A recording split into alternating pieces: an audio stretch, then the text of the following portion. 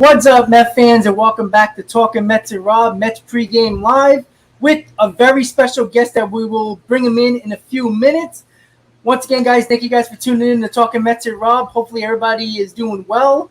Unfortunately, with that damn game yesterday, where Scherzer pitched his ass off, and the Mets couldn't score a damn run. And that's so unfortunate because he had his best outing of the year for the New York Mets, and that's really important. Excuse me one second as I sneeze. All right, we're back. So I just want to make sure everybody can hear me before we get started and bring in our special guest for the live stream today. And most of you know him. If you don't, I don't know what the hell you guys are doing, and we will get to it in a little bit. Let me just make sure. Hayden, can you hear me? Okay, so he can hear me. As long as everybody else can hear me, we are good. So I'm going to bring in our special guest, and you guys know who he is. And if you don't, well, he's going to tell you all about his channel. And here he is, guys, Mets Talk with Hayden. Hayden, buddy, what's up, buddy? How you doing? What's going on? Thanks for having me, man. Good, man, good. I'm glad. It's been a while. We haven't done this in a while. It has. Definitely about a month or two, maybe. Yeah, it's been a while. If you don't know Hayden, please tell him about your channel. And we'll get started about the Mets Reds game today. Yeah, what's going on, everyone? As Rob said, Mets Talk with Hayden. If you guys do remember me, I've been on Rob's channel, I think once. I think we did at least one game this year already. I forgot what it was, but I know the Mets won it. But yeah, if you guys want to check me out, that'd be very much appreciated. Let's get to 700 subscribers on my channel soon. Mets Talk with Hayden. I do pretty much same thing as Rob, live streams, analysis, opinions, Q&A type stuff. So if you guys want to check me out, be very much appreciated. Let's get me to 700 subscribers. Mets Talk with Hayden. LFGM. No, we are not related. No. I mean, damn, I look that old. Jesus, man. All right. Ken, you're an ass, but I love it. So, yeah, that's it, guys. So check him out. Let's get him to 700 subscribers. Let's get this guy to 1,000 subscribers. How about that? I like that better. Let's get it going. I mean, we basically started around the same time on the channel, right? It was really, I think you started a little before me, a little after me. Well, you were more consistent. That's the thing. True. More. I got a little lazy, but yeah. Yeah, I was annoying at first. I'm not gonna lie about that with the channel. I mean, the videos were like 2 per day. It was kind of insane. But that's how you get started, and that's how you do things. But definitely check out his channel, guys. You do like a Mets Talk Live a couple of times a week, right? Yeah, I always recap, kind of like with you a little bit. I always do a live stream in between each series, recapping the most recent series and then previewing it, and Q&A type of stuff and all of that great stuff. All right, perfect. So as you guys know, make sure you guys hit on that like button. A lot of these people here are a little stingy with this like button. I don't know why. It's a little crazy that I was getting like 150 viewers, and I get like a little over 100 likes. So make sure you hit on that like button, guys. And Hayden just put that link up for his channel, so subscribe to his channel right away, guys. Do it. It takes a second. And, there's always stuff that I don't know that he knows, and he knows that I don't know. So it works out for everybody. And you know what? It's always good to have different perspectives and opinions. And that's why I like having Hayden on here, because we are cool. And, unfortunately, when I was in Florida, we couldn't meet up. It was just a busy time. But sooner or later, Florida's not going anywhere. So I'll definitely probably see you during spring training next year or sometime this year. I might be going to Miami in September. So I'll definitely hit you up, and hopefully we meet up for a game or two. 100%. All right, guys. So obviously yesterday was disappointing. Scherzer had his best game as a Met. What was it? 11 strikeouts in 6 innings. He was dominant. I don't care if it was the Reds. I don't care if it was the Bad News Bears. It was just, all his pitches were working, and it just seemed inevitable that the Mets are going to win that ball game. But I think we left 11 men on base and 5 or 6 in scoring position. And that's what you're not going to win that way. And the Mets have been winning with the home run ball all of a sudden, and they couldn't bunch 5 or 6 hits together to get those runs in from scoring position. So, Hayden, what can the Mets do to actually get out of this funk that they're in? If they don't hit a home run, now they don't win. Yeah, last night was just a complete disappointment. And, I think a big factor to really what happened last night is, for starters, the Mets cannot hit left-handed pitching.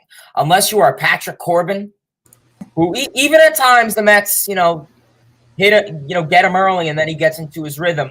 The Mets cannot hit left-handed pitching. I think they've been better with left-handed pitching than last season. I'll say that. I think they have got a little bit better. But just overall this year, I mean, we've seen it a few times in Miami. This team cannot hit left-handed pitching.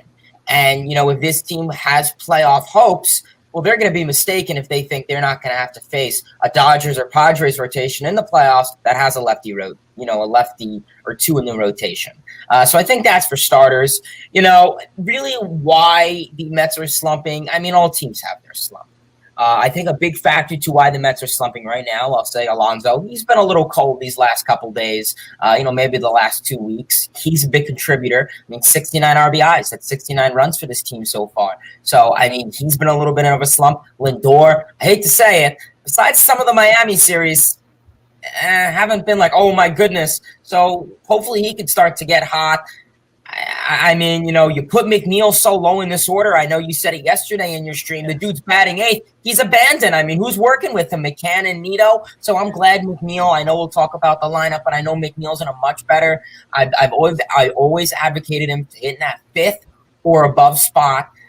With this Mets offense, I get it. They're gonna go through slumps. Every team in baseball does it. Right now, Aaron Judge. Look at Aaron Judge's numbers in the last 15 games. They're horrible. All offenses do it, but I think as of right now, something is going to need to change. But yeah.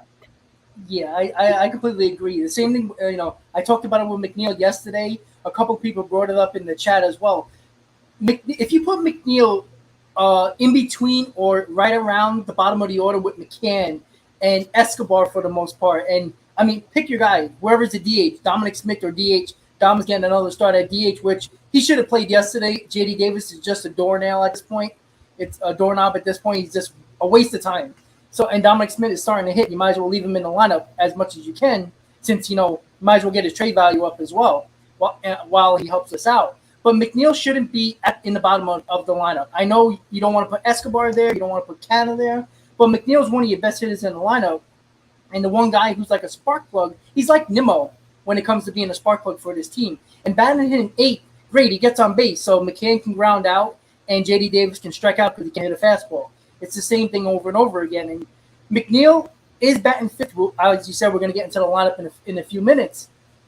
We need McNeil at the top at the middle of this lineup because he's one of the best guys other than Canna to protect Pete Alonso. I mean, Pete Alonso, as good as he's been on 69 RBIs for about, 4 games now?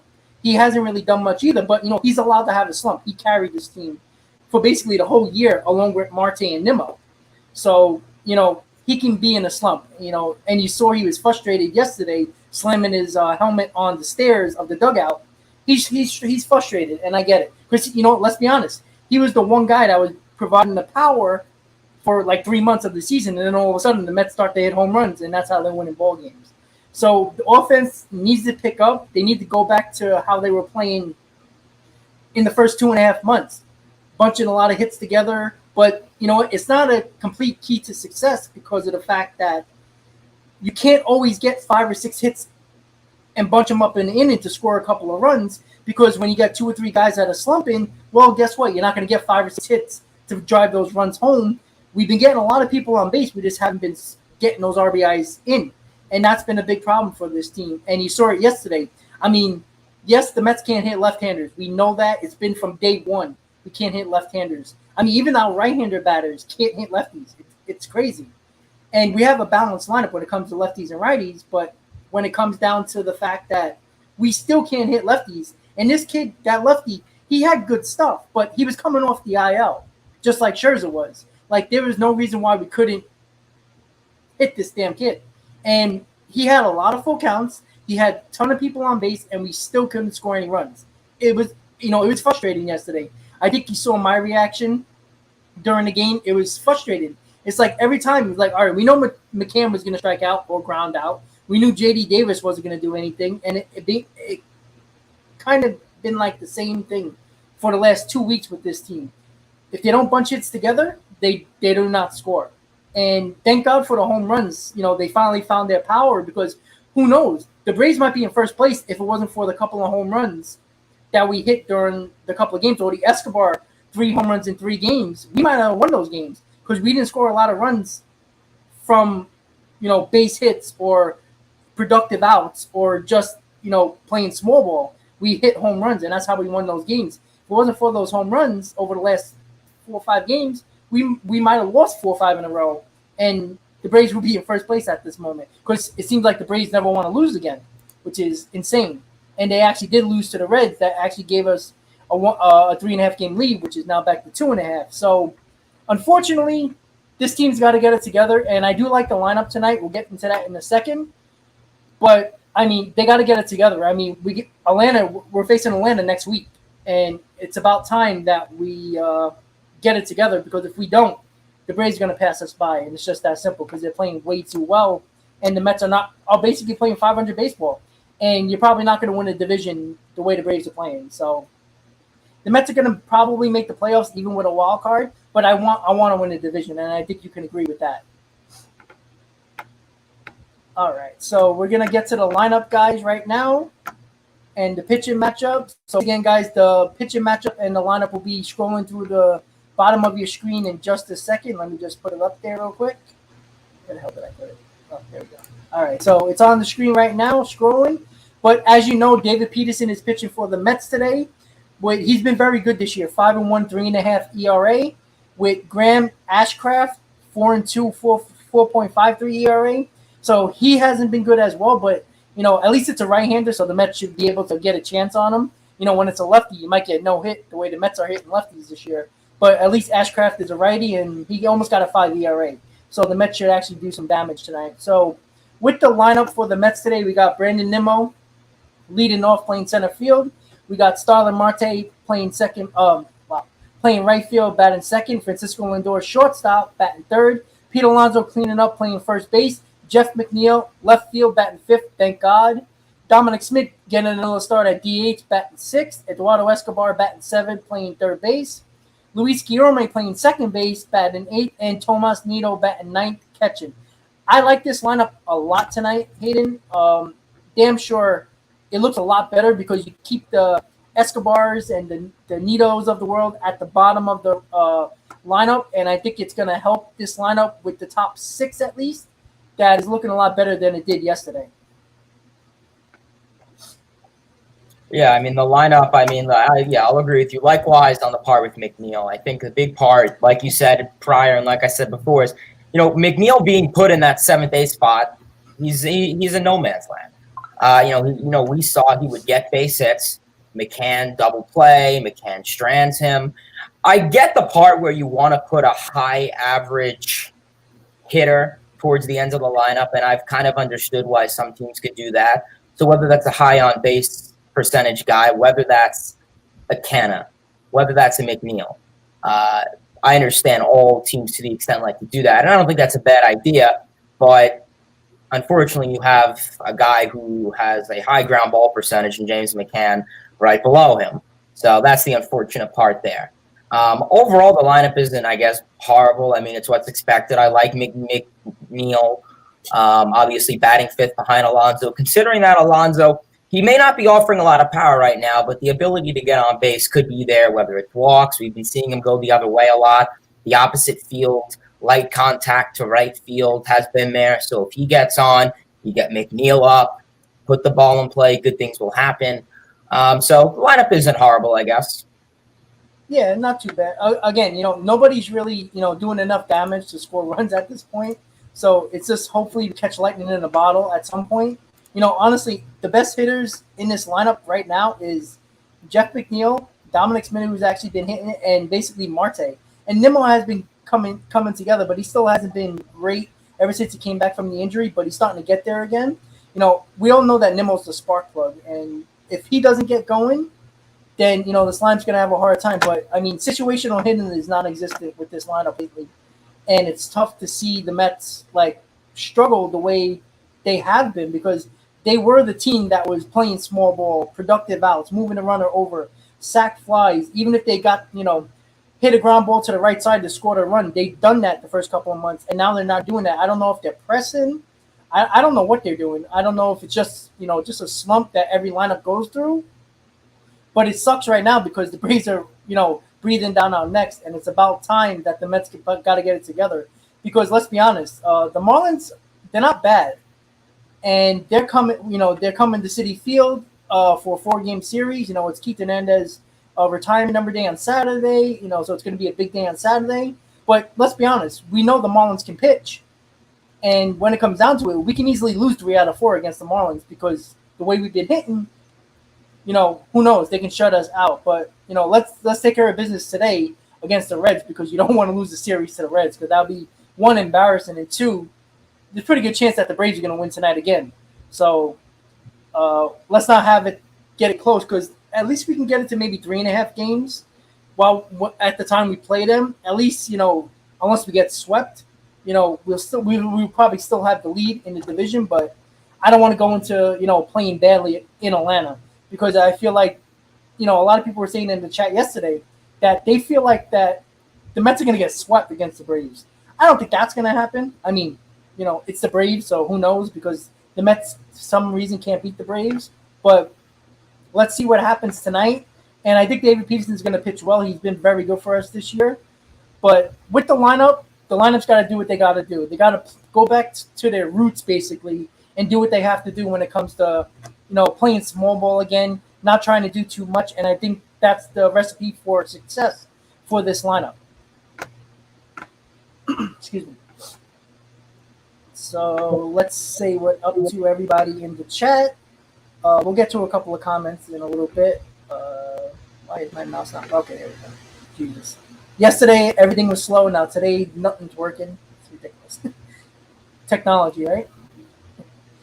All right, so we got Michael, a member of Talking Mets and Rob, Steven, Lane, Sonny, Ruben, a member of Talking Mets and Rob. We got Ken. We got Hayden, of course. We got Geraldo, a member of Talking Mets and Rob. We got Sean, a member of Talking Mets and Rob. Roberto, a member of Talking Mets and Rob. We got Adventures. We got who else we got here? And the damn mouse. Okay, Ethan, Joe, and the lockout as always.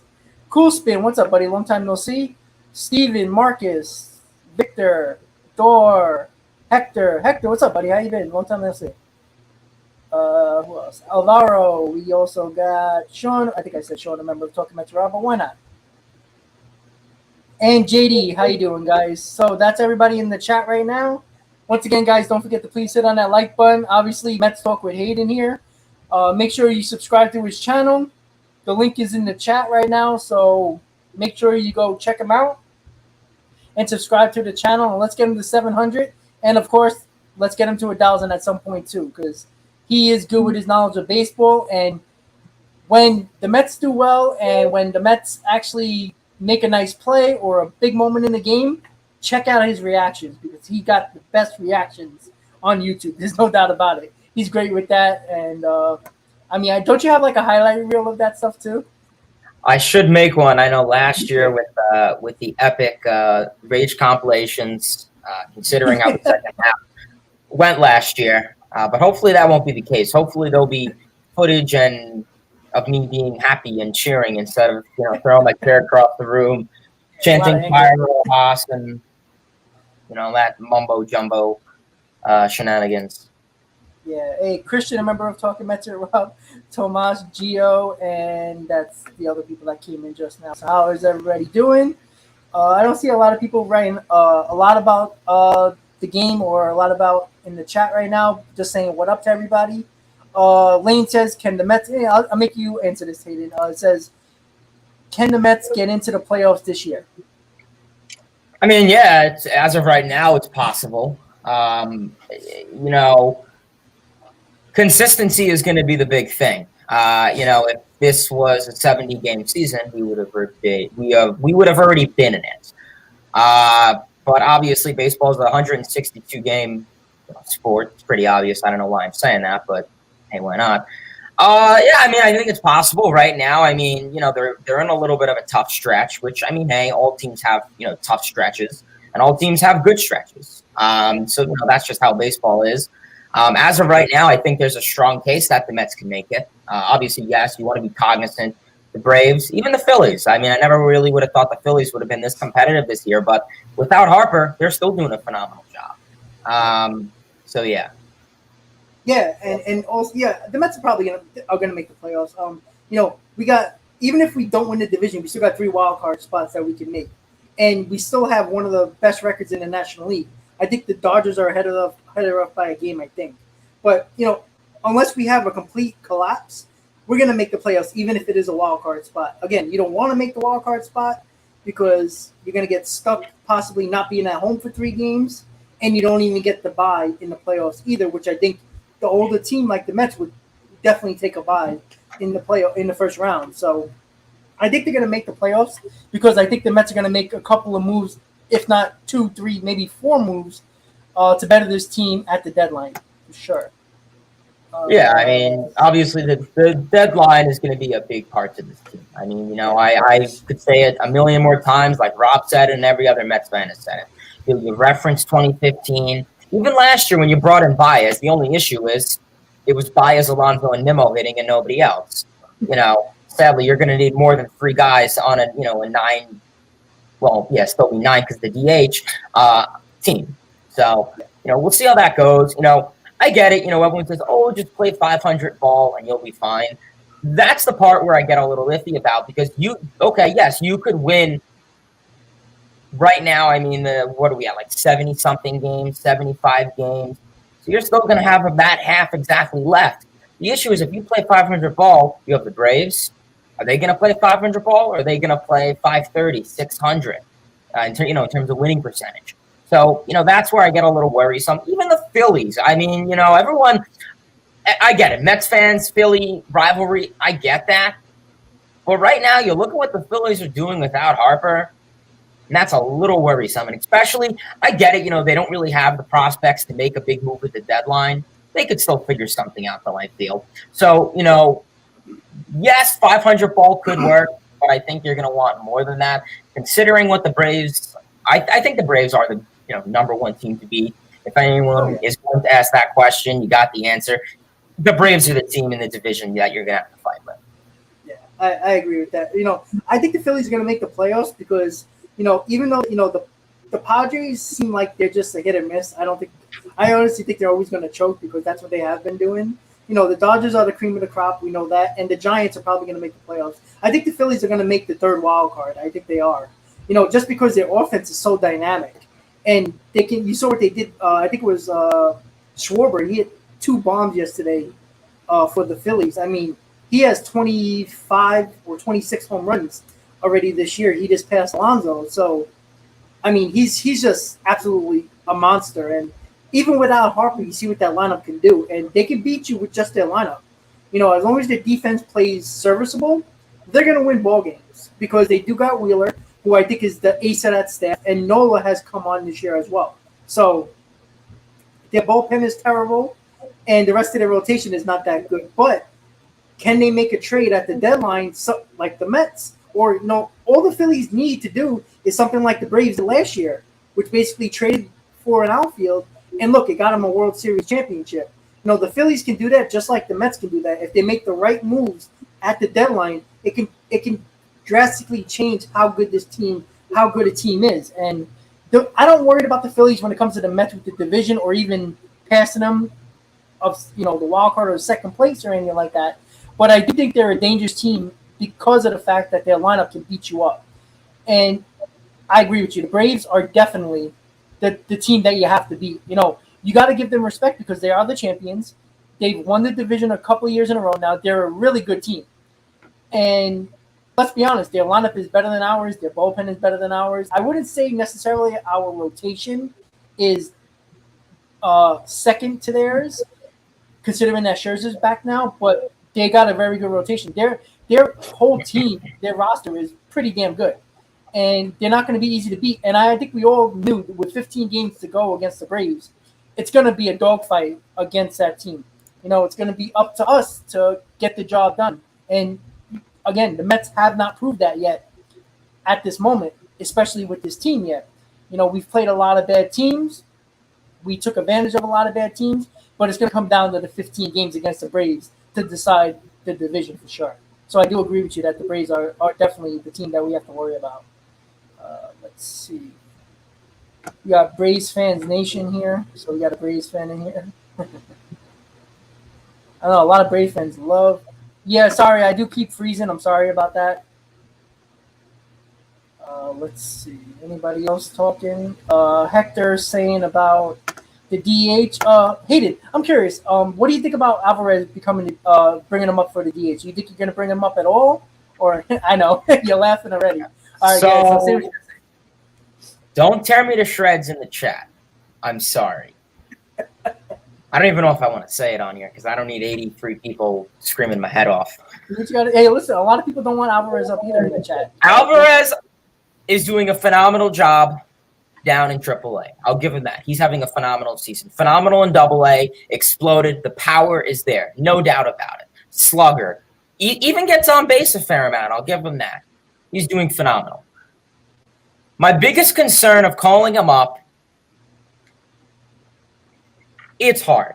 As a DH, I would have no problem. If he wants to come up and DH his rookie campaign, okay, maybe you could work something out like that. My only issue with him calling him up is, for starters, he's 20 years old. And I understand. I've always advocated. I always said that we should call up our prospects younger. I'll say the Mets. I mean, how old was Alonso when he debuted? 25, 26. McNeil, 25, 26. Nimmo, that same age. I've always been a big proponent of the Mets calling up a lot of their guys younger. Catcher's the one position where you can't do that. If you're a first baseman, a shortstop, a center fielder, okay, go for it. Catchers are really, in my opinion, the most complex position on the field because you call the game and there's just so much. I guess you have to be you have to be concrete pretty much. You have to be exact. Everything has to be precise. All the defensive metrics, the framing, it could be hard. And not saying that Alvarez can't do that. I think he's an above average defender as it is now, but he needs the reps still in AAA. He just got the AAA, keep in mind, Do I think next year he'll be ready? 100%. Right now, I would like him to continue his success in AAA. Defensively, offensively, I think he's fine. Defensively, I'd like him to remain in AAA so he can continue to, I guess, increase his defensive abilities. Mm-hmm. And the other thing, if you call him up too early, could that be a pain? But overall, I definitely think Alvarez, if he is going to make his debut this season, which it's looking pretty likely considering the huge jump, I mean, from high A to AA to AAA in the span of, 4 or 5 months, not, considering the offseason. So, I mean, it's really intriguing to think about. So, as of right now, do I think he can make a DH role? Sure. Do I think he's going to be catching behind the plate? When I see everyone saying, get McCann out now, have Alvarez catch. Do I think that's going to happen? No.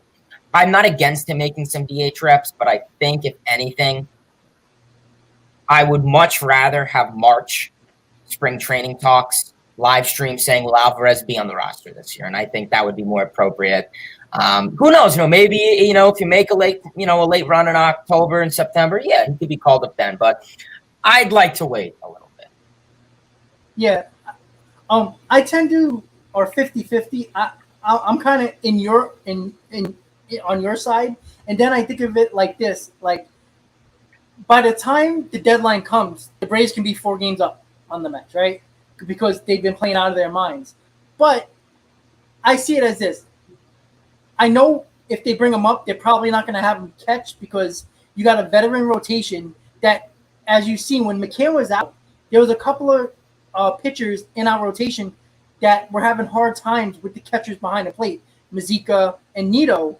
And McCann is up. We can't stand McCann offensively, but he is a very good receiver of the ball, and he has a very good reputation with pitches, and he works well with the Mets pitchers. And I don't know if you want to put all that pressure on Alvarez catching, not DH. I think he's going to hit. I don't think that's the issue. But like you said, if he comes up and he's hitting all over the place as our DH, but he's not developing as a catcher, which, let's be honest, we want him to be our catcher for the next 10 to 12 years.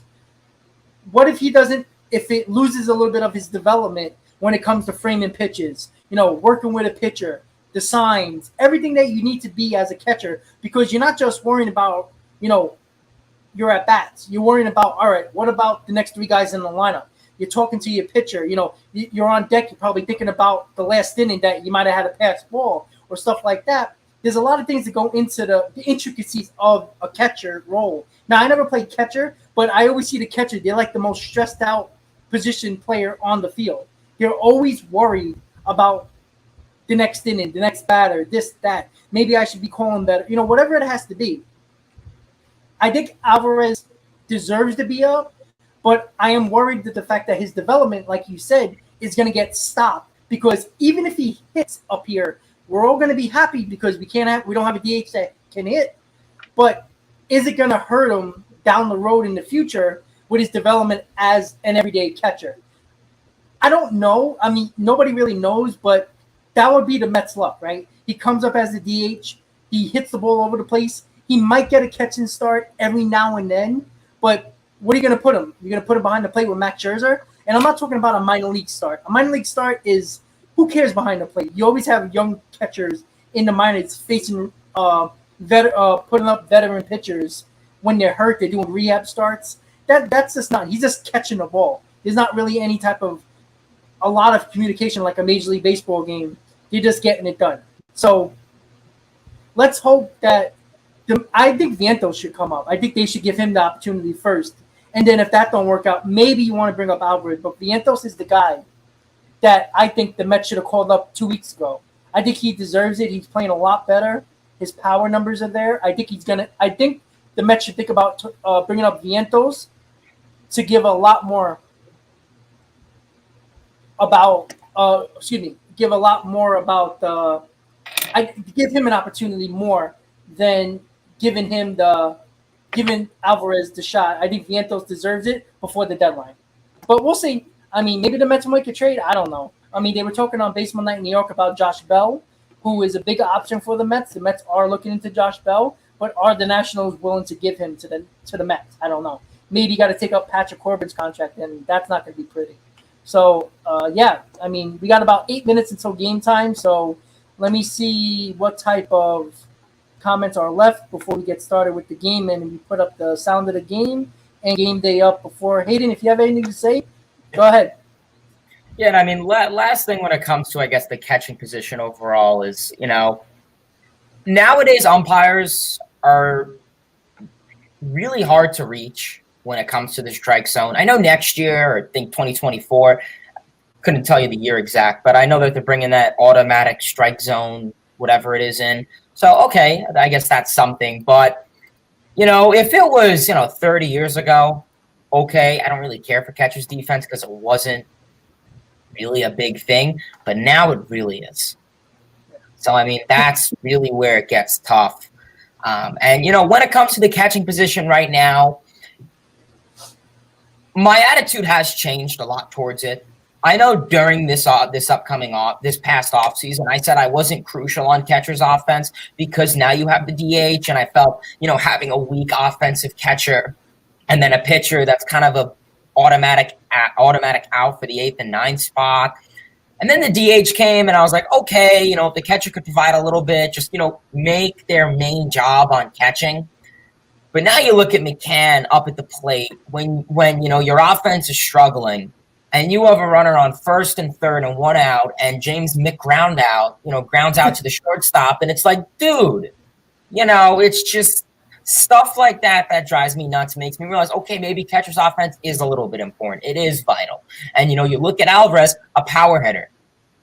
Alonso and who else are power hitters on the team? So I guess that could be another, opposing argument to what I was going to say before. So, with Alvarez, I know before it sounds like I was completely against it, and that's not necessarily the case.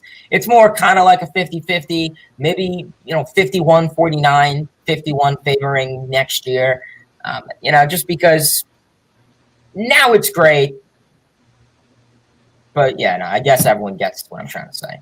Yeah, exactly. Like I said, in a perfect world, I don't want Alvarez up until next year. But what happens if the Mets try to trade for a Josh Bell, Trey Mancini, or any guy that is supposed to be on the market that the Mets could get, and the Mets don't get them, right? If the Mets don't get Josh Bell, he goes somewhere else, or Trey Mancini, or any power bat that they were looking to get for the DH spot, and now you have to look in-house. Maybe they don't have a choice. Maybe they got to bring up Alvarez because, well, they lost out on every trade opportunity to get that, which I don't think that would happen because I think the Mets can take on a bad contract. As I said, Patrick Corbin, they could take on his contract to get Josh Bell. I would love for Alvarez to stay in the minors and develop more, but this team is a World Series or a bust team now. What did Cohen say? A 3 to 5 year window. We have the oldest team in the league. We only got a 3 year window. Technically 2.5 now. So a 3 year window with all our veterans to get the job done. Yeah, Beatty's coming up, Alvarez. Who knows with Mauricio if he gets traded or not? But definitely, I think the Mets have to make a decision soon because it seems like they're shying away of bringing up Alvarez or even Vientos at this point. Trying to weather the storm until the deadline, so they don't have to make that move of a call up for Alvarez or Vientos. But what can we do, right? All we can do is hopefully the Mets keep on winning, and this team is very good. It's just a matter of, if this team was hitting and the offense was doing well, we probably wouldn't care about Alvarez or Vientos coming up or not. We were just saying, wow, they're raking. Alvarez is the number 2 prospect all of baseball, and the number 1 prospect, I forgot who it is, but I think he's already called up already. Yeah, Riley Green. Yes.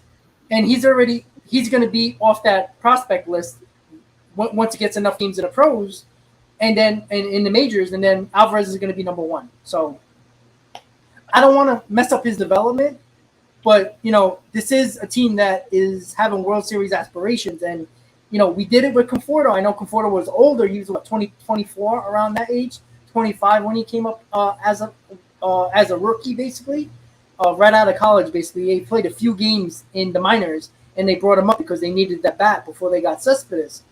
Could they do that again? Yeah, but I don't want to put all the pressure on Alvarez. Like, all right, kid, here you go. Here's your bat. Help this lineup out. And then he fails, and then what? So we'll see what happens. It's going to be a very fun next couple of weeks before the deadline. It would be nice for the Mets to get a rest with the All-Star break, because Pete Alonso and Lindor basically play every day. I know Ken has talked about, I think Alonso and Lindor needs a day off every now and then because they don't get days off. And it's looking like they're getting a little tired, honestly, especially Alonso. I mean, he is struggling, and I just think he's tired. He needs a day off when the game actually happened, not just a day off because they don't have a game on the schedule. So, all right, we got about 2 minutes until game time. So I'm going to put up game day right now. Let me get this out of the way. There's a lot going on the screen today. All right, there we go. So I think that looks okay, right? Let's kind of move it around a little bit. All right, there we go. Perfect. All right, is that good? Let's see. Try. Oh, that's not good.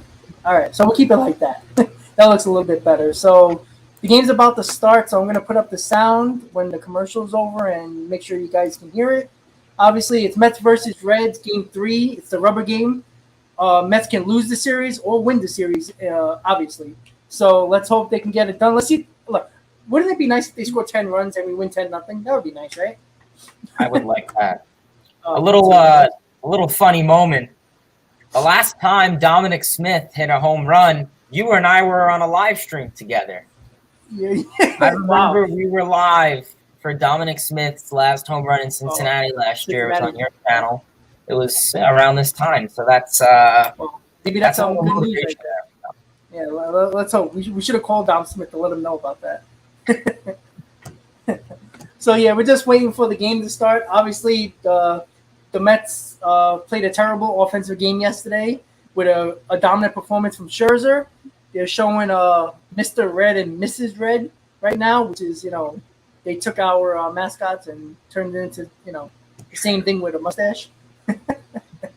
So we're just waiting for the game to start. Let me just make sure you guys can hear it. Hayden as well, just make sure you can hear it as well. Can you guys hear it? Loud and clear. All right, so the game's about to start. Nimmo's coming to the plate in about a second, and we should be ready to go. So once again, guys, Mets versus Reds, Game 3 of the series. Let's go Mets, and let's get it done.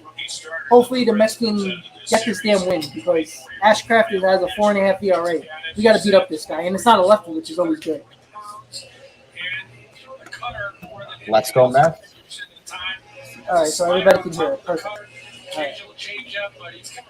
Let's get a couple of runs early in the game here. That'd be nice. Defense, Jimmy Votto sitting for a second straight day. He's got back tightness, they say. So Brandon Drury gets just his second start of the season and the 17th of his career. Kyle Farmer missed the first two with a bruised finger back in there. Rob, you've been to Great American Ballpark, right? Yes, I have. It's a nice ballpark. I was there 2 weeks ago. Very nice. Yeah. And you know what? There's so much to do around the ballpark, too, which is pretty cool. They have on the street right by the front entrance, there's that little, I guess, little street of all, clubs and restaurants. It's really cool. Yeah. It's nice there. I went during Oktoberfest, which is great. Oh, fun time. Yeah. All right, guys, so the game's about to start. Nimmo's getting... They're showing Buckshot, so I can't even tell you where Nimmo is at the moment. Yeah, I'm probably going to be behind because I'm on MLB TV. Oh, yeah. We're a few seconds behind. All right, Nimmo's getting to the plate now. So here you go, guys. Mets versus Reds, top of the first. Now he faces the Mets for the first time. Brandon Nimmo leads off for New York. Nimmo 3 for 8 in this series, homeward on Monday. And Ashcraft's first pitch of the night is he throws 100. This is low at 100 miles an hour, ball one. And that'll give you an idea of what you're going to see from Ashcraft. Fastball coming in near triple digits with a little bit of cut, and he will throw maximum effort on every pitch. There's been some conversation about that. This kid throws hard. Whether he will be better suited as a reliever in the long term because of his max effort delivery. But the jury's still out on that. Nimmo is one of the guys in this lineup that does like the cutter. Not very many guys do a cutter at 98 to 100 miles an hour.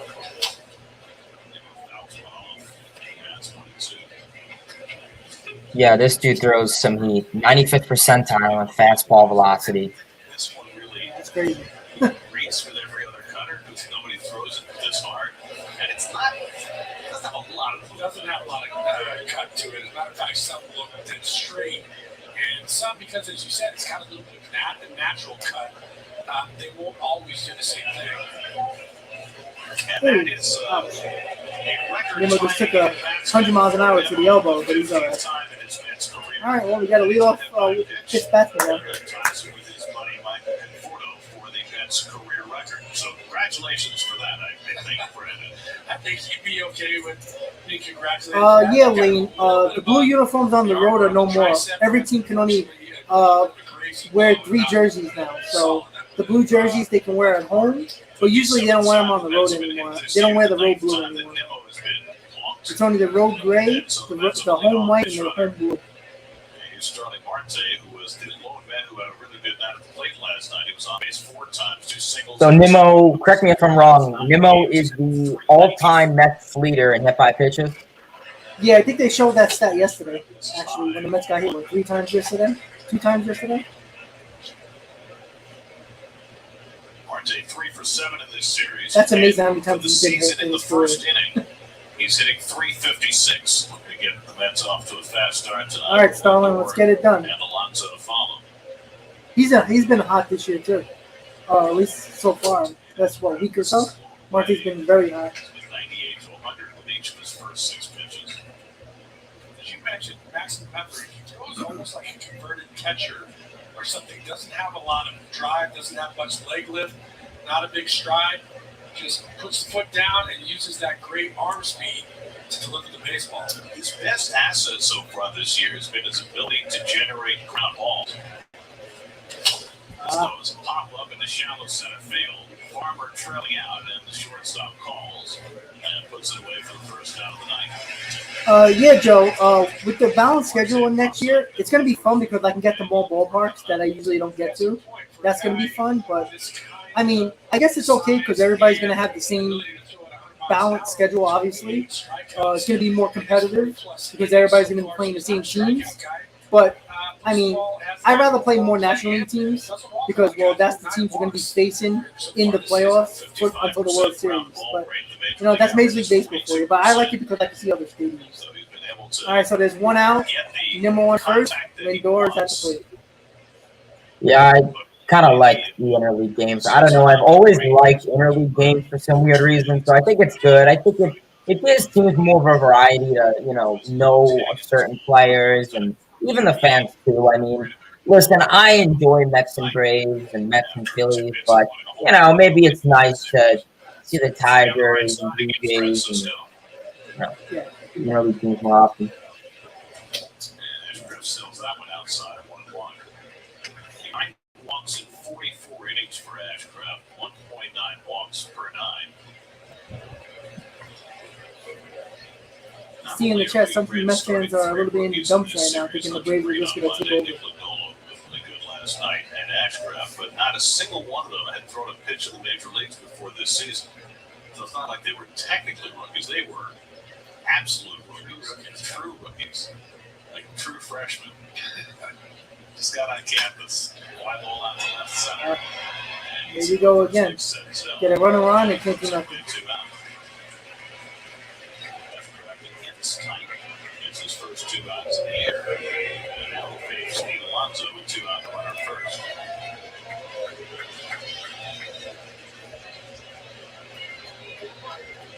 It's got 11 straight innings without scoring a run. Scoreless in their last 2 innings on Monday. Shut out last night. Got the leadoff base runner in the first 11 scoreless innings for the Mets. That is not what you want to do. Really struggled last night, particularly against the starter Lindor. It would be a great time for Polar Bear to hit 400. That'd be nice to get him off that 69 RBI. It would. Fastballs early in this game. He's got a slider that he throws about 32% of the time, and changeup that he'll throw only very rarely. But establishing his fastball early in this game, whether you want to call it a four-seamer or a cutter.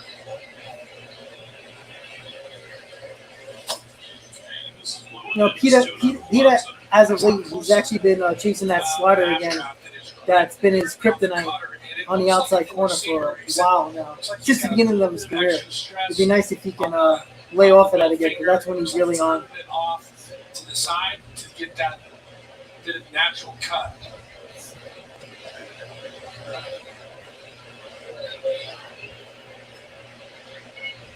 Behind on Alonso 2-0.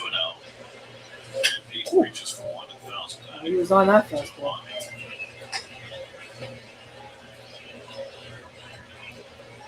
Ashcraft began his college career at Mississippi State before transferring to UAB, so Pete could have seen him in the SEC his freshman year.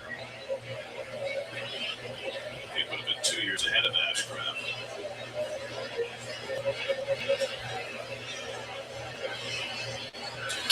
Alonso pops one foul when they get to the seats out. It's 2-2. Ashcraft had issues with his hips in college. In fact, he had hip surgery on both of his hips, which cost him a college year. Wound up getting drafted in the 6th round by the Reds in 2019. It's amazing how many of these young pitchers have been able to take such a quick route to the big leagues, even though there was no minor league season in 2020. So another kid who really has not had a whole lot of professional experience getting exposed quickly to the big leagues. Oh, there we go. That's a base hit.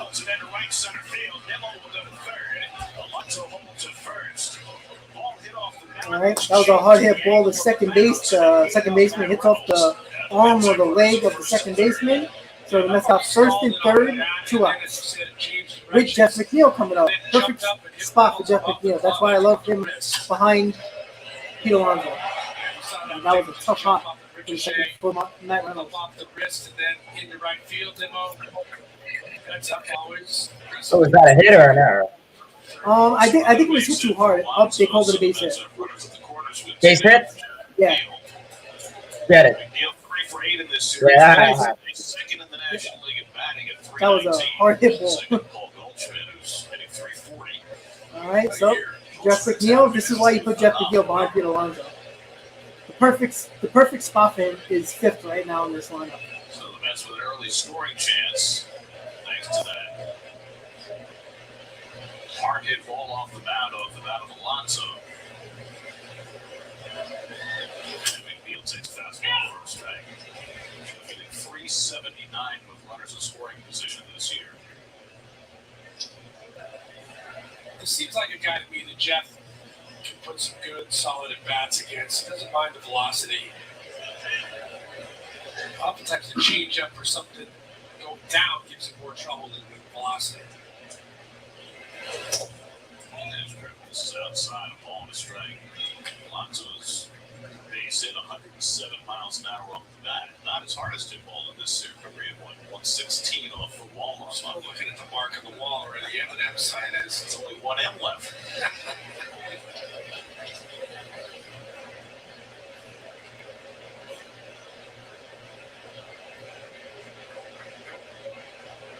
Big dent. Alonso style. Nemo at third, Alonso at first with 2 down. He is not going to be stealing a base.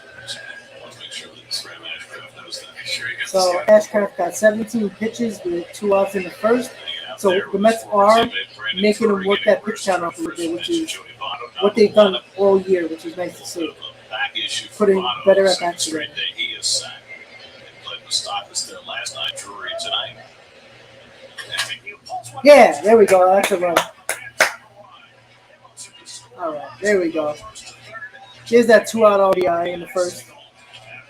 There we go. Jeff McNeil, 2-out RBI with a single to bring in Brandon Nimmo. So it's first and third, 2 outs.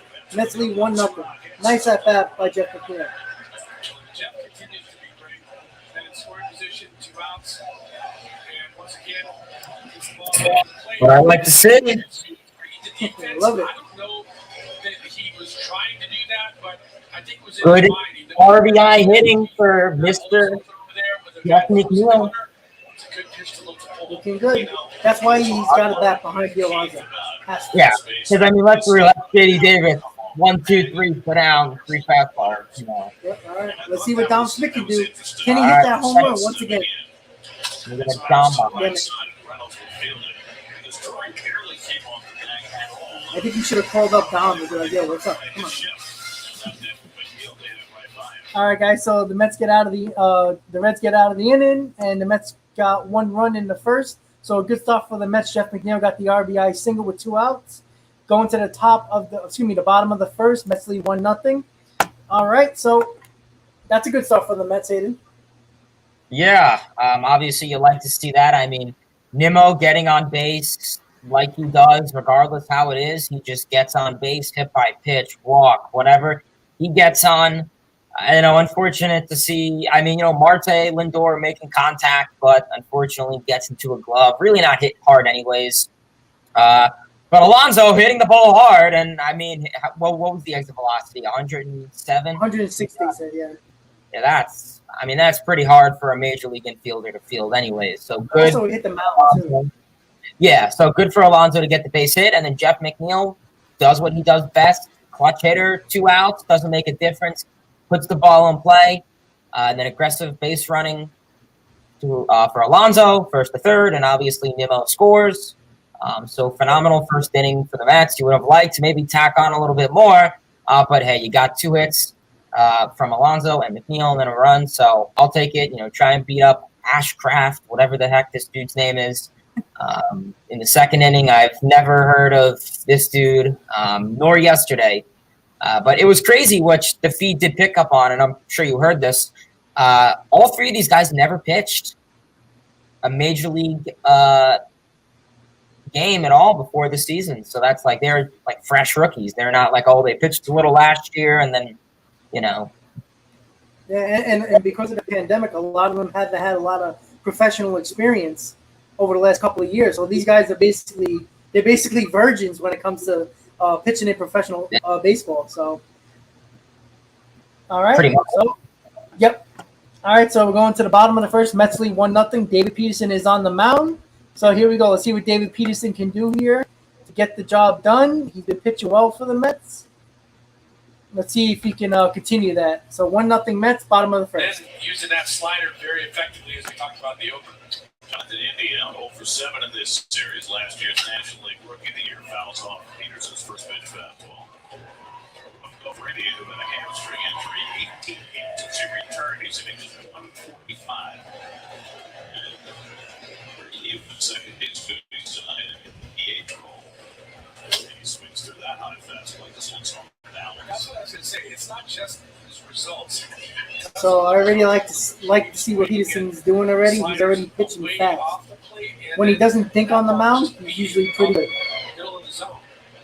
So Peterson ahead over 2. Oh, where was that? Peterson's last 2 starts have been remarkable in that he has not walked a batter and has struck out 18 in those last 2 outings. Struck out 10 to match his career high against Texas on Friday his last time. Change him outside suit 2. And I think, in talking to him, he recognizes the correlation in those 2 things. Getting ahead with strike 1 gives him the ability to expand the zone with that slider. He's working very quickly as well. He fouls off the fastball. David's going to stick around in the rotation for the time being, that's for certain. I appreciate that. Is ready to come back, but the Mets right now are going to go with 6 this next time through. And that hits that hit him in the foot. Ouch. He goes down. That's when he might have broke his ankle. Barely moved to try and get out of the way, and they hit him hard. He got him on the side of the foot. You're right, he didn't move at all. Probably thought he was going to get the pat, but he got right below the pat. So each team's leadoff hitter gets hit by a pitch. The Mets turn theirs into a run, and now India tries to shake it off. That slider that we talked about, David usually trying to throw a back foot.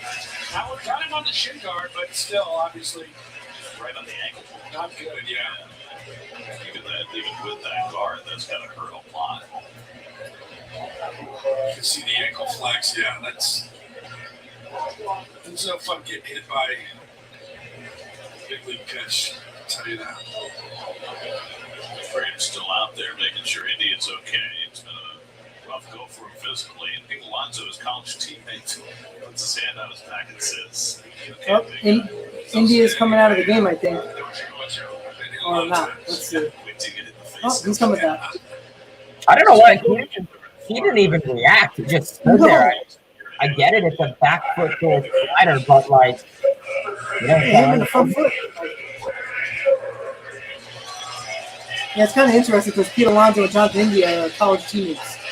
So that was pretty cool. Both of them on first base. Pete had them on his back. I don't think that was an intentional. That's just a back foot slider. Peterson, he'll throw all over the zone. I don't think that was intentional. No, not at all. Especially a slider. You might as well throw 94 onto his back. Yeah, no, he's good. This is not a good stuff.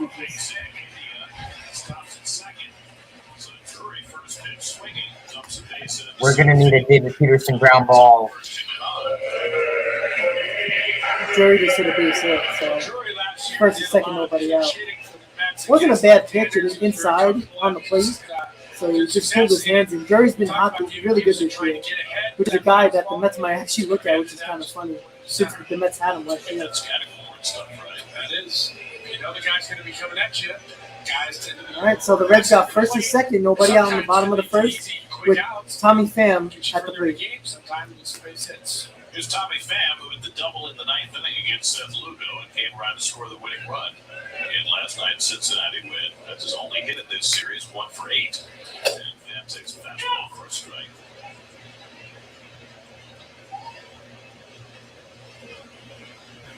Peterson can use a double play ball. Pham's already hit it to 10 of them this year, up among the most of the league. India at second, Drury at first.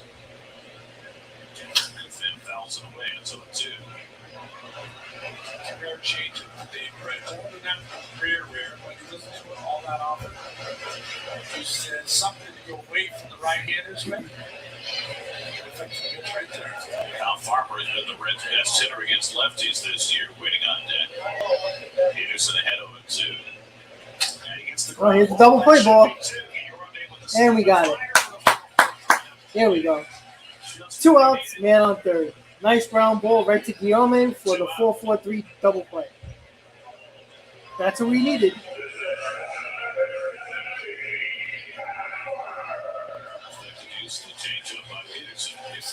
Especially at 0-2. They can reach for one, get a little out in front. That's what the doctor ordered.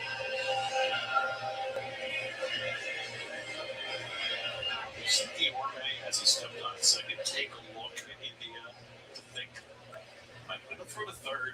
I did. I absolutely did. And I saw him like, well, he's going to just jog over there. Maybe I'll take a crack at it. Like, just hit the ankle, right? Maybe he's not running 100%. And not too many second basemen would even think about that. But Guillaume has such inventiveness. He had it at least in his mind. He does. And Buck calls it imagination. He has great imagination in the field, and that's one of the things he's talking about. Farmer takes a fastball. So there's some parties not giving him the high strike, not giving him the low strike. Left hand by Spencer Strider of the Braves on So there's some parties definitely east to west strike caller for sure. And he's broken his hand a couple of times. He said he thought for sure it was broken. And fortunately for the Reds, the X-rays were negative. Sat out 3 games and back in there tonight.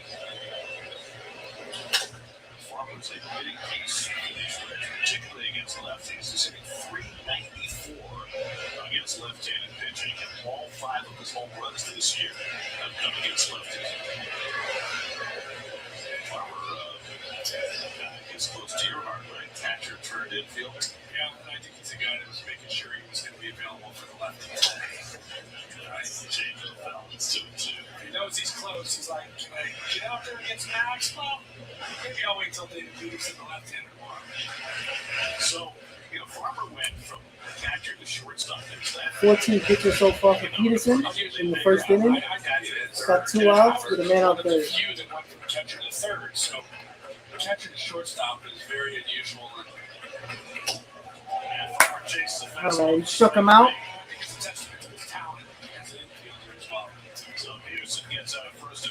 All right, so Peterson got out of that jam right there. So we're going to the top of the second. Mets lead 1-0. So nice to see Peterson get out of that jam right there. It was a little worrisome, but he is a number one pitcher. So that's nice to see it get that big double play there. Yeah, I mean, Peterson's always the type of guy to have runners on. And like you said, he is a ground ball pitcher. So simply enough, give up a little leg contact and let your defense do the job. You have Guillaume, Lindor, McNeil. Well, not McNeil, but Lindor and Guillaume for tonight's sake.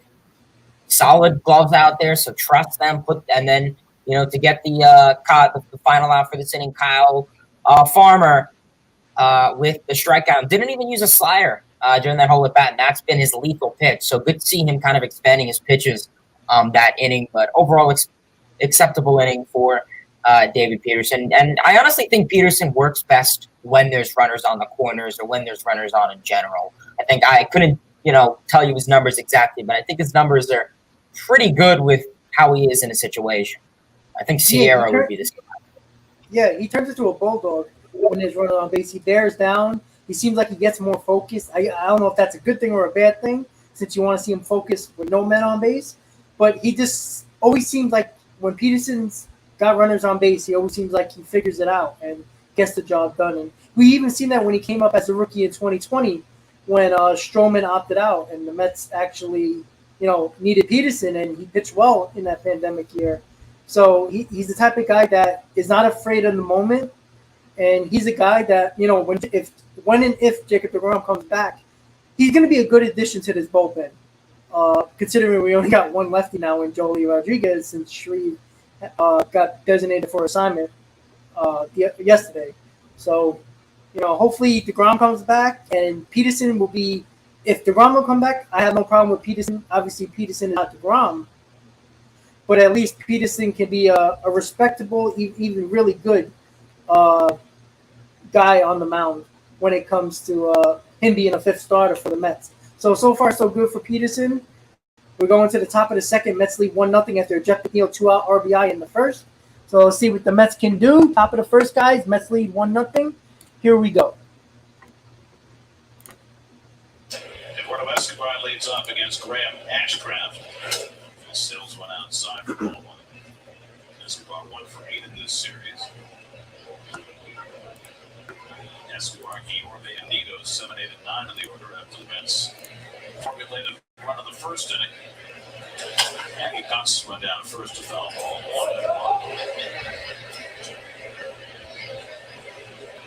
1-1 loss yesterday in the 81st game of the season. Was the Mets' only 1-0 loss this year. Don't have as many 1-0 games as you used to in baseball. That's lining the win base. All right, that's a leadoff hit for Escobar. Good job. Escobar, who's only hit a series of an opposite field single on Monday, now has himself another one. Yeah, that's an encouraging sign. He was so pull conscious earlier on, that ball tailing away from him a little bit, he stays on it. That's an encouraging sign. Well, it's actually for this play to be sitting under 200 left-handed into the final year. That's their third hit against Ashcraft, and here's Guillorme, who's trying to find his way out of the slump. Hasn't started the last 2 games. Probably in the right part for him to get rated offensively. He only hit 3 home runs in his major league career, and one of them came here in Cincinnati. Very rarely do I see him use batting gloves, right? The other day, he wore 1 batting glove. He's got 1 or 2 on right now. He's got just the 1. Yeah, it's like he's playing golf. Yeah, he's got that, especially it's unusual, just as a hitter, to have the top hand batting glove. Yeah, well, on I think DeGrom will be a Brave before he becomes a Dodger, in my opinion. He's not going to the West Coast. In the follow through, but that's unusual to see that left hand. It was like a gardening glove, too.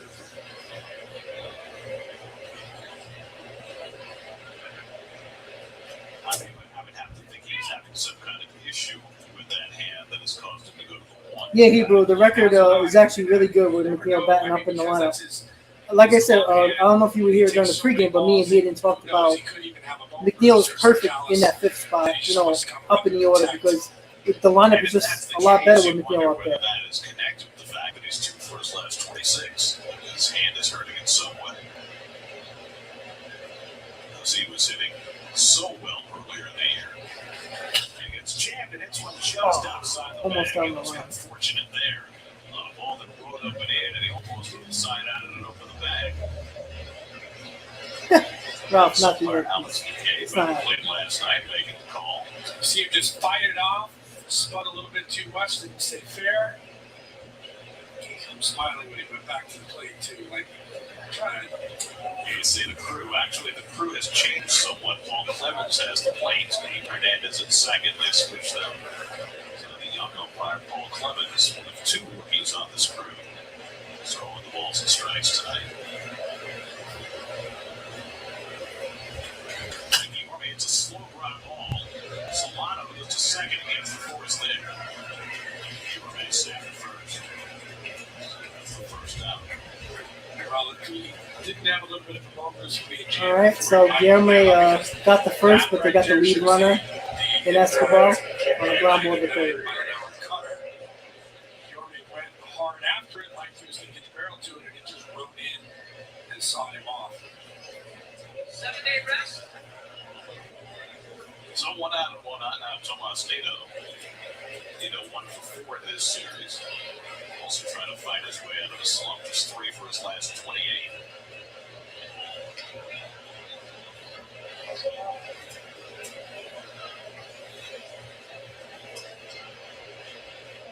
Guillorme at first with 1 out. And fouls off that first 1-0 one. Let's finish in their first time through the batting order against Ashcraft. And all 3 of these these games. That first time through has been a learning experience for bad hitters, seeing pitchers who none of them had ever faced before. It is. We've talked about how you can watch them on video or look at a scouting report, but until you're in the box and see them, you don't really know what you're going to get. That's why these guys communicate so much after they face these guys. Piercy on the ball in the dirt, 1-1. Speaking of home after today, but a 4-game from the Marlins. And if the Marlins win tonight, they would be a 500 team. They won 6 in a row. They lead the Angels 1-0 in the second tonight. They've really picked things up as they've got some people back healthy. And it's just interesting the way, a month or a little over a month ago, the division seemed like it was weak and underperforming, and now you almost have every team at or above 500, and some really good play out of just about everybody in the division. Wendell, Brian Anderson back in the lineup for Miami, even as they lost Jazz Chisholm and Jorge Soler for the ball. 1-2 coming to Nito. Oh. One out to right field, chasing out Moore back to the warning track. Oh, what a pass. God damn it. Hustling back to first as Yorme will run it safely. Nito driving it the other way now. Moore's a terrific outfielder. Going back to get in a step with the fence. Of course, the Mets hit a fly ball to the outfield, and the wind tunnel doesn't take it out of Cincinnati, out of Great American Ballpark, No unfortunately. wind at all today. The wind, as they say, is blowing straight down. So the heavy air might have held that up a little bit. Usually that ball seems to get. Maybe that was a home run against the Stadium. That would have been a bombing in the stadium. This play by Moore looked like he took a bad step there right at the end. Came up powerless, good catch. sitting grimace on his face. Again, Nito puts together good at bats. Like, people shock you with his power sometimes. That's why I like Nito at the plate a lot more than the Nemo, play. who was hit 9 pitches first time up. Record tying hit batsman. Next one, he'll have the record all to himself. It's a record he'll wear proudly. Still go back to the early days of the Mets and Ron Hunt. You know that Hunt has the major league record for single season being hit by a pitch 50 times. Let's go, Brandon. Let's get a 2-hour rally here. Gio had to be close, didn't he? I mean, he seemed like he got hit. 50 times, Tom. I mean, I've never hit 50 times in my career. Well, that's I've the never thing. hit 25 times in my career, maybe. And that's my point. I mean, Hunt That's crazy. played 3 years for the Mets early in his career and didn't get hit nearly as much. And now here's Nemo, who has the career mark of 50. Whereas Hunt went on to bigger and better things and got hit 50 times in one season. I'll take some big hack, and this is 1-2. Let's see, Biggio, most times he got hit when he was 34. 34, and that seemed like 100. So, yeah, that puts it in perspective for me. Biggio led the league 5 times in getting hit, 285 times in his career. But Hunt was the master because he did it on purpose. He wore a flak jacket. Astro flak jacket back in the 60s. You know, I wonder if you're a guy like Biggio, like Hunt, Ashcraft had 34 pitches and 2 outs in the second. So his pitch count's pretty good so far, considering they want to hit you more, and it's sort of like, the Mets putting together a decent at bat He's on so far. itself. For the record, you got it 42 times in my career, yeah. most of the season 6. What's the worst you got it? And once by Willie Banks, I think in Florida, I was looking. I agree, you agree. There needs to be another guy. Overhand hook in the back of the head, and that spun me around a little bit, and come out for a concussion protocol after circling the bases on the next pitch. Somebody hit it in the gap, but aside from that, I mean, wristed elbows, ribs. I never got really badly hit. I was very, very lucky.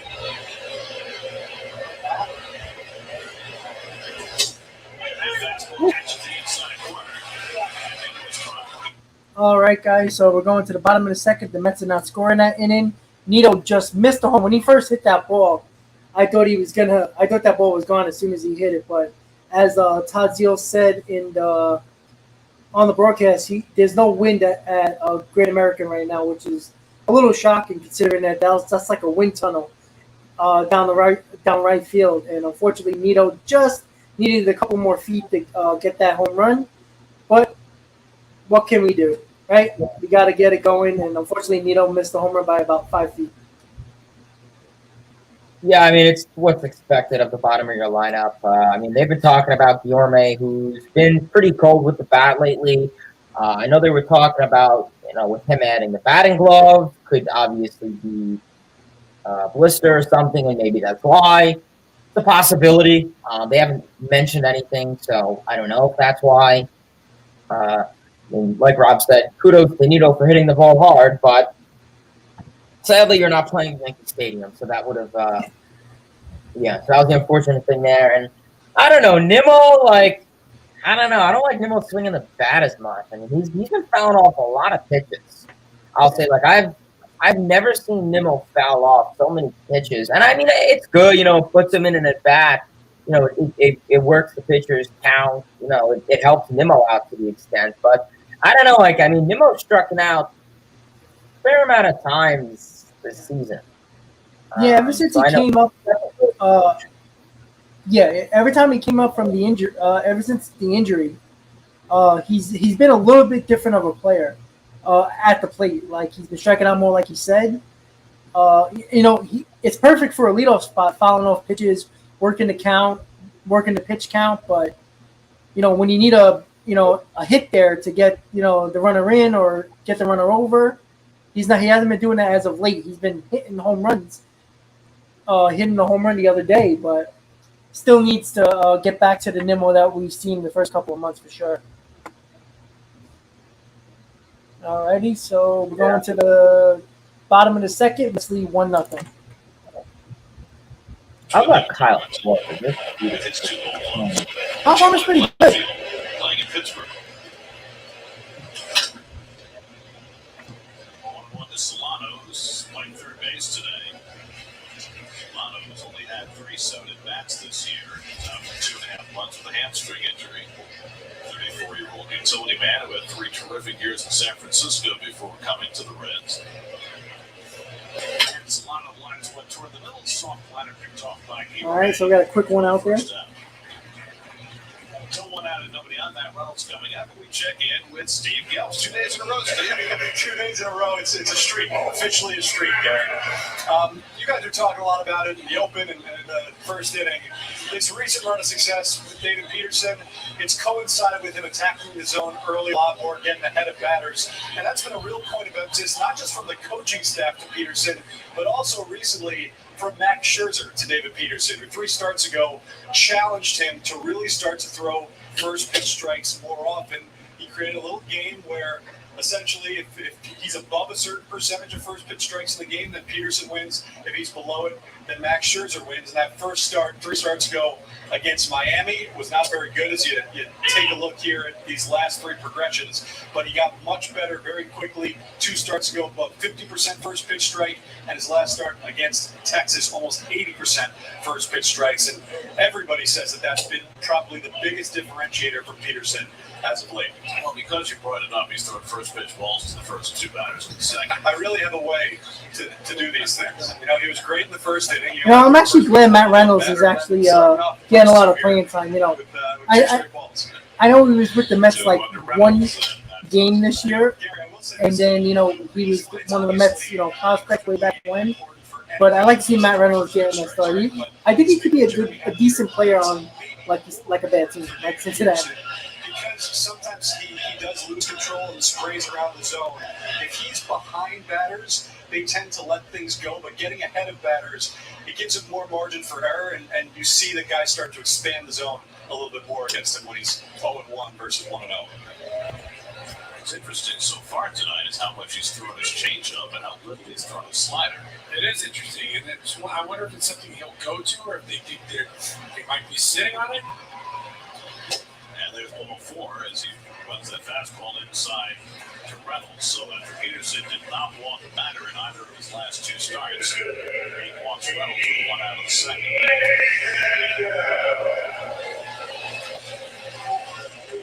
The other things that I do think getting ahead does for David Peterson is, as we saw in his last outing, strikes out 10, 7 on sliders. All 7 of the sliders for strikeout were swinging out of the strike zone.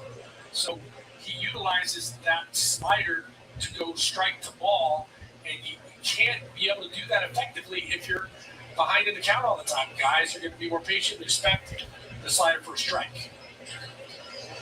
Well, we got the pitching coach and the honorary pitching coach sitting side by side in the dugout. Come on, David, let's go. Let's see how they react to a first pitch strike or not with Nick Senzel in the batter. And Senzel rockets one to deep left field. That goes McNeil covering the wall at time. And Senzel with a 2-run homer, his second of the series and his third of the year. And the Reds leapfrog in front 2-1.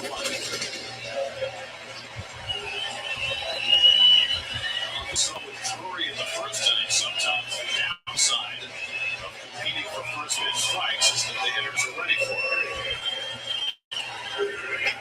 Senzel definitely sitting on that one, short and quick to the zone. He usually utilizes that center field, right center. That's the unfortunate part about giving up walks. Now got the barrel on it, and as we said, looking for strike one. That's the problem right there. So Senzel Trying to get ahead, one home run in his crushed first 183 at-bats before he homered against Drew Smith on Monday. All right, so the Reds took a 2-1 lead after that Senzel home run. And puts the Reds in front. Peterson, the 7th home run. And now the damn fireworks make everything cloudy. You can barely see the game. The smoke is not yet clear of the fireworks. As Peterson hits curveball in first strike, and it's 1-1. Albert Almora batting for the first time. I mean, as Todd mentioned, there's not a lot of wind. So when they blow off the fireworks, there's no place for it to blow away. 6 straight down, just like the flags blowing right down. It's like Nino's fly ball, same thing. We're at a Dead concert right now in Cincinnati. In a dead calm. Swing and a miss. There's the fastball running inside to Almora. Second strikeout of the night for Peterson. See, that's another thing that I think David Peterson has improved upon this year. All right, so a nice strikeout for Peterson to get the second out after giving up that home run. Pitches. The next guy works himself out of jams that way. Doesn't let it snowball as he had at times in the past. So 2 out. Here's the number 9 hitter, Michael Papierski. Making his second straight start behind the plate this season. Catcher takes a strike. Papierski, who began the season in the Houston organization, traded to the Giants, for whom he made 3 starts. Come on, David, let's go. Keep it at 2. Reds, for whom he's now making his 6th start. Wait the return of Tyler Stevenson, their very talented young catcher who's out with broken thumb, but is working his way back in rehab.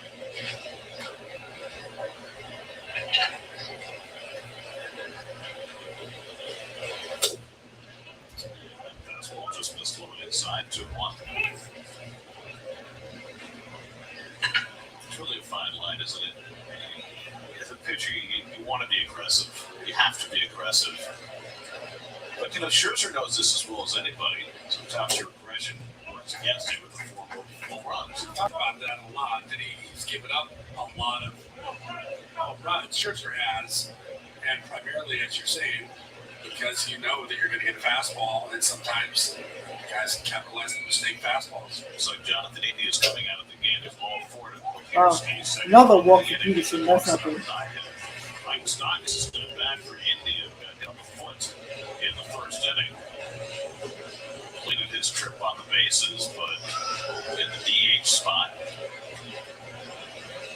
unable to continue. And so Stock is going to get the turn at bat. So another setback for India, who's had himself a very rough sophomore year. Stock has started the first 2 games of the series. In the game-winning sacrifice fly last night. 1 for 6.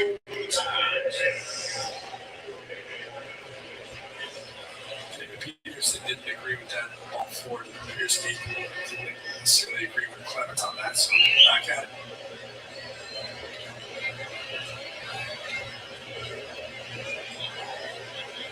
Stock is waves the first pitch slider from Peterson, 0-1.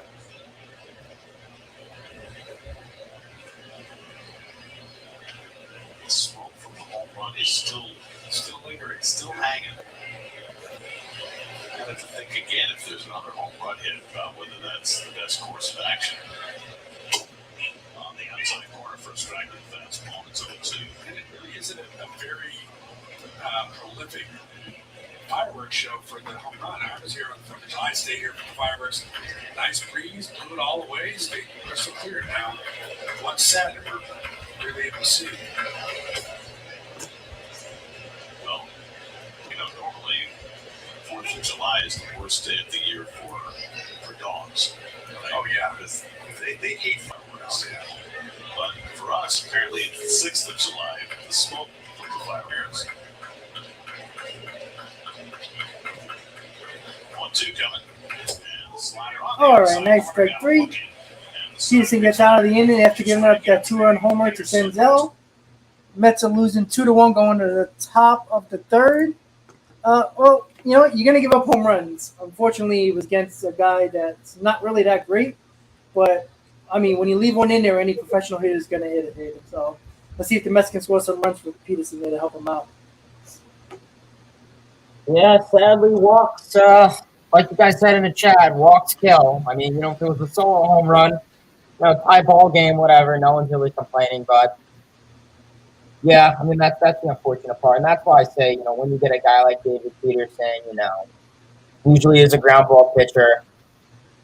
Every now and then, you can give up a little hard contact. And, like you said, and like I also said on the SNY broadcast, that Peterson is trying to, throw down the zone, for a second pitch, be aggressive. And unfortunately, that got to the best of him. And Nick Senzel took advantage of it. So hopefully they can try and provide some more offense. But good for Peterson to, get out of that. Yeah. Mentally. Okay. Yeah, he left the pitch over the plate, trying to get ahead of the hitter, and the hitter hits it. So, I mean, what can you do? As long as he holds it to 2 runs, because let's be honest, I don't know what this offense going to do. Excuse me. But, yeah, we just got to score runs. It's just that simple. 2 runs is 2 runs. We can get that done. It should be easy with this team, but you just never know with the Mets right now. And his pitch count can get a little, not the best. I mean, what is he at? 38 pitches already, going into the 3rd inning ex-rep. So, hopefully he can try and get a couple early ground balls, because I would hate for him to, be taken out 4th, 5th inning because of that pitch count. That's something that the last couple appearances he's been good with. He'll face one batter, ground ball out, first pitch. That's what you would like to see out of him. Sadly, he'll get into a lot of 3-2 counts and, walk a batter every now and then. It kills the pitch count. So hopefully if he can try and get some ground ball outs to start off quickly, that'd be good. Yes, exactly. That's actually a good point by you, man. Good point. All right, so we're going to the top of the 3rd. Let's see if the Mets can actually score runs here. And Ralph, thank you. I'm sneezing like crazy. Freaking allergies are killing me. I just imagine when I go to Florida. Oh boy. It's not that bad down here. Right outside my window, I'm lucky to say. Now, I want to clarify something about Mr. Redleg over here. Okay? Now, there was a Mr. Redleg logo that appeared as early as the 50s, which, of course, is before the Mets were born. But there was not an actual mascot of Mr. Red or Mr. Redleg until well after Mr. Met, in human form, with a baseball head, made his first appearance. Sorry, guys. If I keep on looking down at my phone, I'm just paying somebody from PayPal to get a couple of Mets tickets for a couple of people that I'm going with on Saturday for the Keith Hernandez retirement. Mascot, the actual physical presence on the field, was modeled. That was the mascot. Got it. Okay, well that makes it a lot better because I do remember seeing that as a logo back in the old uniforms. On to Charlie Marte leading off the 3rd against Graham Ashcraft, who now has the lead after the 2-run homer by Nick Senzel. Marte popped up short his first time up. Lindor and Alonso to follow in the 3rd.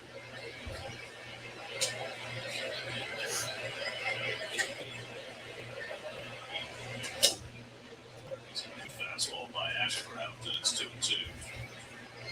That had a little bit of tail down and in, almost like a two-seam. Come on, Stalin, start it off. Let's go. Let's get it done here. Well, they're all coming in about the same speed. Yeah, they are. No difference.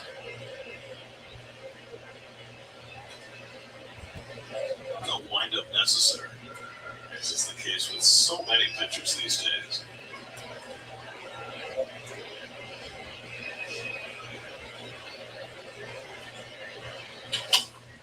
Down to third. Can Marte beat this out? He did it. Oh, I don't know if he's out. Come on. You got to check that. I think he's safe.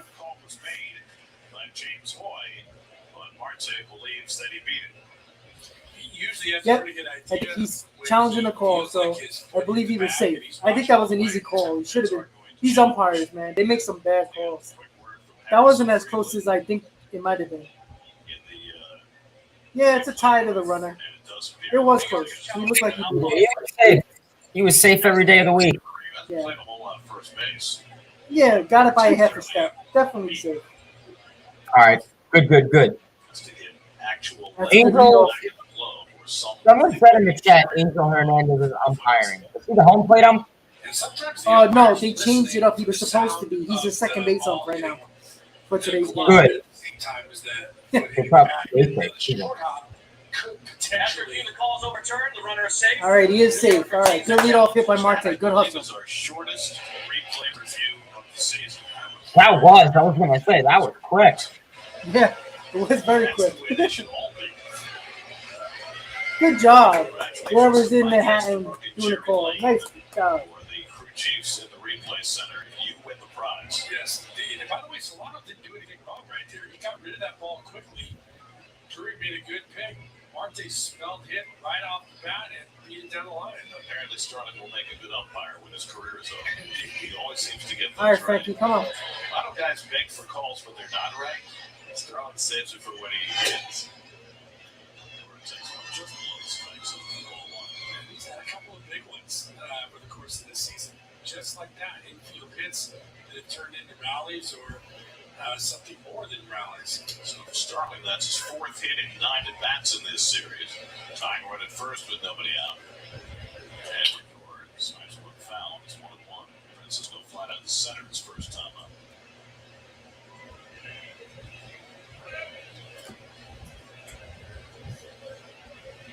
Yeah, Joe, I saw that Baker Mayfield to the Panthers. David Peterson is back in the Mets dugout. He disappeared down the tunnel when the Mets came off the field the last half inning. And Lindor with another pop-up. He's getting under those pitches.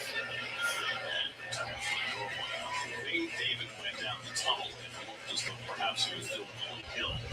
Yeah, he had something Draper was rinsing his mouth, and then it suddenly looked like he wasn't going to be able to hold it in his mouth and down the tunnel, but he came back out quickly, which is encouraging. What we don't know about David is how much sleep he's got in the last few days. His wife, Alex, gave birth to a baby boy earlier this week, and he returned to the team yesterday from his home in Colorado.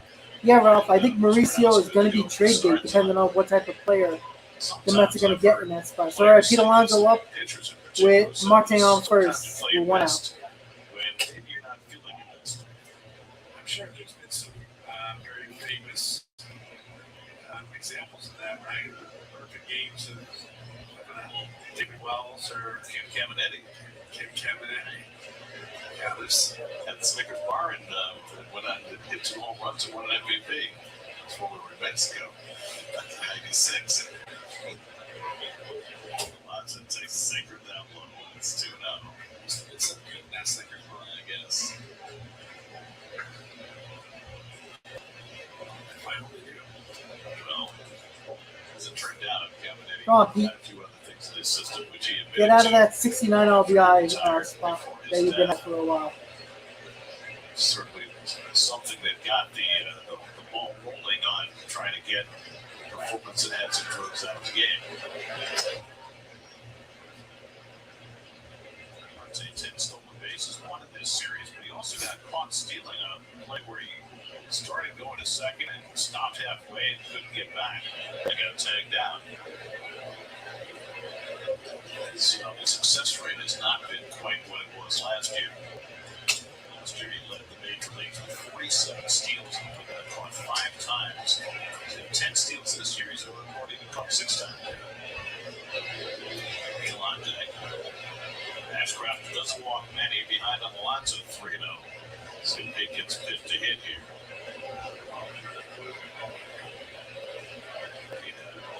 A base hit off the mound that ate up Reynolds in the first inning. That led to a run. And he takes this one off the top of the zone for a strike 3-1.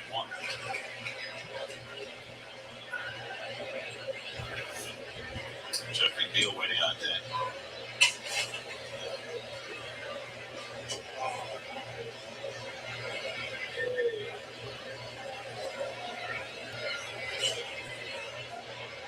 Infield tilted to the left, but not overshifted against Alonso, and he grounds one foul outside the third. He went from 3-0 to 3-2. Still struggling at the plate right now. He struggled getting the ball in the air lately. Yes. I said yesterday his balance seemed a little bit off. It was striding hard, which he usually doesn't do when he's going well, and then that in his hands be a little bit behind.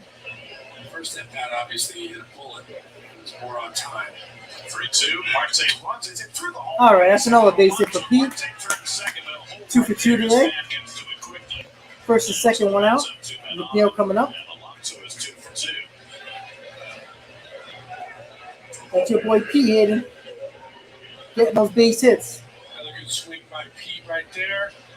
Ball looks like it's sinking a little bit. We talked about, some cuts, some sink, stay right on top of it, go through the hole.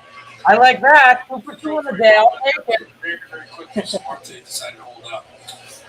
I'm liking that. To talk to Ashcraft. Going pretty well, but he's given up 5 hits. Starting to get now. his timing back for sure. He's hit 2 balls hard now. Just got to start lifting that ball a little bit. He's going to start hitting home runs very soon. McNeil RBI single in the first, and Jeff will come up here with 2 men on. Let's get it, Flying Squirrel. As the home plate umpire walks out to chase away the pitching coach.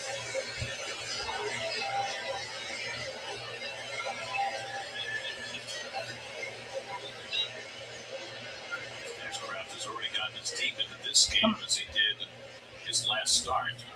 Knocked out after 2 1/3 at Wrigley Field, giving him 7 runs. That's down 2-1 in the third today. Marte at second, Alonso at first with 1 out. They played straight up on the infield against McNeil. Pulled one past the first baseman. Drury was holding the runner in the third inning. Now Drury's able to play deep with runners at first and second. And McNeil takes a changeup off the plate for ball 1. As you had noted about Ashcraft earlier, he throws and gives up ground balls. 3 of them happen to be base hits today. McNeil and 2 guys on base with base hits on the ball on the ground. And Pete, I guess, his other one that went off the mound would count as well. That's part of the ground. Attacked by McNeil and it's 1-1.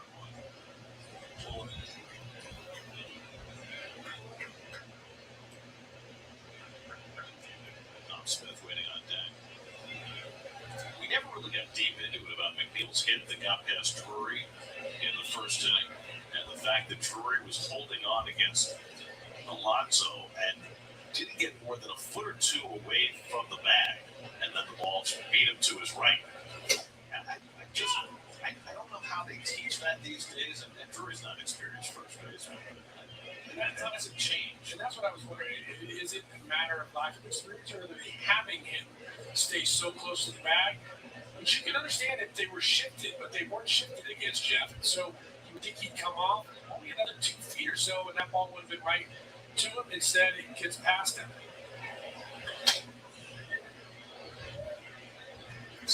Yeah, Joe, I think he's pitching on Friday, Bassett. I think that's what I saw. So Bassett should be back on Friday.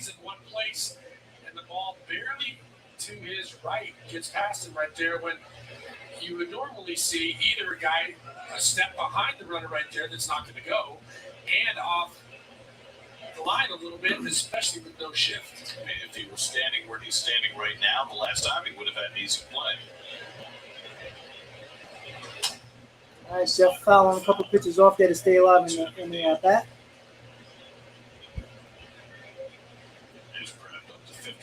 pitches working with 1 out of the third. So we get another game where the Mets are running up the pitch count against a young pitcher.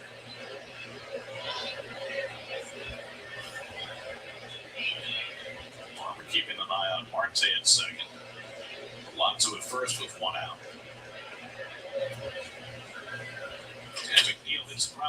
Might be a double play. Ah. For the 6-6-3 double play, still 2-1 Reds. Well, that sucked. Well, all right. Well, the Mets ran out of a double play, unfortunately. And once again, the Mets have runners on and cannot get the run home. So they're still losing 2-1 going to the bottom of the third. I mean, it can't be any more frustrating than this, Hayden. It really is such a problem right now. Yeah, I mean, this is just, I mean, listen, it's the third inning, so I'm not going to sit here and start flipping my chair. But, I mean, you know, the double plays are definitely a kill. We haven't seen the Mets get into a whole lot of double plays, I feel. But, yeah, especially, you know, it being from McNeil, you know, that is really unfortunate. You know, two good hits. I mean, good speed from Marte and then a nice hard hit from Alonso. Lindor, I mean, we all know what I know about Lindor, so I'm not even going to start with him. But, yeah, unfortunate hit for McNeil. He put up a good at bat. I mean, fouled plenty of pitches off. But, yeah, I mean, like Ruben says in the chat, at least we're working up the pitch count. Get to the Reds bullpen. Reds bullpen is probably abysmal. So get to their bullpen, and then you could start. I mean, I guess, honestly, the Reds could say maybe the same thing for the Mets. I mean, I think our bullpen is infinity light years better than the Reds, but still. Yeah, that was pretty rough to see. I mean, I don't know. I mean, I'm not going to kill McNeil because he's been the one guy who's been hitting on his team, but I mean, it's amazing. When we get runners on base, they act like they can't hit a ball. It's like they turn into like a completely different hitter, and that's a huge problem. Like, I just don't understand it, how they can be so good with runners on base, and then now it's just like it honestly looks like 2019 when they couldn't score a run, and even last year for that matter, where they couldn't score a damn run, couldn't get any RBIs in. It's kind of a joke, but it's only the third inning, like you said. Hopefully, they can get to this starting pitcher, Ashcraft, or whatever the hell his name is. So let's see what we can do. See if Peterson can keep it at 2 runs. So here we go, guys. Bottom of the third, 2-1 Reds. Schedule. Brandon Drury leading off the home third against Peterson. He pulls one foul. Interesting, Buck announced his pitchers for the series against the Marlins. Trevor Williams is going to go tomorrow. Chris Bassett back from the COVID injured list to pitch Friday. Carrasco Saturday. Walker Sunday. And Max Scherzer will get an extra day of rest and pitch in Atlanta on Monday. And of course, the question for Buck was, did he do it that way so that Max would face the Braves? And Buck was adamant that that was not the reason. He felt he needed to get Carrasco and Walker an extra day so Williams would make another start. He said it just fell that way. He said when you start to move pitchers around to face particular opponents, sometimes that can come back to bite you. He said the Marlins are the hottest team in the National League right now. All that having been said, it's a great thing that Scherzer's going to be facing the Braves. Yeah, it's not terrible. And I do think the last part of what you said does play into it. The Marlins are very, very tough and playing very well right now as well. It's a slider by Peterson, and Drury just got a piece of it and fouled that off Nino. And Tomas trying to walk that one off. But Max was so good last night. Watch this slider again. Oh, yeah. That hurt me, though. Protection. I've been there. You got a lot of gear. Even David is upset to see his pitcher get dinged up like that.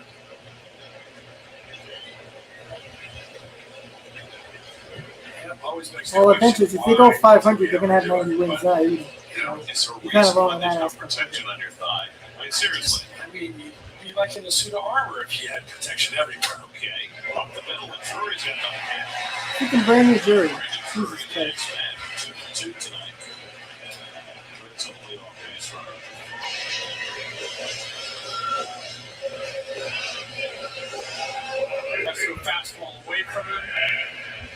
really up to the task. Very good against lefties, as we said, and likes to get extended. David had the right idea to go hard down and in on the pitching floor, just got a piece of it. He got ego as well. His own leadoff base runner for Tommy Pham, who grounded into a double play his first time up. He was Alvarez is fine. Oh, what'd you say, buddy? I'm sorry. No, someone in the chat was asking how old Alvarez was. On Monday instead of Oh. Marlins on Sunday. Is that we lose out on an ace versus ace matchup. Sandy Alcantara goes Sunday for the Marlins. Met him in person. He's a pretty big dude. Scherzer will be back up against Walker, who's been a pretty ace-like in his own right. Yes, and I mean, I think, Buck, we were just starting to say about Scherzer, look, he had a great performance last night, but his first time back, maybe to give him that extra day is not a bad idea. A lot of adrenaline last night. And also, it is fabulous around 0-2. They'll have the same number of starts before the Come on, All-Star break. David. Either way, either Gotta Sunday, keep it at 2 Friday, here. or in this case, I don't know how many Monday, runs the Mets are going to Saturday, score. I think Monday, 3 Sunday. probably is So the make a difference high in mark terms for of this the Mets number team of tonight. starts he gets leading into the break. And then once the break is over, you can rejigger your rotation any way you want. Peterson doesn't have the slider today. That's hurting him. Trevor Williams will open the series tomorrow night. And I assume that Bassett has been cleared, which is why they put him on the schedule for Friday. And I'm also assuming that Chris was able to throw and do his normal work while he was out on the COVID list. So there he is, sitting probables. David Castano pitched great against the Mets. That last game, the Mets faced the Marlins at Citi Field, the last series. And Pablo Lopez, Braxton Garrett, Sandy Alcantara. So 2 lefties, 2 righties. The best miss, Trevor Rogers is pitching tonight for Miami. All 3 to Pham, so Peterson was ahead 0-2. Now full count. Cal Farmer on deck. He's continuing to try to use the changeup against Pham. Obviously, something that he thinks he's vulnerable. Well, Jose, I mean, that's Three in this it's easy to say that now when they're struggling. All right, strike 3. Oh, wow. Guillermo almost made a crazy tear to get the strike him out, throw him out, double play. I don't know if he tagged him or not, but I don't think he did. Effort by Guillermo was a good 7 feet wide of the bag when he caught the throw and tried to make the behind the back tag. You know, so good at going and delivering from his knees right there. That ball sails into the Yeah, he runner. did miss him, but that was a nice strikeout by Peterson. Never says And what never. an attempt by Guillermo to try to tag Drury before he got to the bag. That's where you need McKinnon right there. Just throw him out instead of Nito. I don't know what happened there. Pham got in the way. And That was exactly bad throw by Nito.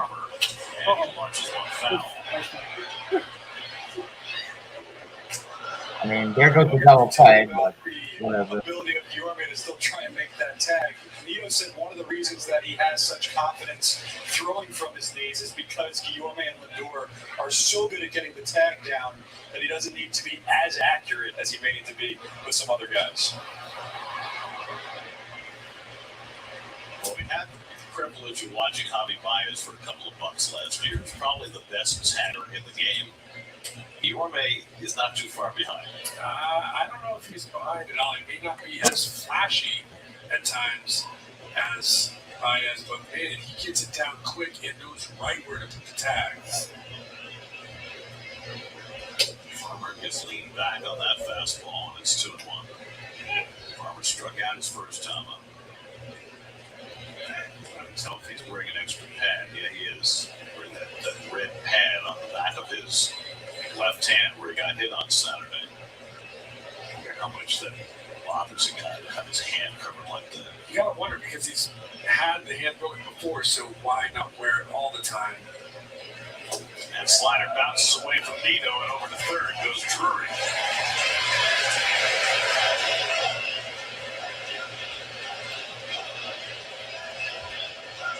Nito is excellent at picking balls out of the dirt, but sometimes they can burn you. And as you saw right there, when he went to pick it, he tried to backhand it and was getting That was not a good pass ball by Nito. The day before when he catches. So runner on third, 1 out for the Reds. Man on base, he's always looking to throw, thinking they're going to try to jump off. trying to do it right there, just didn't pick it. So Drury now at third with one out. The infield comes in. A 3-1 count to Farmer. And there's a fastball for a strike. What Farmer was looking for. He took a fastball down the middle on 3-1. Peterson, who could use a strikeout, has already fed 4 through the first 2 in the third.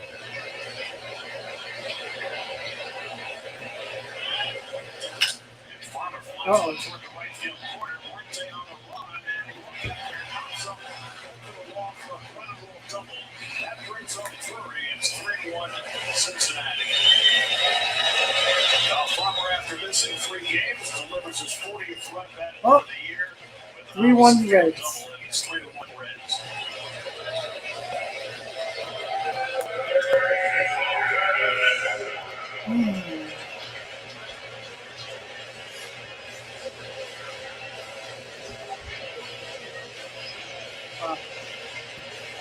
Peterson trying to get it with the fastball. He stays behind it, probably anticipating that he might get that 3-2 slide. That would have been nice to have McCann behind the plate tonight. And drive it over Marte's head. Doesn't make a You difference. might have caught that ball. You might have thrown him out. Dead catching behind the plate right now. Peterson doesn't really have it tonight, Maybe he thought which he is was not going good. to be looking for the slider again. What were they talking about with Peterson? Like, why did he go in the dugout? They said he was like feeling ill. Like, what was that about? I don't know. They said he ran into the tunnel. It looked like he wasn't feeling well or something. The trainer didn't follow him, so I don't know what it was. I guess he's not feeling well. I'm not sure. Under the weather, he just had a kid, so he's probably exhausted, probably staying up all night. Yeah. That might be an issue. Peterson clearly not as sharp as he has been his last 3 starts, and if he needs them, he's got plenty of excuses, but don't need that right now. Yeah, he just doesn't have it tonight. Well, we talked about the slider a lot, and he's been struggling with the command of the slider a little bit. Obviously, we saw it in India with it early in the game, and then he's gone away from it a little bit in situations where I think he would normally go to it. Solano swings over that one. It's 2-2.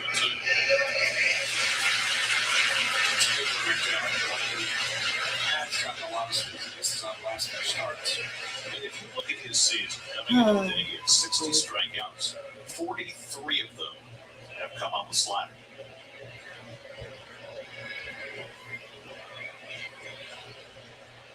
And Solano Nice pitch. goes down on the slider, and that's the second out.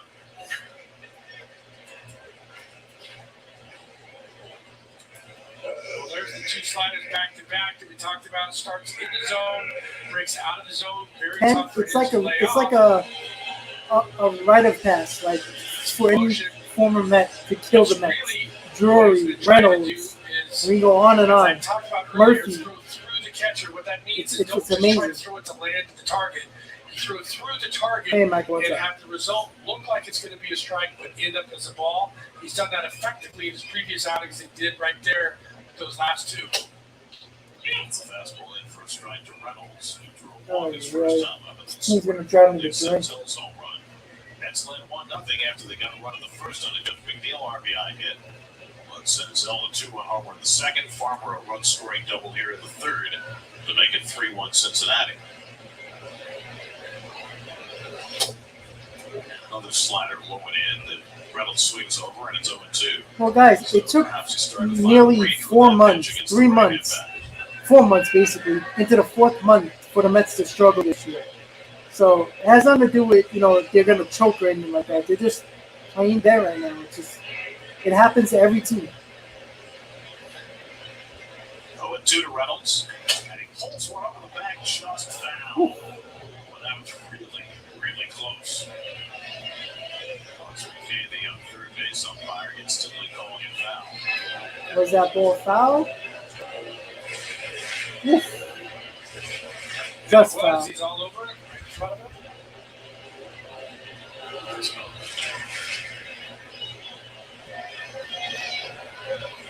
Reynolds losing an extra base hit by that much.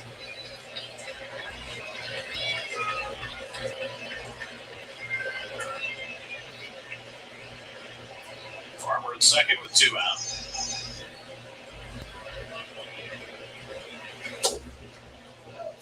That fastball just missed inside 1-2. That's a good effective pitch right there. The fastball there, I think to a lot of hitters, looks like it's going to be the slider, and they try to lay off it. Now you can come back with that slider on the inner half of the plate to strike the ball and maybe get a swing.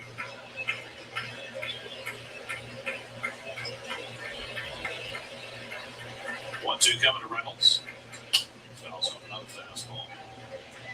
That lead in the National League East is at 2.5 games, which matches the smallest it's been since the end of April. Braves are taking the first 2 of their series with the Cardinals. They've got Max Fried going tonight. No score in the 3rd inning in Atlanta. It always starts with that circle change grip.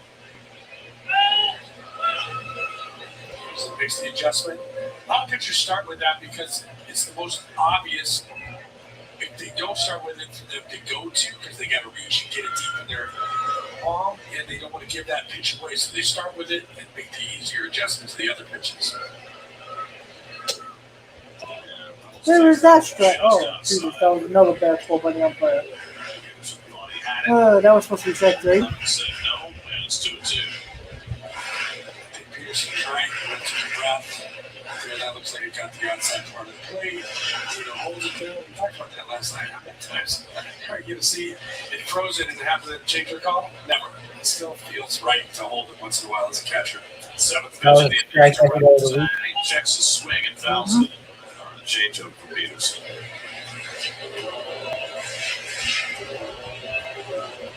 "68 pitches for Peterson with 2 outs in the 3rd. Oh, he might even get to 5 innings.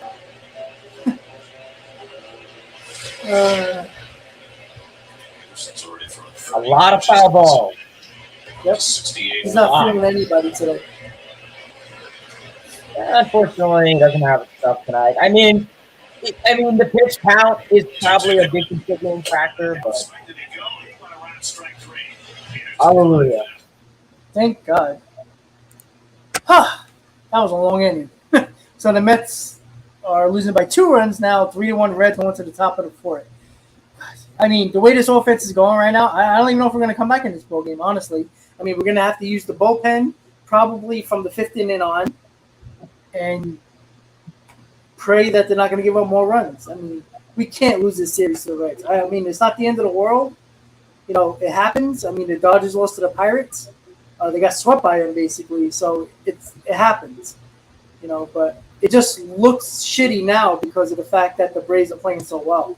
And at the moment, it's no score in the 3rd inning with the Braves and the Cardinals. So let's see if the Cardinals can help us out a little bit.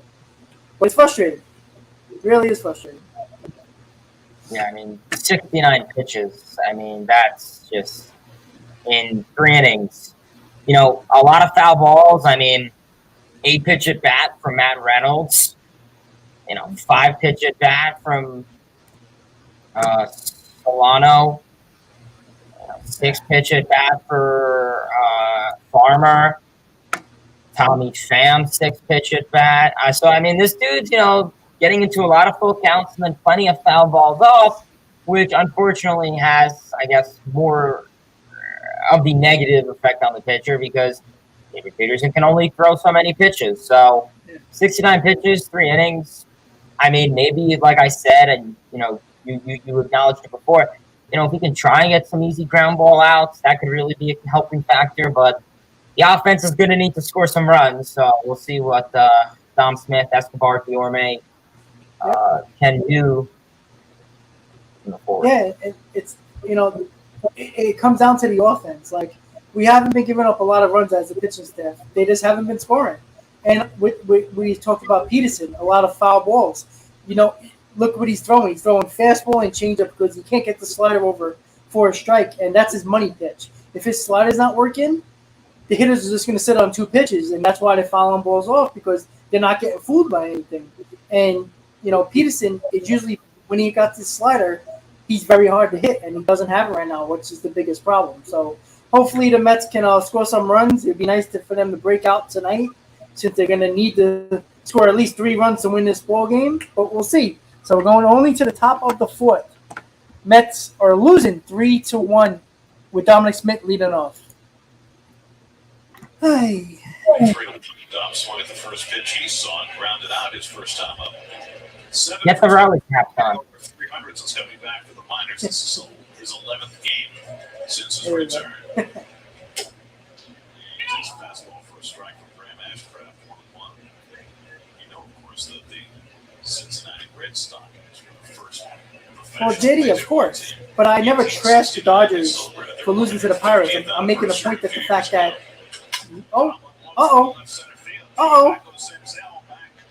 Hey, that's a double for Dom.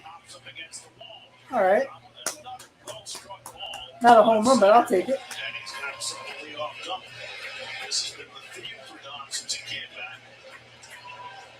Yeah, JD. It's not the point of trashing the Dodgers. It wasn't trashing the Dodgers.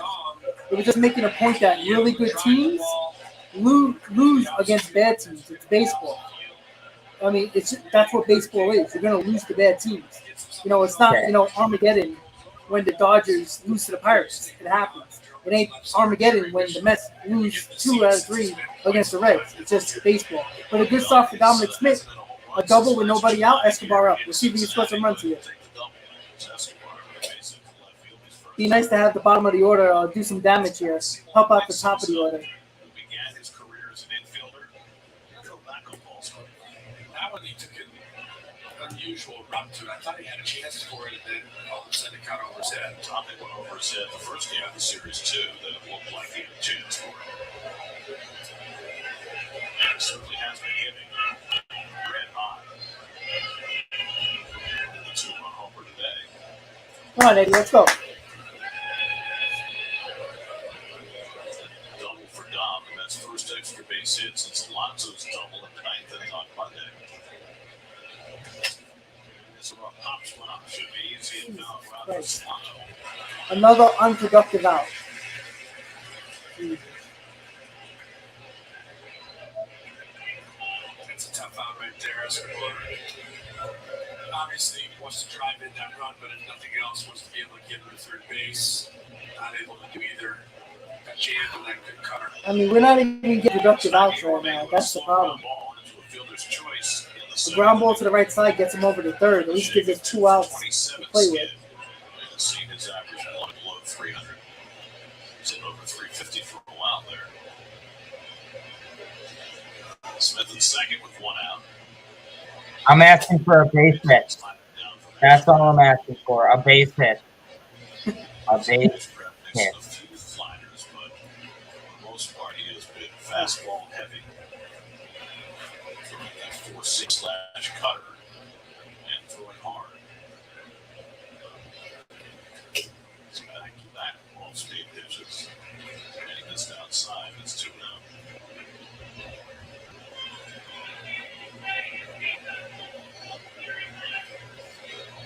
The thing about Ashcraft's numbers coming into the day is how much more effective he's been against lefties. Maybe because of the cut on that fastball. So he bounced to the right side, reaching wide as Drury. He has to make a long throw right on target. Drury was playing along first base, probably venturing out of his area. But got the 3-1 out for the second out. That would have been nice with nobody out to move the runner over, not with 1 out. Oh, now it's up to Tomasino to get the run in from third. 2 outs. Chopper, Drury, out of his spot, but when you're playing in a position that you're not familiar with, I think your instinct is to go after it you can get. And it was a good job by Ashcraft making sure that he didn't take for granted the second baseman was going to get there and he got over and covered the bag. Drury's played a lot of third. They tell you third to get anything you can to your left. So the feeling must be if you're playing first, get everything you can to your right. I think guys, especially when they're shifting around infield positions and at the corners especially, have a tendency to not necessarily know exactly where the other defenders are playing because of the shifts nowadays. So that's a ball that in normal configuration you would go after. Nito breaks his back, dumps one of his shallow right out. Yeah, there we go. 2 out, RBI hit. All right, Nito, there you go. 3-2 Cincinnati.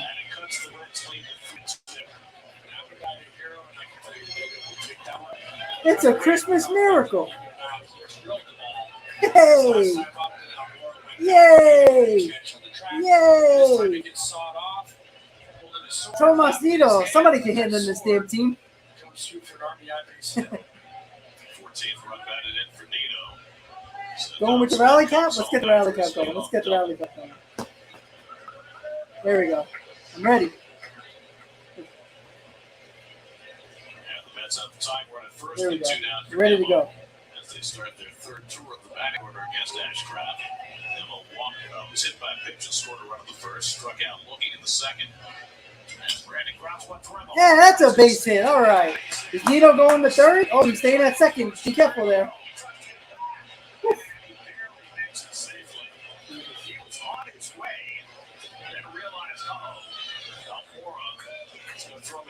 All right. Let's go. You got the hitting shoes on, guys. Here we go. Farmer wasn't aware he was coming back because he could have potentially been tagged out. Big chopper on the cutter. That's how he did it. Right here. He's like, I got it. No, I don't. Bring it back. The farmer went to look to see if he could throw him out at third instead.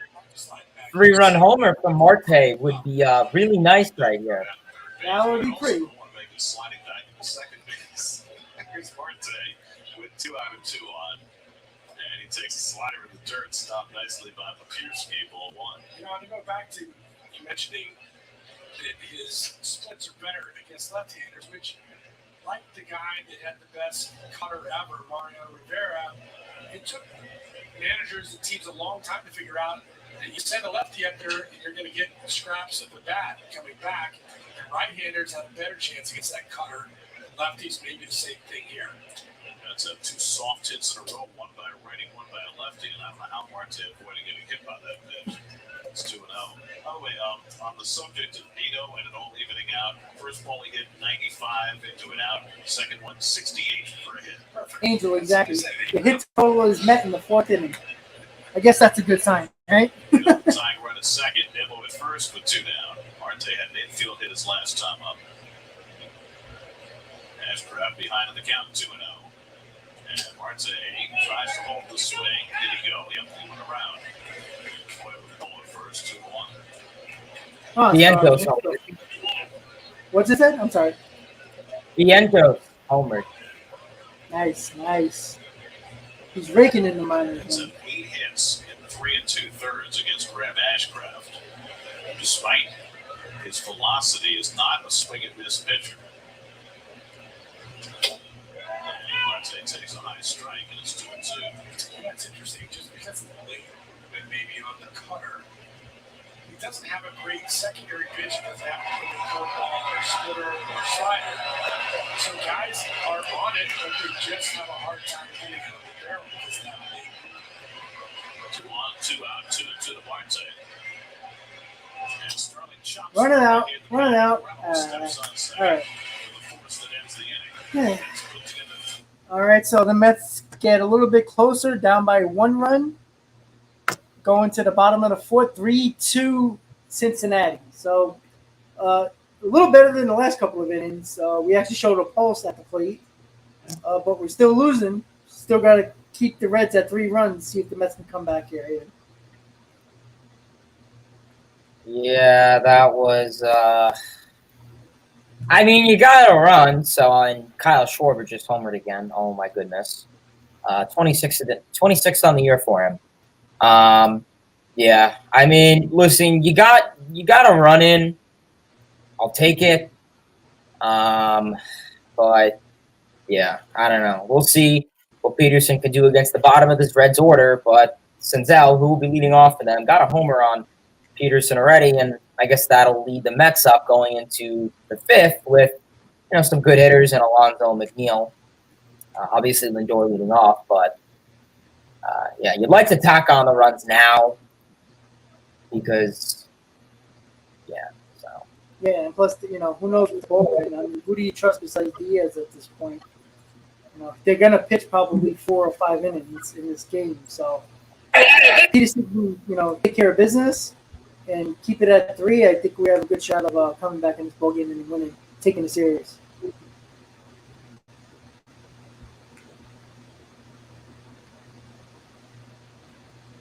Yeah, but yeah, I mean, plenty of time to go in the game. Obviously, I mean, it's not over yet. It's a one-run lead, so at least you're working against Ashcraft. Um, would I, going into this series, would I have preferred the Mets to be scoring 10, 11 runs? I mean, hey, game one, you got 7 runs, so that's, good. But I would have liked, our offense to be exploding, considering that we're facing pitchers who, besides Hunter Green, I don't even know these guys before this season. So, you have 8 hits already. So, 2 runs, 8 hits, 2 for 7. 2 for 7 with runners in scoring position. That's not the best. No, not at all. But hey, it is only the 4th inning, so the Mets got time to come back. Let's see if they can take care of business, and Peterson can keep it at 3. So 3-2 Cincinnati going into the bottom of the 4th. Nick Senzel has the biggest hit in this game, a 2-run homer in the second. He takes first pitch curveball inside for Peterson, ball 1. Senzel's home run was his 2nd of this series and his 3rd of the year. Senzel is a terrific prospect who's been hurt a lot, and they've been waiting to blossom, and maybe this is his time. Coming into the night of the last 12 games, Senzel hit 425, and he had the home run, and no question in the call by Paul Clemens. Ball and strike. Senzel out of the University of Tennessee with the 2nd overall draft pick in 2016. Played just 36 games last year because of knee surgery. He's already been on the injury list twice this year. Talked a couple of times about his unusual approach. Spreads his feet wide, doesn't stride, and a little bit like Goldschmidt, swings with arms, has a quick bat but long swing, which is why he has catches interference a lot. So good, Ethan. Imagine 12 times in his career, 6 times already this year, he's reached base on catcher's interference. Local kid from Knoxville, went to the hometown school in Tennessee. Goes Rocky Top by heart. 3-2 Senzel, Albert Almora on deck.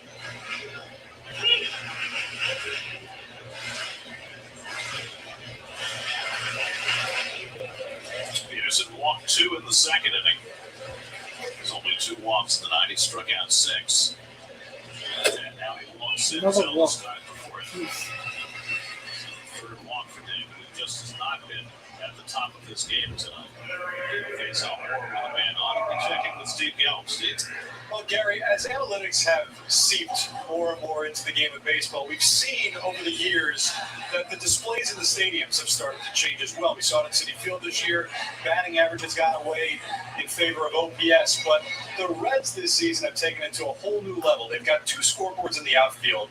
In left field, it's the traditional statistics, but in right field, the 3 advanced statistics that are shown are WOBA, barrel percentage, and walk percentage. And the reason why the front office chose to do that is that's the philosophy of the hitting staff. Try and barrel up the ball and try and walk. The WOBA is the more all-encompassing stat. But I just think, and we've talked about this, Gary, that it's okay to put these statistics up there, but at some point the people in the stadium need to understand how to contextualize them. And I don't know that many, if any, out here understand what's a good WOBA, what's a good barrel percentage. Walk percentage a little easier, but it's an interesting tightrope to walk when you're trying to figure out what to display in the stadium these days. Well, we once put your predecessor in a lab coat game with chalkboard to try and put these things in context. Would you want to go on Professor Gelb's on us? I mean, Gary, I can't do what Kevin did. He's not going to do this again. I'm just saying, Gary. Okay, well, try and find your own niche. I will say this, though. Because WOBA is one that, I guess the best way to describe it to somebody is that it tries to do almost what OPS does, right? But more in a batting average context, an on-base percentage context. So I think league average is like 310 coming into today's game, but it even confuses me. I know out on the scoreboard that they've at least early in the game, were putting up definitions for the fans to look at occasionally. But I don't know. But I don't know about Woba. I know the front office actually was interested at one point in doing WRC plus, weighted runs created plus instead. But the Another walk. service they were using as Peterson walks back-to-back batters to start off this inning, the service they were using could not update WRC plus in real time like it could update Woba. Well, to me, that's one of the downsides of a lot of the advanced statistics. As informative as they may be, most people, including the front offices, probably don't know how to calculate those numbers. That's why they have to use the service, because the formulas are so complicated. And any stat. Yeah, definitely his last inning for sure. 80 pitches in the fourth, nobody out, not looking good. In addition to performance.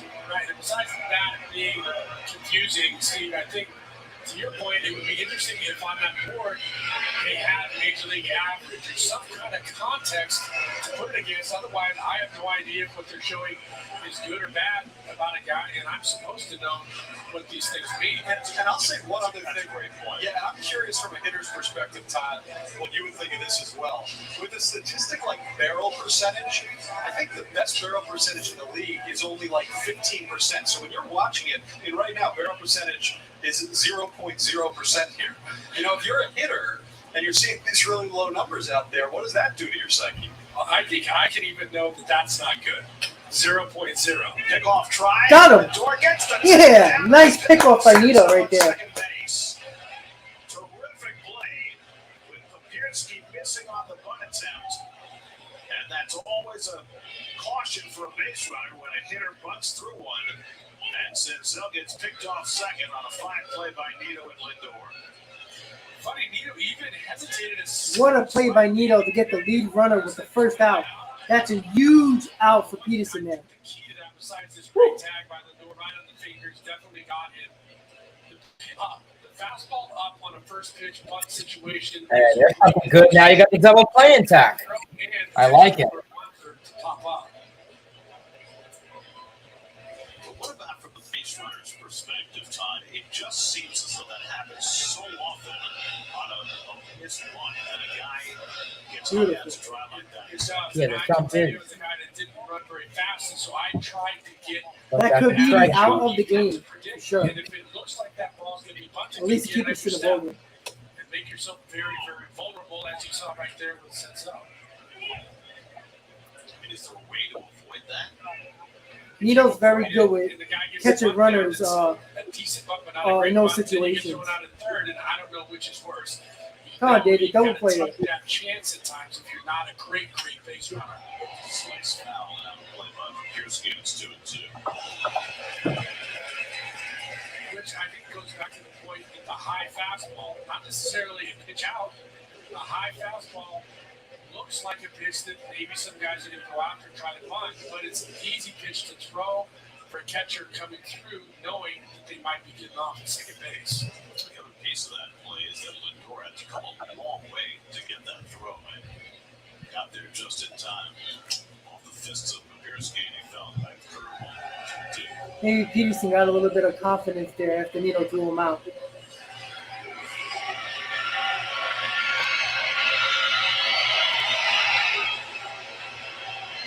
Just to run on Steve's point, the zero barrel percentage might be something nice to look at, but neither really is the 125 back. Yeah, or so it's Woba. I mean, I know that those are all down. I just don't know. Besides the zero, I don't know how down the rest of those numbers are comparatively to anybody else in baseball. Zero is definitely low. Yeah, something loves that. Unless that's an ERA. Anything for a batter, I'm guessing is not a good thing. For another 3-2 count for Peterson, who walked the first two hitters in the inning. Now Moore. Well, right. Peterson fouls off the fastball. There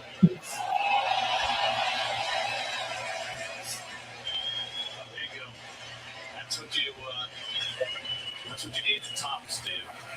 There's Woba right there. Right there, waiting on base. The lab coat fits so nicely too. Do you think we still have that? Is that a company item?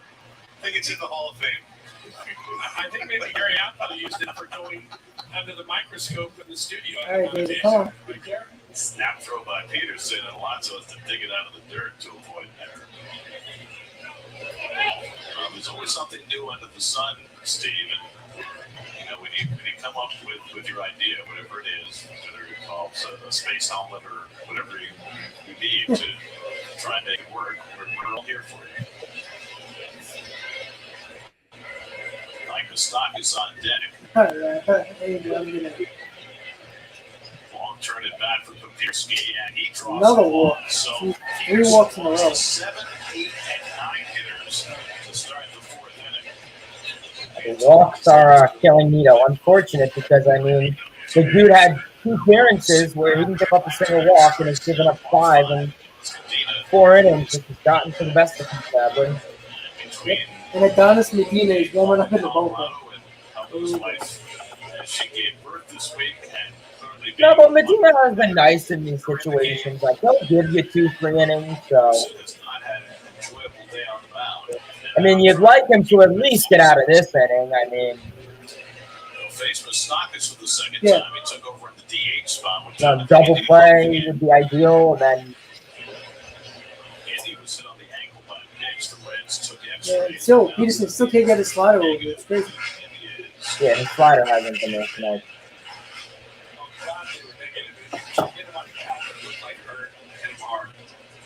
Stock struck out. Pitch hitting for India in the second. Staying in the DH role.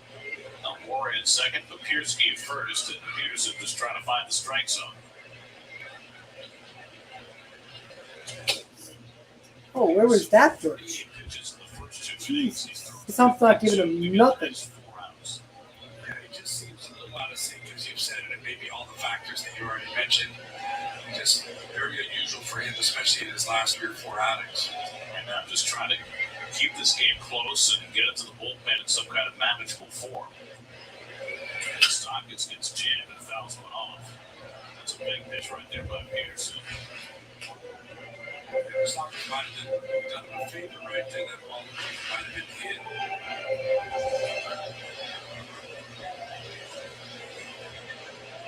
Braves and Cardinals are at the bottom of the 4th in Atlanta with no score.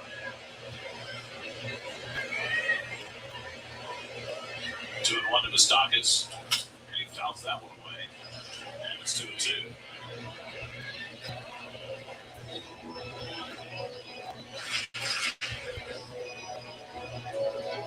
This is where you would normally say, okay, he's got him set up with a good slider. He just hasn't had the great command with it tonight. Maybe come up in it with a fastball. Come on, David, let's go. 2-2 to Moustakas. Strike 3, nice pitch. That was the best slider he threw all game to get Moustakas there.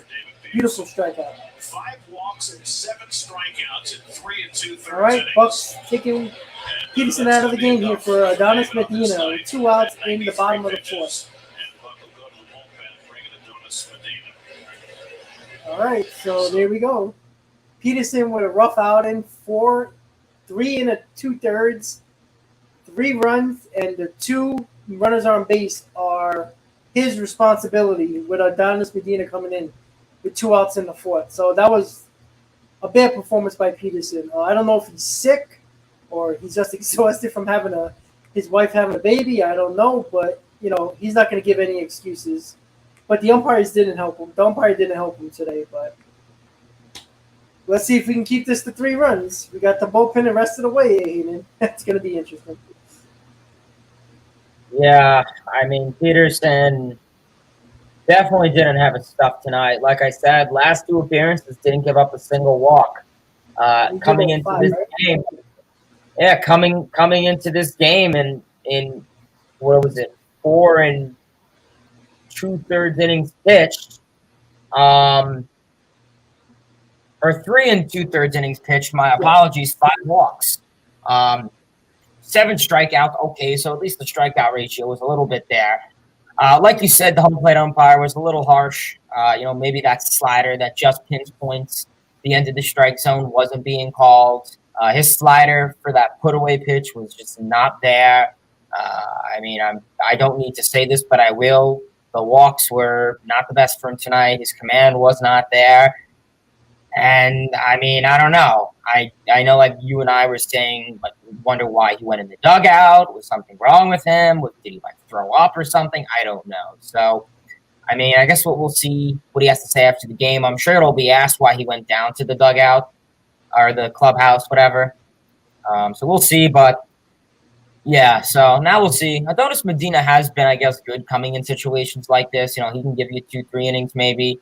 And you're going to need it because it's the fourth inning. And, I mean, if you have, I mean, we all know how this bullpen is. So hopefully you can get 2 innings at least. Yeah, let's hope so. All right, guys. So still bottom of the fourth, 2 outs.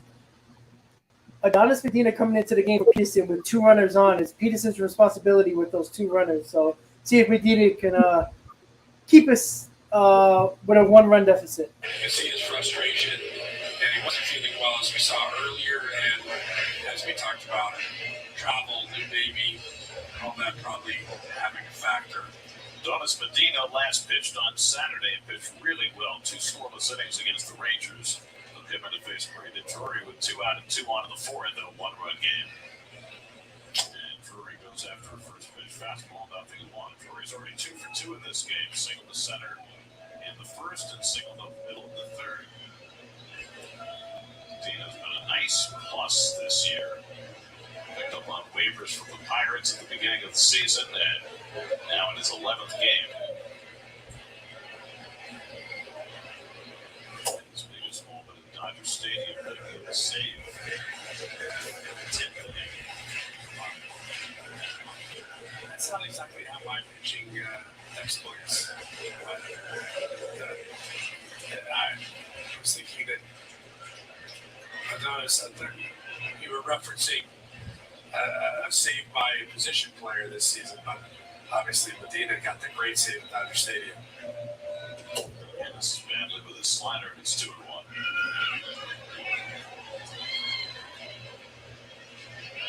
The Mets are able to get out of this inning without run scoring. It will be a tribute to that terrific pickoff that Vito and Lindor was able to execute. 3 straight walks by Peterson, interrupted by the pickoff. And then Peterson able to strike out Moustakas to end his tenure. And now Medina working on Drury. And he bounces one foul. It's 2-2. His only big league action before this year came with the Phillies a handful of games the last 2 years. Not what the Mets were expecting out of Medina, but it certainly filled the role as a multiple inning reliever. 10 outings, 18 innings. He's one of those guys who would be on the cusp when the Mets have to activate this weekend. 2-2 coming to Drury, and he got out of the slider. So Medina comes in and strikes out Drury. All right, guys. Medina looked nice in that at bat. Nice slider, got him out. Kept Peterson when only giving up 3 runs. So that is very nice to see. Now let's see if the offense can do a little bit more damage to get this game back on the Mets side here, Hayden. So again, Medina, we're going to need him probably for, like you said, 2 innings. And then, use the rest of the bullpen. So hopefully Medina can do what he has to do and get the job done. He has some good stuff. So it's just a matter of him not giving up any more runs. Yeah, that's what it's going to be. I mean, the pitching, like I said, it's a 50-50 sport. Pitching does their job. The offense does their job. The offense is going to need to step up a little bit. I mean, I get it. You have plenty of time in this game. It's only going into the 5th inning, so we're at the halfway point just about. So, you're going to need to hold the Reds offense, which I never would have thought I'm saying that, but you're going to have to. And I'm going to need Lindor to step up. I mean, this dude has some shit. And at least, 8 hits, pretty much everyone has a hit tonight except Lindor and Guillorme. So, I mean, sooner rather than later, we're going to need to see them provide some help. Yeah, and look, we're hitting the ball, getting on base. We're just not bringing them in, which has been the problem for this team. It's basically been the writing on the wall for the last 2 weeks with this team. They're getting people on base. I mean, they're leaving.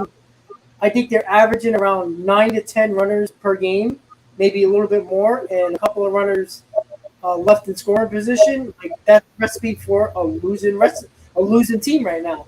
And until they start hitting the runners on, they're not going to win a lot of games, or at least not have the opportunity to score as many runs as they possibly can. So Lindor is going to be leading off in this inning, on top of the fifth. We'll see if he can actually start doing something. Like you just said, Lindor's got to get it together because we need him. Shortstop. Well, it's our last day in Cincinnati for this season. So there's the chili and the onions and the cheese. So that would be a three-way. I could never eat that chili dog. Did you have that, Hayden? Surprise you. I did, and honestly, it's really good. Really? I got they're small. They're $6 for $1. I got 2. It's really good. I like it. Okay. It doesn't look appealing, but if it's good, I try it. Good. I know, like, on TV, it looks disgusting, but it's good. When I was in Cincinnati, I didn't even try that. I should have. I went against it when I was there. Yep. I mean, Skyline Chili, I think that's like a Midwest thing. I don't think they have them in New York. Florida. They had it in Pittsburgh, too, even though that's technically not Midwest, but it's close enough.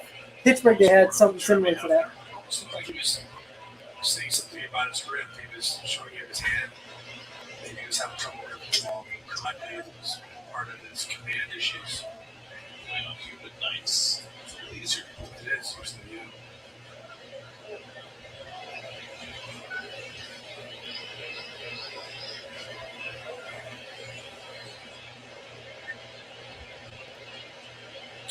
Let's hold up the ground into the shift. Matt Reynolds is right there to feel it. Another out by Lindor. I was thinking David went home to Colorado for the birth of his son. We always talk about the Coors Field hangover. They're just spending a few days in the high altitude and then coming back to sea level. Has any impact? Good, and I'm sure Isn't that? a lot of adrenaline and excitement. He probably didn't sleep great, even if it looked like he was rested.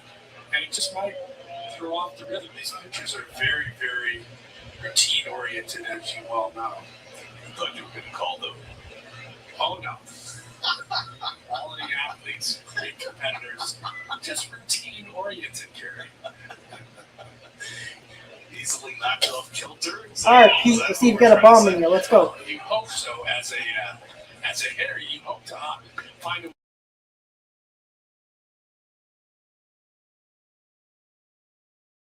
fierce competitors. Alonso's 2 for 2 tonight. Oh, yeah, there we go. Get out. Hit the damn wall.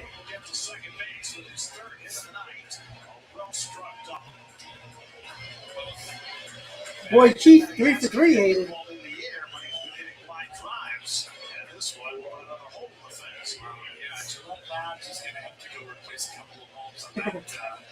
Three for 3 for your boy.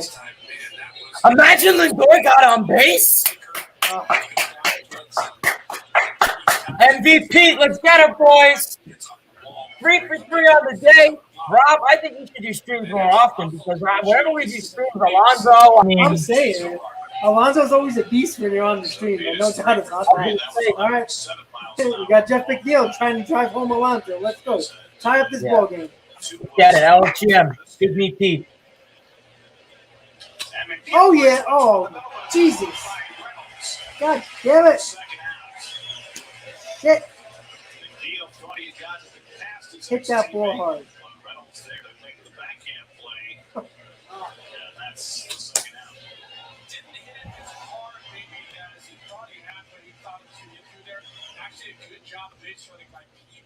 That was a good hit. It was hit hard. Just unfortunate defensive positioning, and Reynolds caught it. That's unfortunate. Very much unfortunate. Can't do nothing about that. That was a nice play. But you know what? Dom has been looking better. See if we can get that 2-out RBI. Come on, Dom. Come on, we need that down bomb.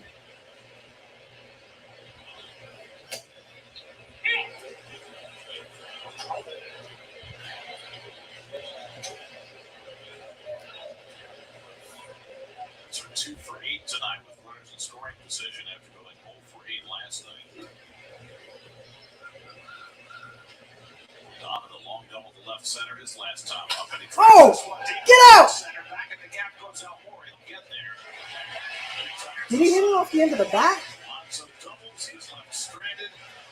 Let's continue to loop him off base. 7 left in the first 5 innings. Didn't it look like he crushed that ball? What the hell? Go! Ah, damn. I thought that Didn't it was gone. Didn't it look like he got all of that ball? I think that was towards the end of the bat. That wasn't hit hard, but it was hit high. Oh, Christ, man. Jesus. Jesus. So it's literally Pete Alonso versus. Yeah, Pete Alonso will bust in this game. Yeah, but Jason Bay can't get on. I mean, Francisco Lindor can't get on base for him. Yeah, it's when Lindor struggles, he's just not on base enough for Alonso. It's Wow. God, Manoa 5 feet higher, that would have been a home run by Alonso to tie the game. Shit. Too ridiculous. Yeah. Absolutely ridiculous. Well, at least Alonso's playing well, right? At the very least, That's right? That's all that matters. 2022 also.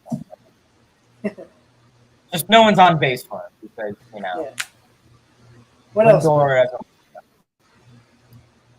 Honestly, I would love.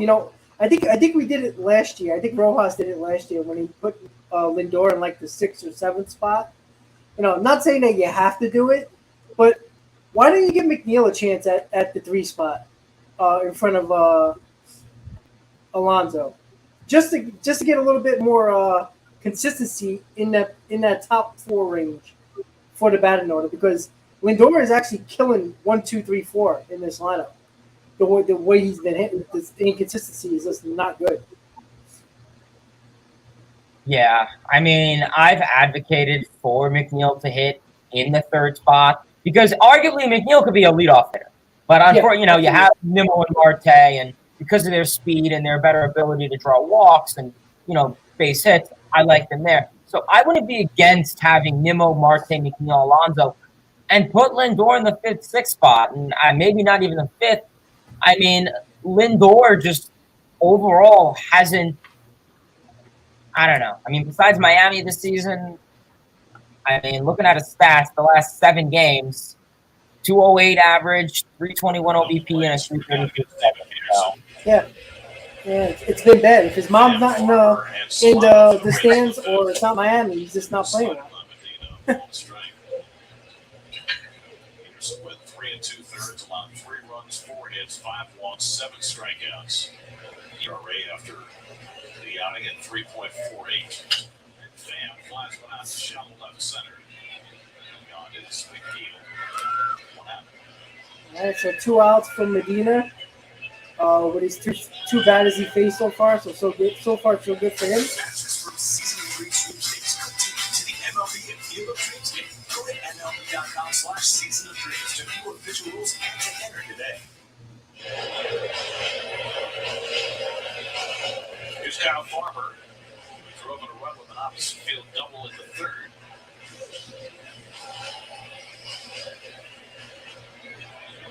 It's Farmer's 40th run batted in. He's having a terrific year at age 31.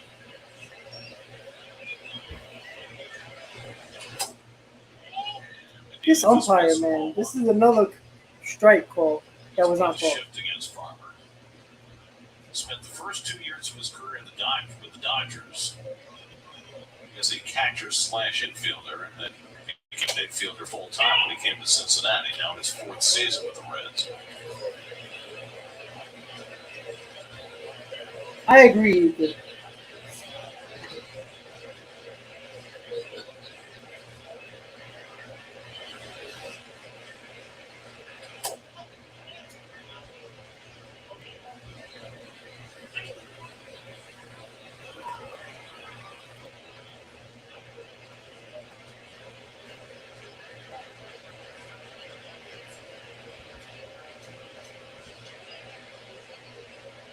2-1 coming.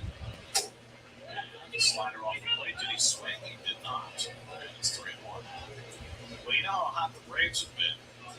And they've got reinforcements the last couple of days. They got Tyler Matzik back from the injured list. They got Eddie Rosario back from the injured list. Rosario tonight has his first home run of the season. And the Braves lead the Cardinals 2-0 the fifth. That's on quarter Nice 3 pitch. Rosario, remember, was a huge factor for the Braves in winning the World Series last year. But then he came up with an eye problem early this season. He wasn't hitting at all. And it turned out he had a rather serious eye issue that needed surgery. And he's come back. And tonight he's got his first home run. Fouls back a fastball. And it gives the Braves a bit of an embarrassment of riches in the outfield, much as they had last year. In front of Michael Harris, because Rosario was out, and Harris has had a great start to his career. They're loaded, and their guys are playing well. Obviously, Acuna, the star in the outfield. Nice pitch. Medina is shutting them down so far. So far, so good from Medina. 3 batters faced, 3 outs. Good start by Medina. I like the way Medina just attacks. He's out there through his fastball. He's got a little bit of movement on it, a little bit of extra life because of his arm angle, and then the slider off of that. Seems tough for the right-handers to really pick up the rotation. So 2 out now. Donovan Solano drives the home the swing, and he stops in time. Solano's in a soft line drive to second and struck out 0 for 2.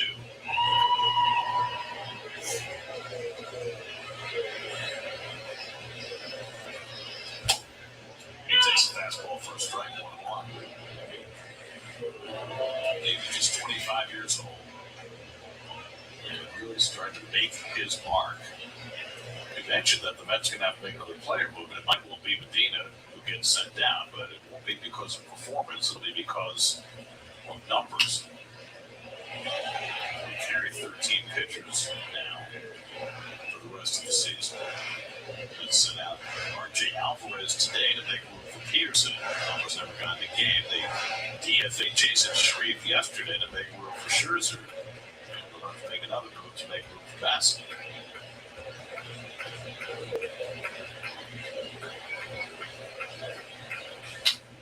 It's a loud fouls by the outside fastballs to 1-2.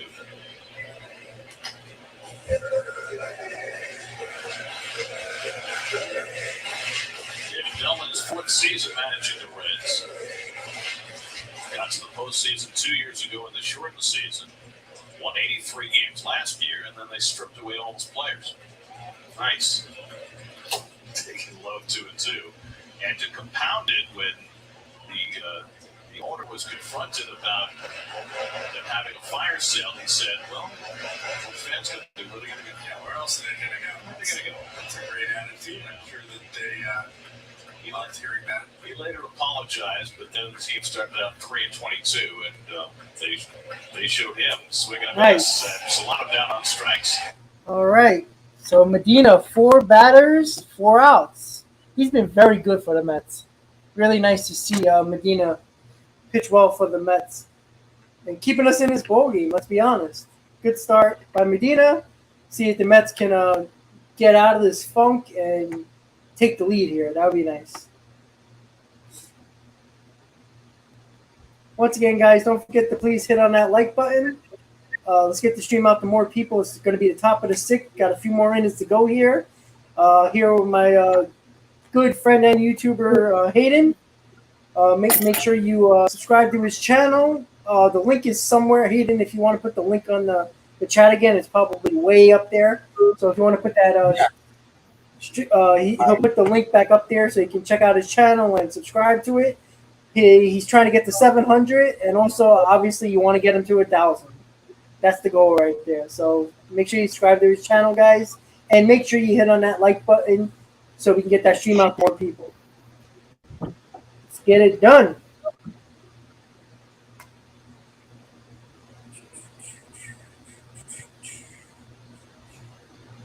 All right, guys. So going to the top of the sixth, Mets are losing 3-2. Mets have still been struggling to score runs here. Have been a lot of runners on base. They got 8 hits in the game, and they got to do better. It's just that simple. They got to get out of this funk somehow, some way. Excuse me. They got 9 hits in 5 innings. They got to do better than that. 100% got to do better than that. Because you're not going to win ball games if you're going to keep on putting runners on and not getting the job done. It's just that simple. It's really just that simple. But you know what? As a person no problem. The person, for a person like me who I was from the beginning of my channel was one of the people that used to call me a person who was extremely negative about everything. And now people think I'm positive, but I'm not technically 100% positive. And, I have faith in this team. It's just that I feel like this front office and this team is so much better in the years past that I think that when they need something, they will get it. They will get it done, and they will get what they need at the trade deadline. It's not going to help us right now. They just got to get it done. So there's the link for Hayden. We're going to the top of the sixth. Mets trailed 3-2 in the top of the sixth. Eduardo Escobar leading off. So there's the link to Hayden's channel. So make sure you subscribe, guys. Thank you, guys. That was good.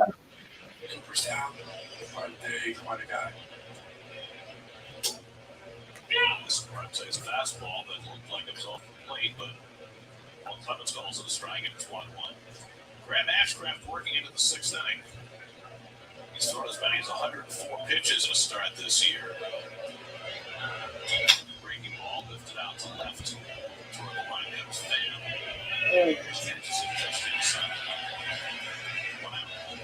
Let's check in with the studio. Evan McInerney's game break. Brought to you by your local Honda dealers. Thanks, Gary. Marlins and Angels in Miami, top of the 5th. Bases loaded for Shohei Ohtani. Comes through with the base hit to left. 2 more RBIs for Ohtani. He also has 8 strikeouts as the Angels lead it, Gary, 3-1 in the top of the 7th. Little league game. Bottom of the order at its best again, guys. Couple RBIs out. 7 strikeouts to go. It's like him.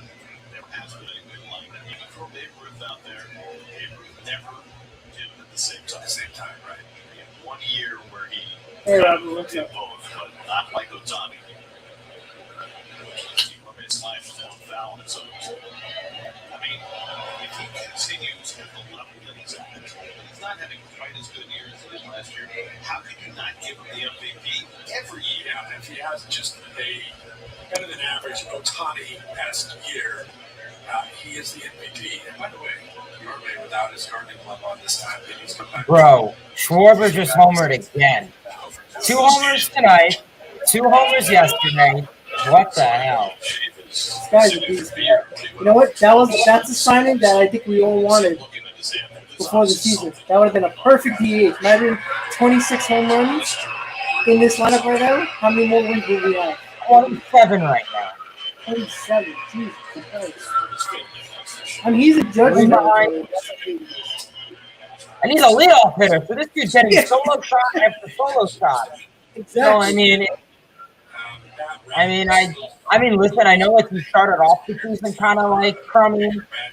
He's a low average power hitter, so kind of what you. But he started off the season bad, but June and all right, Guillaume with a 1-out hit with Tomasino coming up. If Nito hits a home run here, I will name my kid Tomas. It does just go out to get it. Hopefully, we're both still doing the YouTube channel by then.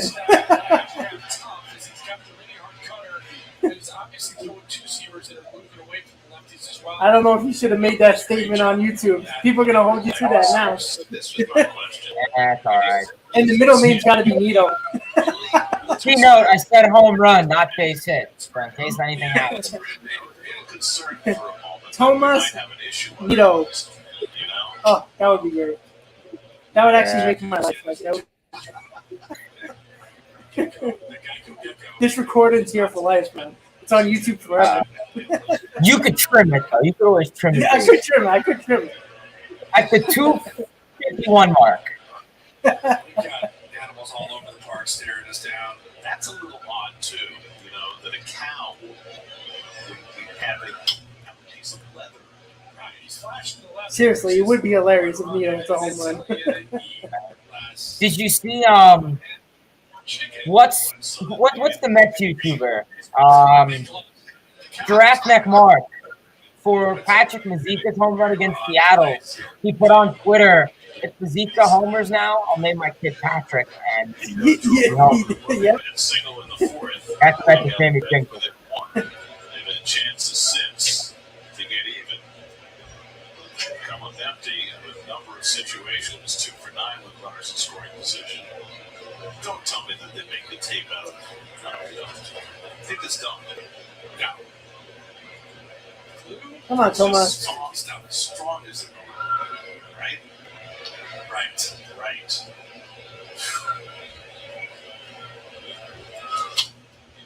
Well, Nito must have heard Hayden. He's trying to swing for the fences here. Let's just say for 1 second, I'm not going to say that Robin Ventura and I are great teammates. We got a bear in the house as well. But last year in the league, I started using tennis grips on my bat. I didn't know if it were legal or not, so we started the BP, brought them to the game. Nobody said anything. And it seems to be something that caught on since then, thus his extent.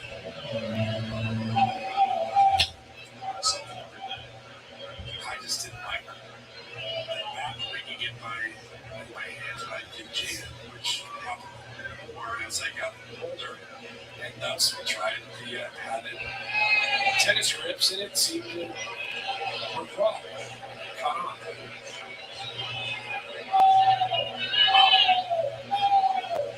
Somebody's going Get the Cincinnati Zoo.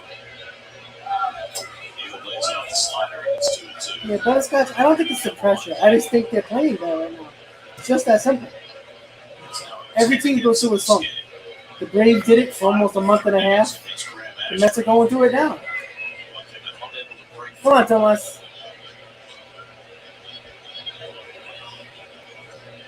2-2 coming. And Neal gets a breaking ball. It's a foul down the right side.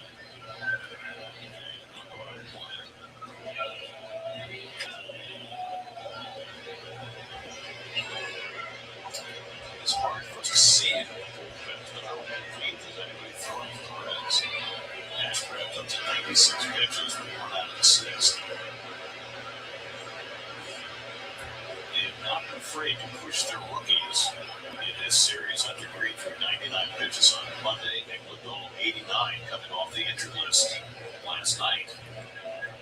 And now the 97th pitch from Graham Ashcraft. And Neal takes it low. Yeah, Nito's putting a good at bat together. This is why I like Nito at the, offensively, because he does put a lot of good at bats together. He might not always get that hit that we need, but he puts good at bats together. He's not an automatic out like McCann. Neal does not throw a lot of walks. 7 this year. Oh yeah, Butterscotch. Yeah, they might find their way out of first place by the end of next week. But what does that mean? Nothing.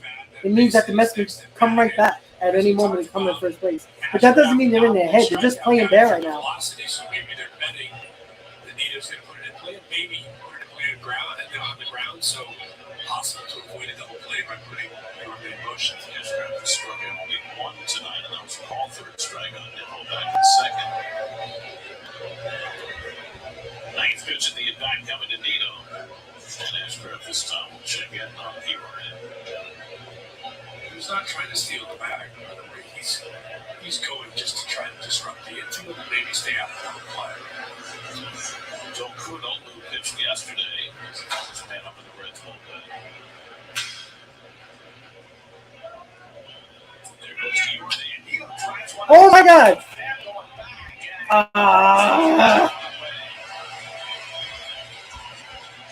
Reds get their share of deep drives in this game.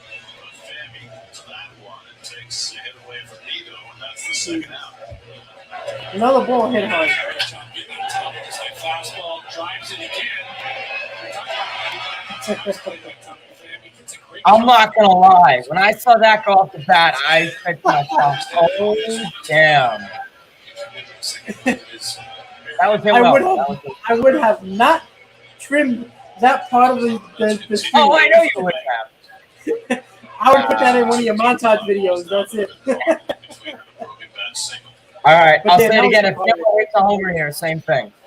You're gonna name him Brandon? If Brandon Nimmo hits a home run here, I will name my kid Brandon, middle name Nimmo. You heard it here first. Let's go, Brandon. Trying to nurse his way through this sixth. He's a base runners in every inning. He's had runners in scoring position. How many hard hit balls were hit right at somebody in this game so far? But so far, he's limited the Mets to a couple of 2-out RBIs. Oh, that wasn't a strike. For a strike, 1-1. Freaking umpire. Graham Ashcraft started his college career. Yeah, this umpire has been trashed. No. From there, 2019 in the sixth round by the Reds. This is his 9th major league start.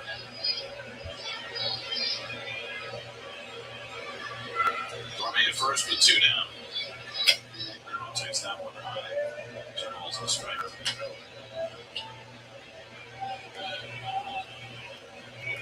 You know, I don't think the umpire's favoring the Reds. I just think the umpires just suck. But they missed a few calls when the Mets were at bat too. I mean, when the Reds were at bat too. So. 80 pitches to try and preserve them for some future start. Let them get deep. Nimmo fights one off, and it's 2-2. That was Nimmo's pitch right there that he missed. Talk about guys coming up in the minor leagues now that don't get pushed, especially top prospects, and then don't know how to get out the game. Adversity even gets a good level, so I think it's good to give them an opportunity now. I'm sticking to the season. Classic careers being great. Starting pitching in its turf and its death. And teams and some pitchers are fighting against that. Now playing one push from a young Toronto starter out in Manoa saying, well, I want to go 9 innings. I want to go deep into games. This is not right. And people in baseball feel as though it's bad for the game that starters don't Instead, 13 pitchers now. We're talking about maybe only 12 or even 11 to force teams to stay with their starters longer. 2-2 to Nimmo. He chops one down to first. Drury has a play, and that retires the side. Graham Ashcraft gets to the 6th with the lead. Scanner at 10 hits.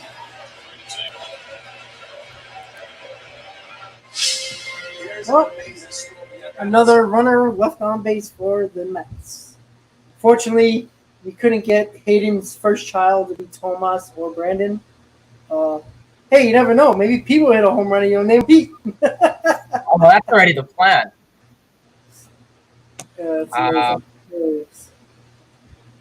Yeah, I just, they're not striking out. You have 1 strikeout tonight, and that's by Nimmo. Crazy that's what it is. You have 10 hits. Everyone has a hit, but Jason Davis was going door. Everyone has a hit but him. Nimmo with 1, Marte with 1, Alonso 3, McNeil, Smith, Escobar, Yorme, and Nito all with 1. So we're getting hits. 2 for 9 with runners in scoring position and 8 left on base, which is just sad and just a joke. And kudos to the Reds for putting Graham Ashcraft, who I don't even know who this dude is. They're really pushing him, 105 pitches. So he'll probably make a call to the bullpen. But it would be the 7th inning for the Mets. Marte, Lindor, Alonso. Alonso's doing stuff, but Lindor, he needs a hit. Because, Yeah, it does. This dude is just... I don't know. McNeil hit the ball well last inning. I'll pardon him for that. Just good positioning, but I don't know. Just very stressful game because, we're losing to Graham Ashcraft and Hunter Green, whatever these people. I don't even like. But, hey, good for the Reds. They're pushing their starters. I know, baseball doesn't really do that a lot. And yeah, someone asked in the chat, what is Schwarber batting? Yeah, Schwarber, I can tell you exactly what he's batting, actually. I think it's around Schwarber, 235. yeah, I mean, his OPS is high because he hits homers and doubles. Yeah, he's batting 227. He's not going to bat high. His OPS is probably pretty good. He has a 884 OPS because he's hitting homer after homer. Makes sense. But yeah, I mean, 5 homers in the last 7 games, 9 strikeouts. So I mean, he's practically a home run or strikeout guy. You know what? That's a guy that you want in your lineup to hit home runs. That's basically what he does. So I'm not expecting a big average from a guy like that. Yeah. And when he has the most home runs in what? Isn't Major League Baseball? I think he has the most home runs in Major League Baseball, right? Or he's tied with Judge. Yeah. Judge has 30. Okay, so he's second in Major League Baseball, close to second. Aaron Judge. Judge hasn't been hitting well, though, lately. I'm surprised Yankee fans aren't flipping out on him. He hasn't been hitting the ball well. Like the last 10 games, he's been quiet. Judge has 29. 29. So yeah, look at that. And obviously Judge is a better hitter than Schwarber. All around hitter.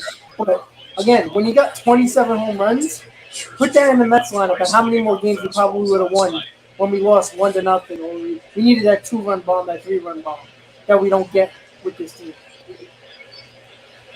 And what's crazy is that he's the leadoff man.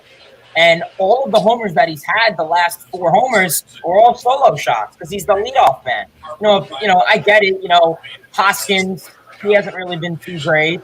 I mean, Castellanos, okay. Still, he could have a shot of having 2 runners on. Yeah, exactly. It's interesting here because Reynolds is leading off an inning and he's not a big home run hitter. 3-2 coming. Last night in the game between the Giants and the Diamondbacks. The Diamondbacks were down 2-1 as they came to bat in the 8th. Josh Lopez was the leadoff hitter in the inning.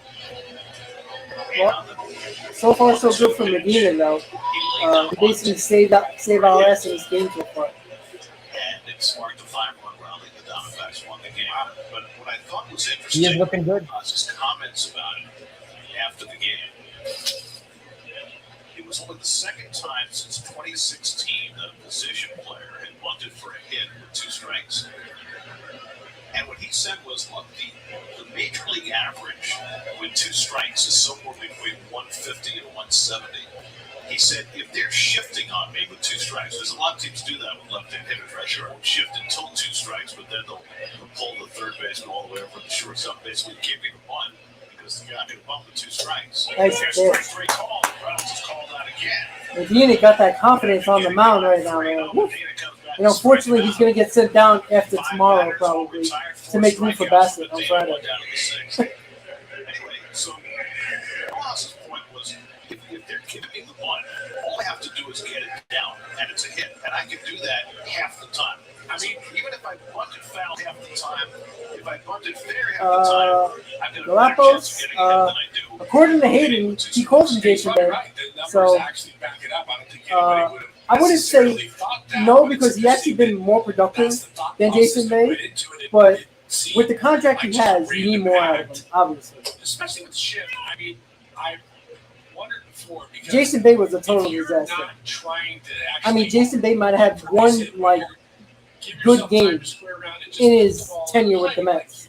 At least Lindor had a few already in 2 years. And Bay also got hurt a lot. I mean, concussion. And he had that concussion as well. Slamming into the Dodger Stadium, I think it was. Oh, good play. Got him at second base. What a throw and what a tag by Guillermo. Woo. Again with a perfect throw to second. Good play. Senzel sticking around to see if the Reds want to challenge it. All right, they're not challenging. What a play by Guillermo to make that tag and the throw by McNeil. Woo. Defense is helping this team so far in this game with Medina pitching. Being able to play all over the field, play effectively. That's a slider that Senzel got out in front of. But Jeff hustling right away, knowing that he might be thinking about two bats. He has a throw to the ball a little bit Yorbe. That was a tricky hop that Yorbe got, and he reacted to the hop and made the tag. And this should end the inning. Come on, Pete, get there. Yeah, all right. What a quick inning by Medina. There we go.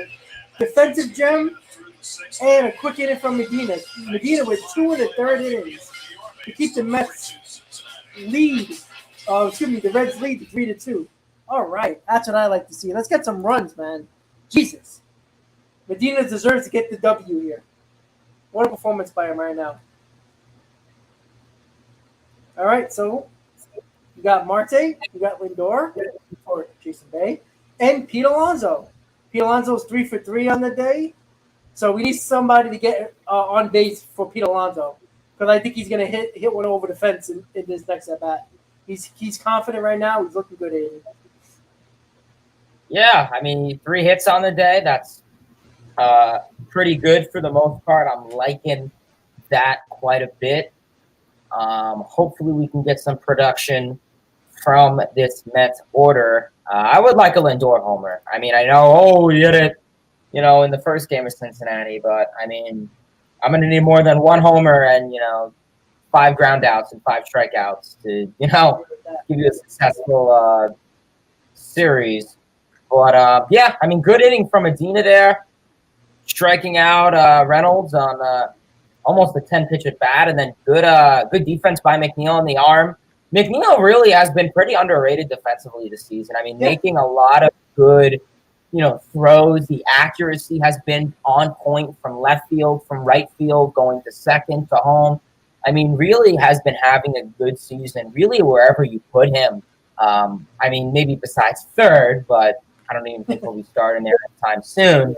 But really tipped the cap to him and Alonso with a good play in foul territory. Even Alonso's been looking pretty good defensively recently. Besides that one national series, he's been looking pretty good.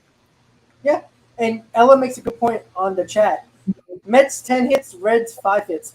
That just shows what home runs in a lineup can do to a team. Yep. They got 5 hits with 3 runs because of a home run. So, and I think the Phillies are losing now with a 3-run bomb from the Nationals. Oh, no, it's a double. Okay.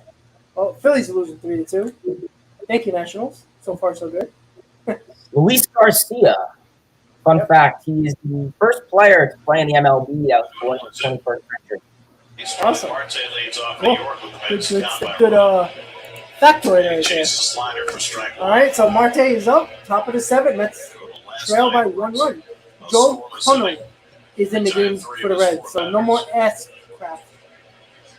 So the starter, Graham get it is a done. big man, 6'2", 240.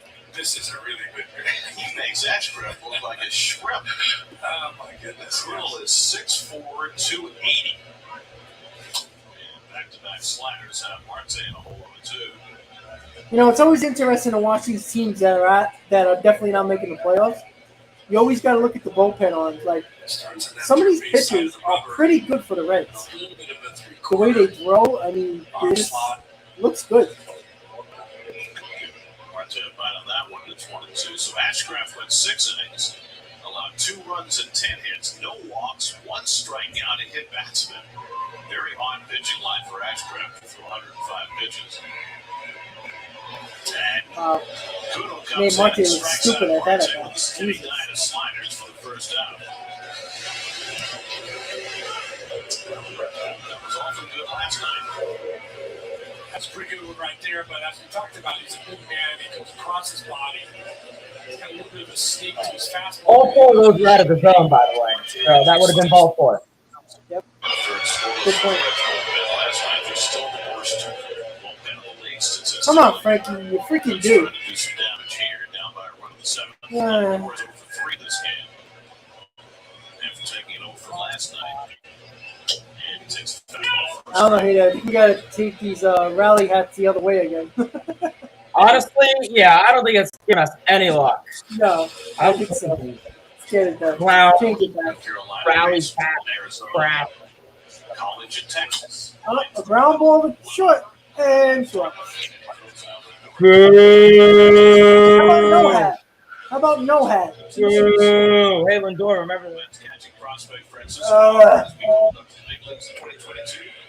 Robert Rogers and Joe DeMeo discuss the Reds odds. Subscribe to listen wherever you get your podcasts. My latest prospect. This dude has just, Number 2. you know what? Honestly, it's not even, I'm not even going to talk about Lindor anymore. You know what? Let everyone else do. That's all I'm going to say. We'll come back here in. Oh, He's 3 for 3 in this game. Oh, it's all on Pete here for see if we can go 4 for 4 here. Hopefully with a home run. Here with 2 out and nobody on. Thinking about a little lift. Fouls off the slider from Google and it's 0-2. Scherzer had a chance to pitch to Francisco Alvarez. They're both a double-A together now. Neither is a double-A. Alvarez triple-A. Nice. Back where it belongs. Alvarez said, "I'm more rumble ponies for me." That's it. And Lindor, I mean Alonso 4 for 4 with a base hit. What a game by Pete Alonso, man. Wow. 4 base hits, but he found the hole on the left side of the 0-2 pitch.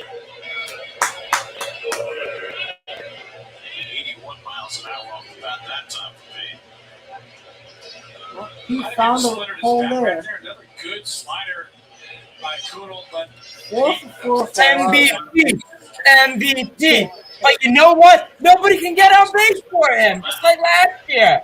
4 for 4. What a game. But no one's on base. Jason Bay couldn't get on base. Marte was chasing out of the zone. Yep. He broke his back, too. Yep. All right, so the Reds are changing the pitcher, bringing in a lefty for McNeil. So, but what a game so far for Pete Alonso. I mean, 4 for 4. Unfortunately, nobody's been on base for him, which is, typical Mets these last 2 weeks. Yeah. I mean, dude is literally 4 hits. 4 hits. I'm reading that right. I thought I was misreading that. 4 hits. So we'll see. Can McNeil get an occasional if McNeil hits a homer, I'll name my kid Jeff McNeil. But can we see a rare McNeil power, especially at a hitter-friendly park? Keep in mind, McNeil hit a homer here last year, so we'll see. But Lindor, I think, has to be the chair thrower rage of this game. I mean, Yeah, I agree. I'm just with Lindor. Like honestly, it's not even worth it for game. I don't know, but hopefully McNeil can come into. I'm sorry. No, I said hopefully McNeil can come into clutch here. That's what I'm hoping for. Yeah. Let's hope so. I mean, when it comes to Lindor, man, I mean, the problem with Lindor is that, you can look at his RBIs and be like, all right, he has really good RBIs for the first half of the season. You can look at, his home runs, which is, decent. What he got, 12, 13? So that's ranging, that can project around 23 to 25 home runs. That's fine, because that's what I expect from him. He can get to 90 RBIs, 25 home runs, 90 RBIs. But when you bat 240, 230, like, that's not what we're looking for here. And he's way too inconsistent. And the problem with Lindor, he'll go 3 weeks when you can't get him out, and then he'll go a month where he can't get a hit. And that's the frustrating part. The inconsistency is just not what you paid for at all. It's rough. Rough. And now the Reds are going to put in Reaver San Martin. I've never heard of him, so. I think he pitched in game 1. He did. So let's hope McNeil can. I'm down for a McNeil 2-run homer. I'm down for it.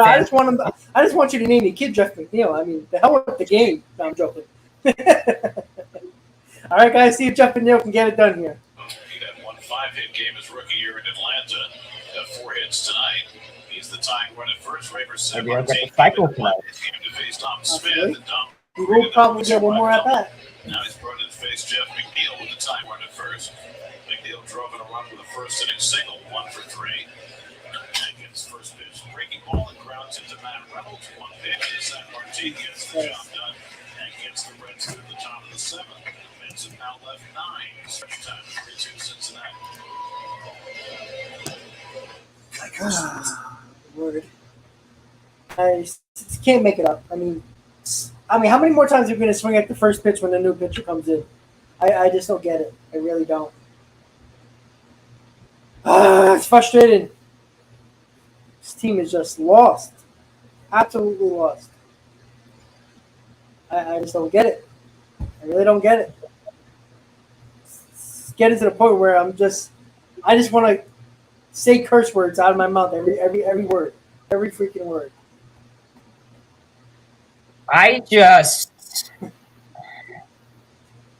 it sucks that we have 11 hits, 2 for 9 with runners in scoring position, 9 stranded. Lonzo's having a phenomenal day, 4 hits, but no one's on base for him because the guy in front of him is, yeah, we all know.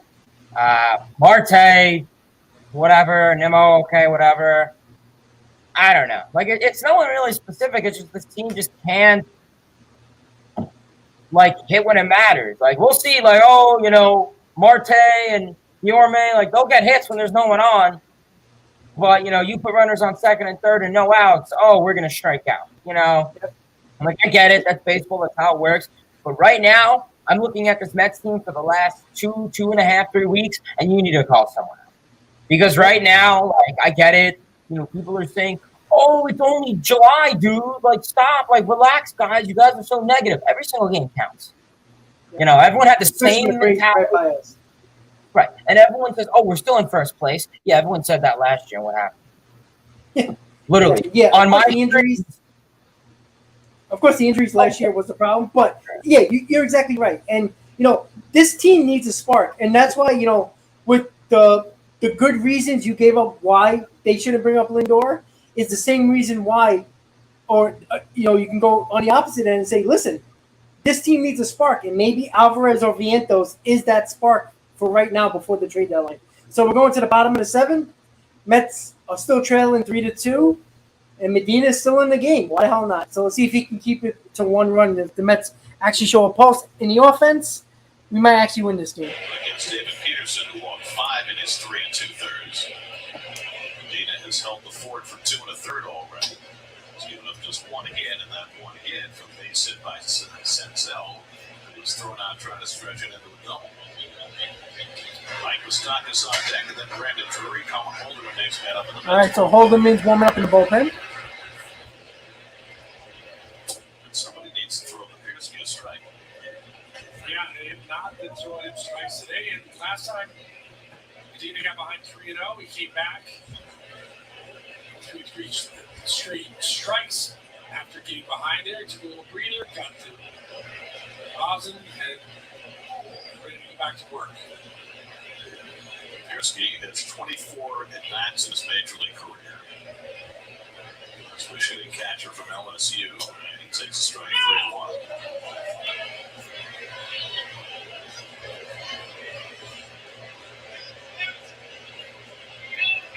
Braves are up 3-0 on the Cardinals as they go to the bottom of the 7th in Atlanta behind Max Fried. It's Colts back 3-2. Its lead is at 2.5 games, which equals the smallest it's been since the end of April. They've got a series on the horizon against the Braves starting Monday in Atlanta, but first 4 games against the Marlins at Citi Field starting tomorrow night. 3-2. And Piersky pops it up. Shallow left center. McNeil called it over. 2 hands, 1 out.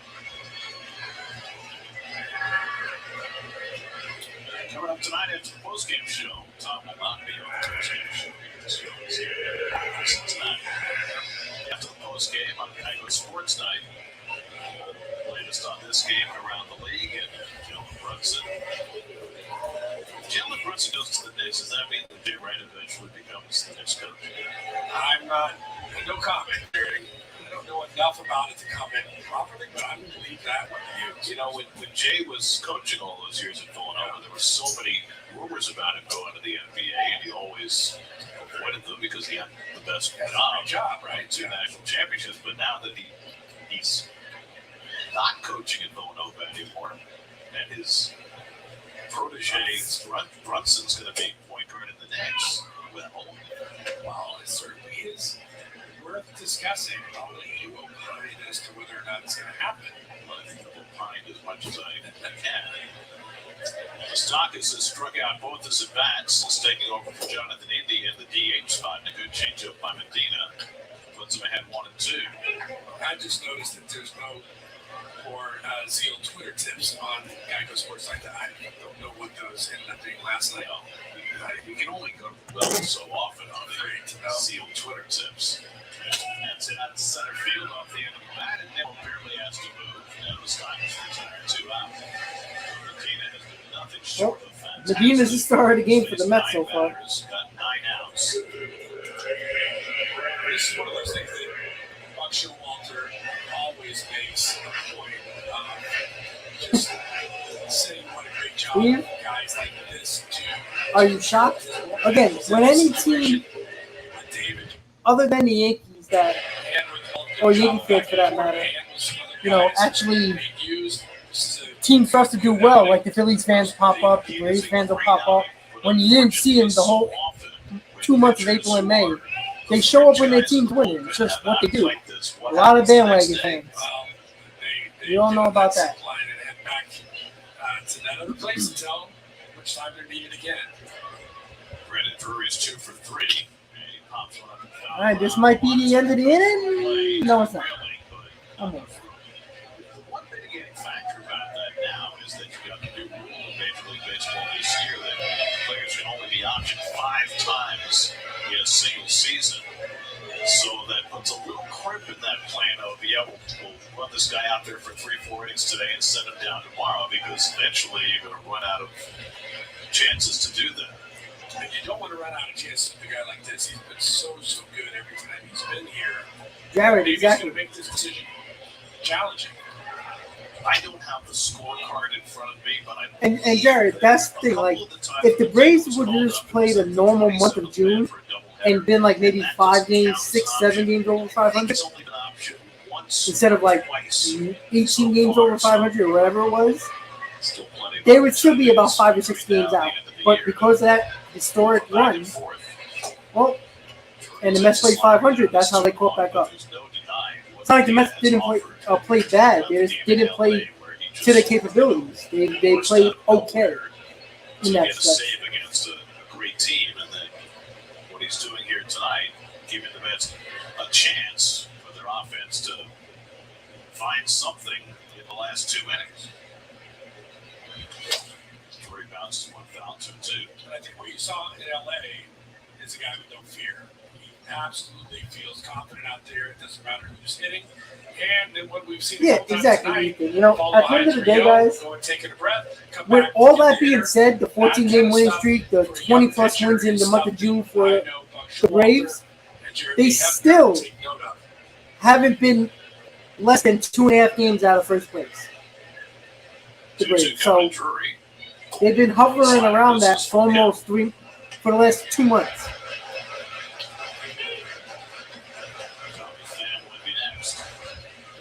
So you can look at it both ways. The Mets have been playing well, but not good enough to gain a bigger lead than what they currently have. And the Braves have been playing out of their minds. And Drury takes inside ball 4. For? And so Medina issues a 2-out walk. All right, guys. So Buck Showalter is taking Medina out with 2 outs with a man on first. And it looks like, I forgot who was warming up in the bullpen, but it is a right-hander. Just going to see. I don't know who was warming up.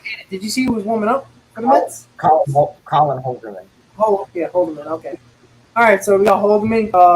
Very good performance by Medina. I mean, that was a pitch that should have been called a strike to end the inning, but he did walk his last batter. So let's see if Holderman will come in and get that 3rd out.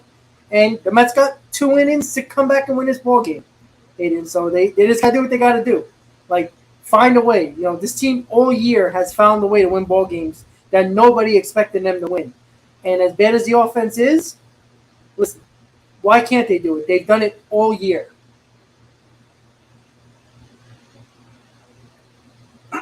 Yeah, I mean, unfortunately, now you're in a little bit of a rough patch, you know, with the team struggling with runners in scoring position. But, you know, listen, you're down 3-2, you know, against the horrible, I think the worst team in the NL, besides the Cardinals. Hey, I mean, the Cardinals come back with a 3-2 score. So yeah, I just saw that. I just saw it pop up on the screen. So the Cardinals are not done yet. Yeah, I mean, the Cardinals, Mets and Cardinals comeback was a 3-2 score, right? Yeah.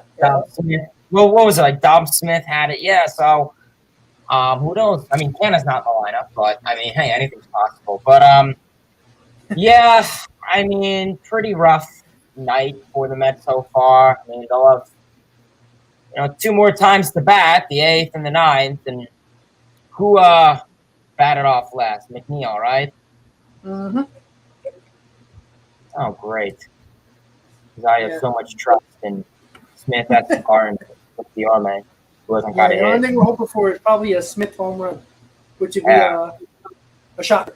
It would be. I just, you know, you also have to worry about the 6, 7, 8, 9 hitters. I get it. Escobar had a phenomenal series in Texas. You know, I hate to put him on the spot because a lot of the team is struggling offensively. He isn't striking out as much, so I'll give him that. Like, I'm not going to completely go anal on him about that. But still, even Guillorme, I mean, Guillorme's been a little cold with the bat. I don't know if that's because of the blister or batting gloves. I don't know. And then you have Nito, who, I mean, catcher's offense on the Mets, that speaks for itself. So we'll see. I see that they're having this kids basket, so maybe I should go on it. Yeah, maybe. Right? Why not? I think it has to be 12, so I'll lie and say I'm 12 and I'll go on it. Oh, all right. Well, 1 pitch, third out for Holdeman to get out of the inning. So the Mets coming up in the top of the 8th. Here we go, guys. Gotta make it happen here. Let's go. No rally cap. Just plain old baseball. America's pastime. That's what the Mets got to do here. Let's get it done. Come on. The pitchers have been holding us in the game. You know, Peterson wasn't good, but granted, he only gave up 3 runs, which is not too bad at all. And then Medina gave up nothing. Had, I think, 10 consecutive outs. And then holding him with 1 pitch and 1 out. So the pitching has been holding it down. The offense got to step up sooner or later. Because you know what? This would be a nice little win to come back from before we get home to play 4 games against the Marlins and then the Braves in Atlanta right before the All-Star break. And just think, right before the All-Star break last year, guess who we played? The Braves, a 4-game series. Even though this one is a 3-game series, they got to get it done. Because, you know, this is going to be telling. I guarantee you, Hayden, and I feel this way probably over the last 2 weeks. I was saying to myself, going into the Atlanta series, I can guarantee you will probably be either 2.5 or 3 games up going into the Atlanta Braves series in Atlanta. That series is probably going to determine.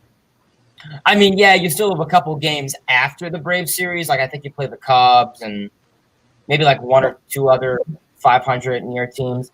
That Atlanta series is probably going to determine who is going to be around first place going into the All-Star break. Because, I mean, looking at the Mets schedule, you'll play 4 against the Marlins, okay, 3 against the Braves, 4 against the Cubs, and then you go to the All-Star break. So you got 3 more, 2 against the division rival and 4 against the Cubs team, which has its highs and lows, has shown highs and lows, but more lows. So we'll see. I mean, that 3-game series against the Braves is going to determine a lot. It really is. And I know they said that they're putting Scherzer on for the first game of that. I don't know if that's because the challenge or if that was just to give Bassett the day rest. I don't know. Yeah, exactly. All right, guys. Top of the 8th. Dominic Smith leading off. Let's get it done. Come on. After Smith and a long double against San Martin on Monday, and they drove in a couple of runs. Now there's another double in the game tonight. That came in the fourth inning. He came in to score the Mets' second run. San Martin misses away with a fastball, and it's 2-0. Eduardo Escobar on deck, then Luis Guillorme for the Mets in the eighth. Mets have 11 hits, but they've left 9 on base. Gone 2 for 9 with runners in scoring position. And another one that buzzes Dom. Dom's really got hit again. 3-0.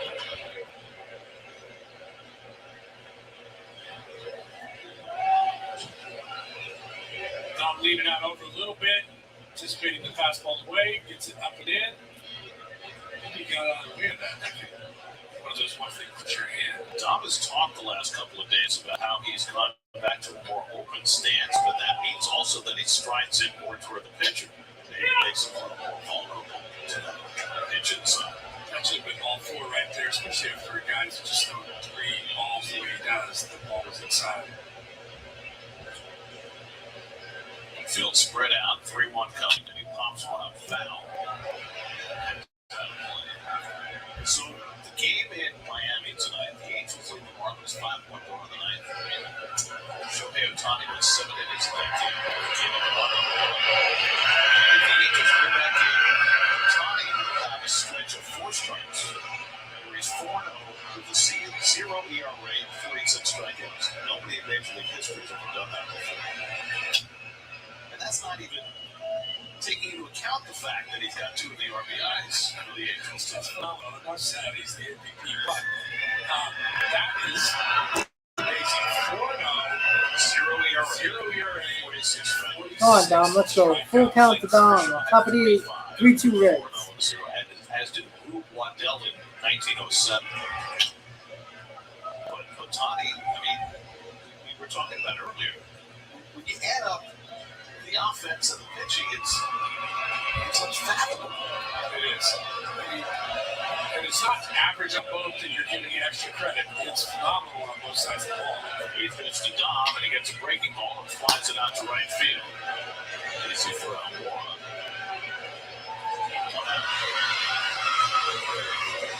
So San Martin wins that battle. 1 out and nobody on. Escobar coming up. Well, the Mets got the early lead on a Jeff McNeil RBI single in the first, but Nick Senzel hit a 2-1 homer in the second. The Reds have been in fun ever siness. Graham Ashcraft scattered 10 hits over 6 innings. All right, Escobar's up. Fourth career See what 40 he can do. game. But the Mets still a run in arrears with only 5 outs to play with. Escobar takes a strike. A very frustrating couple of days for the Mets offense. It's really been a tough couple of weeks, but especially here in Cincinnati against a rather beleaguered Reds pitching staff. Ground ball to third, where Solano fields and throws out Escobar for 2 out. Facing rookie starting pitchers, facing the worst bullpen in the major leagues, and the Reds just not have the answer. Yeah, I think that's the bigger point is that they haven't been able to crack the bullpen. I mean, the young pitchers, talented guys, you haven't seen it before, and they pitched well. Adola last night, very good. And then Ashcraft tonight, kind of as advertised.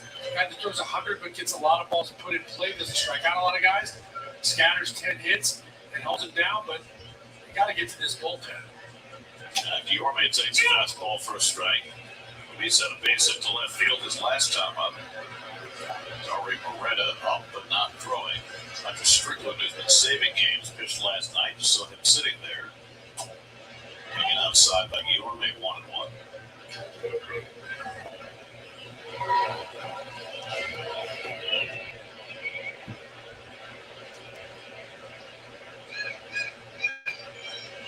Guillorme waves at the slider, and it's 1-2. Mosquito would be next. This umpire has been horrible tonight. Both sides of the plate. This dude.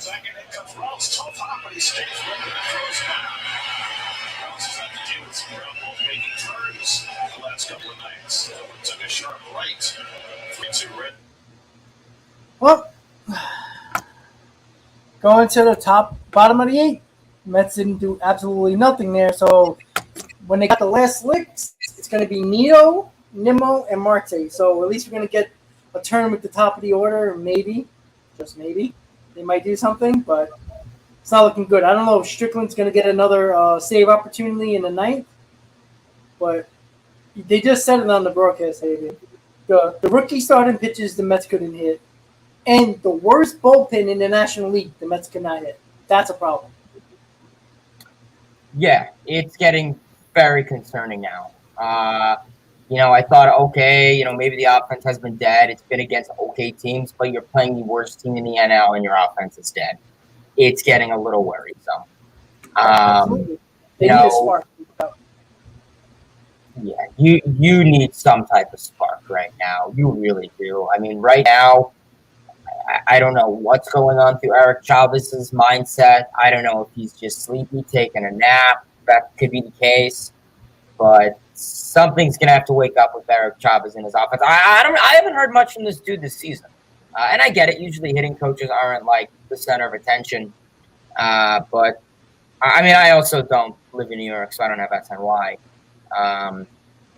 But, yeah, I mean, same thing I said all last season with the offense and struggling with runners in scoring position. You're getting on base. You're getting hits, 11 hits. You're just not driving them in. And when I see Alonso has 4 hits, I would look over to the RBI column. But there's 0 because all the time he got hits, I think he only had a runner on first, I think, during one of those. Because Lindor isn't doing jack diddly squat with his 0 for 4 and straining 2 on base. So, I don't know. And, I get it, don't be negative. There's still plenty of time. But let's be real. Regardless of how much time you have, it still sucks to see your team do. I mean, no one wants to watch their team lose to the worst team in the NL, especially lose a series. I mean, I get it. Yeah, Dodgers lost to the Pirates. Okay. But, yeah. And then in the 9th inning, for the record, you are not batting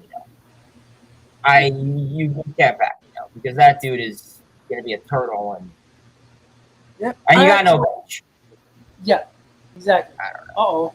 Well, it's now a 2-run lead. That's gone. Oh, he made the catch. Oh. Oh, when he hit that ball was gone. The camera angle and everything. Woo. Woo. You can't come back from 2 runs down.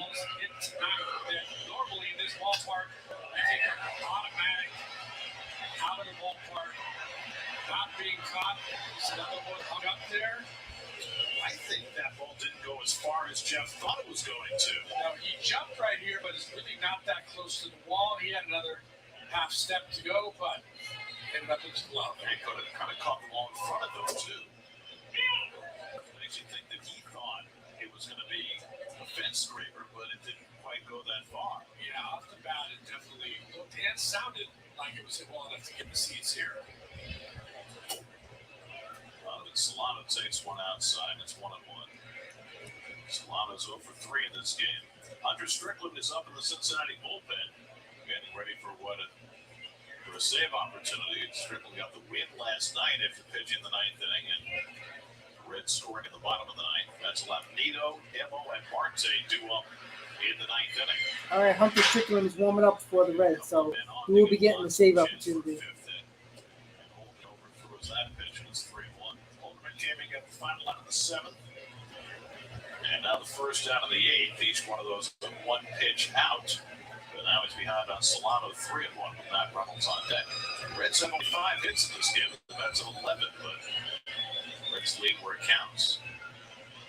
And that's outside ball 4. That is 7 walks. 7 walks by Mets pitching today. They're not going to win that one.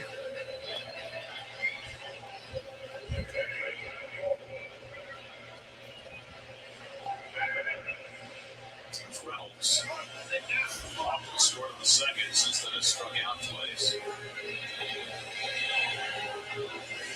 began the season's net. He's had himself a lot of playing time with the Reds. Put at shortstop the first 2 games of this series, second base tonight with India DHing. And fastball for a strike. Missed it earlier. Jonathan India got hit in the foot by a pitch in the first, and he came out of the game with a bruise on his ankle. X-ray is negative. So runs may begin some more playing time at second base, where he played the bulk of the time when Indy was out with a hamstring injury. I don't think some of you guys know how baseball works. You're gonna have losing streaks. You're gonna have problems. Like I don't understand where people are like, oh, the season is over. How? It's 79 games to go. Come on, guys. I'm not saying you have to be positive here. We're not looking good, but relax. It happens. Reacted as if he thought it was a ball. Time to spend.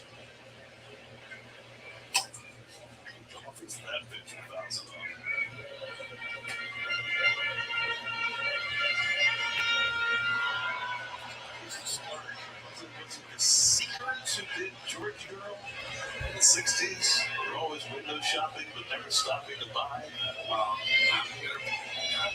for you on that one as well. So Reynolds will try and shed his dowdy feathers and fly. A little bit. A little bit. That's what he played down. Flew just a little bit. Chance of playing out there. Yeah, it's like the right brothers. Out and down. 2 seconds. Evo, Emo, and Marte do up for the minutes.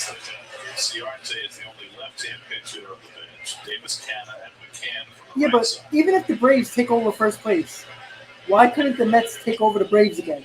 Like, I just don't understand why people's asinine comments, it doesn't make no I'm sense. seeing Ciarte go up there and try and bunt. Like, there's 79 games to go.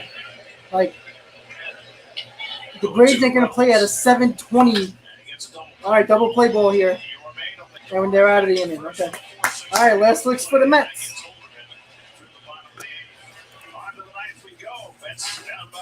All right, yeah. So, once again, guys, just because the Mets might lose first place over the next week and a half doesn't mean the Mets can't come back and win the NL East. Like, that's just an asinine comment. It really is.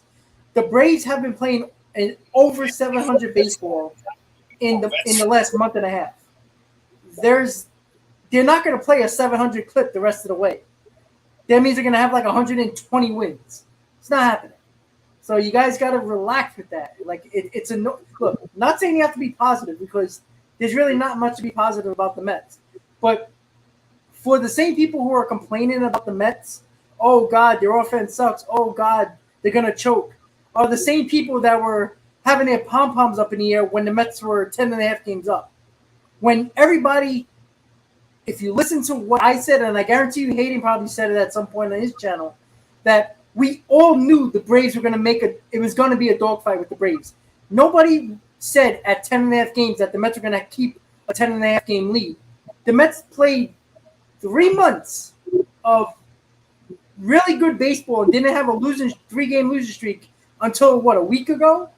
And they're finally having their first bad stretch in 3 months. It's the 4th month of the season. It happens. The worst part is typical fans are popping around, jumping around. The Mets are winning the World Series when they're 10.5 games up. You can't have the same mindset of, season's over. The Braves are going to take advantage of they're taking advantage of it because the Mets are playing 500 ball and the Braves are playing over 700 baseball. Listen, guys, they're not playing 700 baseball the rest of the way because then they'll have 122 wins, which they're not going to have. At some point, they're going to come back down to earth. Not saying they're going to play bad, but they're going to have a stretch where they're not going to be playing as well as they are right now. Hayden, your thoughts? Yeah, I mean, I agree with you. I've pretty much said similar things. When we get a 10-game lead on the Braves, I said, it's not going to be 10 for the whole season. The Braves are going to get hot. Whether that was at the deadline or whether that was in June or July, they were eventually going to start to get their pieces. They were, getting Acuna back, and Michael Harris, the third is filling in very well for Ozzie Albies. Their bats are going to come alive and their pitching is going to come alive. And it was, and it has. So we'll see.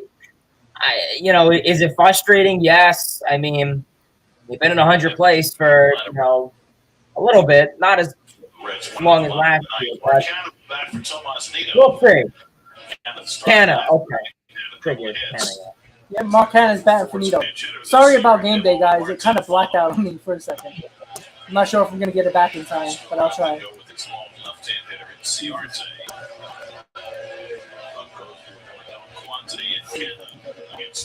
For some reason, there we go.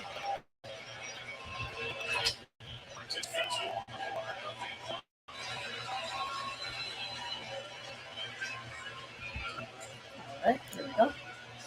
Come on, Mark. Start it up. Come on. The Reds' game plan was not to have Hunter Strickland saving games for them this year, but they've had so many injuries in their bullpen. This is what it has come to.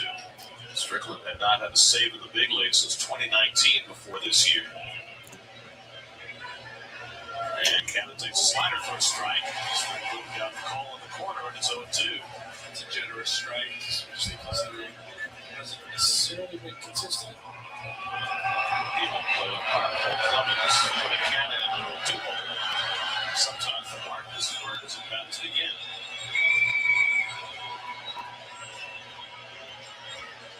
Devil on deck. And Cannon flips one behind first. All right, looks like it's 1 out.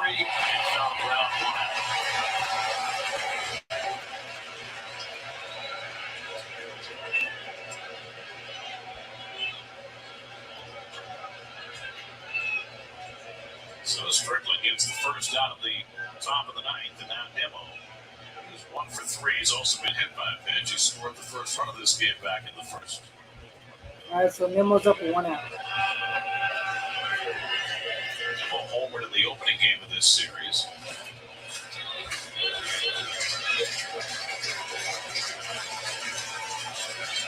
One out and nobody on. Solano playing Willem on the grass against Nemo, who rarely bunts for him. And Strickland misses with that first fastball just off the plate, ball 1. Surprised Solano's playing in so close. I am. I mean, I guess you want to respect Nimmo trying to find his way on, but Nimmo slaps the ball down the left field line much more than he tries to run for a hit.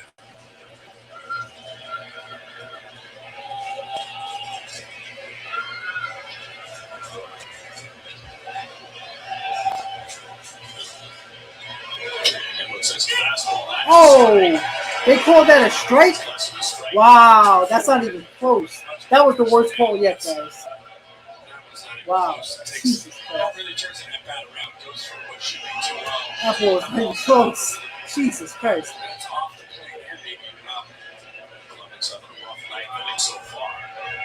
Wow.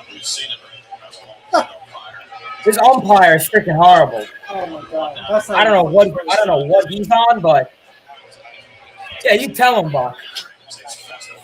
Wow. What the Out hell of is that? Should be 3-0 right now. San Martin. And hitting the third, he retired all 4 of his batters. And now Strickland trying to make stand up. He's got the first out of the ninth. Umpire, are you sure that's a ball? You sure that's a ball, umpire? Counts 3-0, by the way. 3-0. Not 2-1, it's 3-0. Automated strike zone, where are you?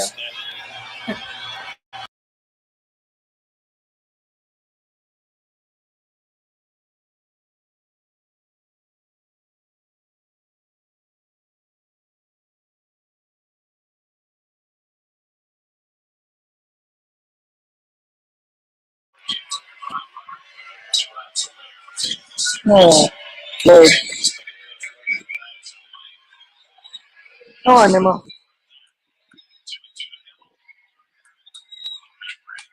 Okay. Yeah, sorry about that. I pressed the button on accident, guys.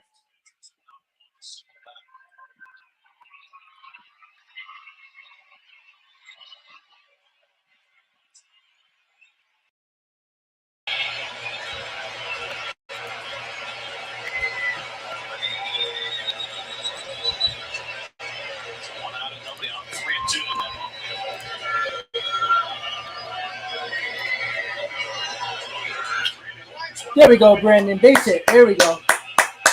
Come on.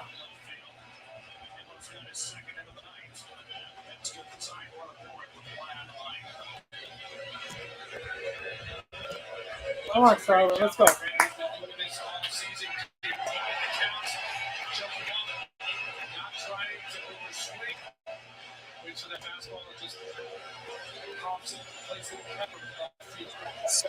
Okay, Marte, if you get a homer here, you will be named. Yeah.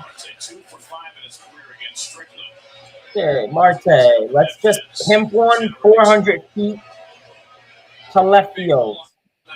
Please, Marte. I don't ask for much. I do actually, but.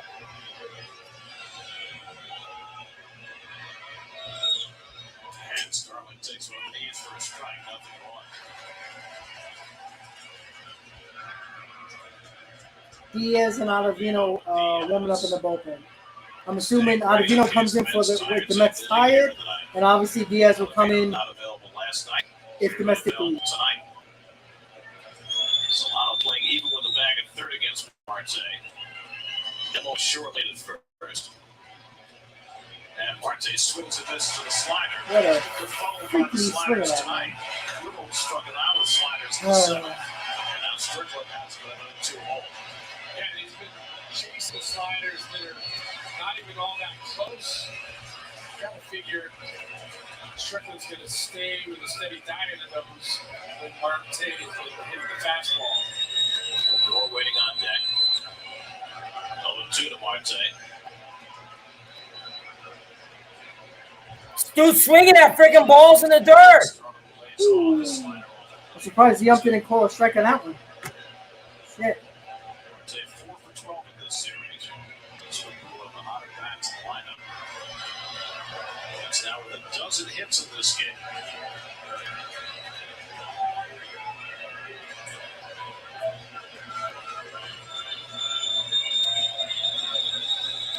One-two coming from Strickland to Marte.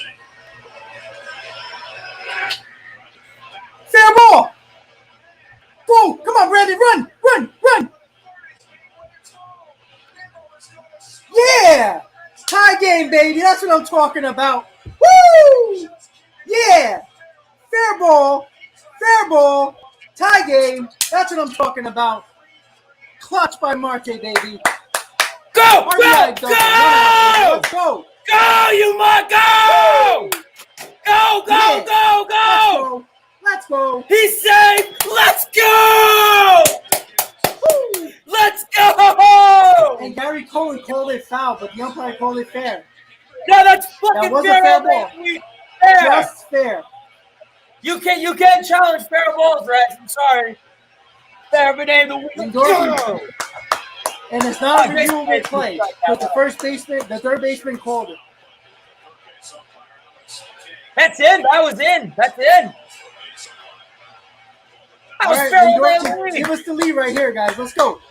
Come on, come on. This Come on, is a huge babe. win for this Mets team to come back. Come on, babe. That was fair. Oh, he didn't touch second? He touched second. Bro, that was freaking. Oh, I didn't get that. That was fair. Round ball. Up. All right. Good job, Jason Bay. I can't hear Hayden for some reason. Can you hear me now? Can you hear me now? Yeah, I got you. I'm sorry. It was my headphones. I'm sorry. Oh, okay. Boo! Boo! All right, so Alonso can go 5 for 5 here. All right, I'm going to need you to get a little bait here. A homer would be phenomenal. Hell yeah. Alonso, give me a base hit. A base hit. No homers. A homer would be great. That'd be nice. Because I don't want to go extra. I'm surprised they're pitching to him. But then you have McNeil up, so is it really? True. I mean, At least Alonso is a strikeout guy, so I get it. Oh, yeah, you got that. Come on.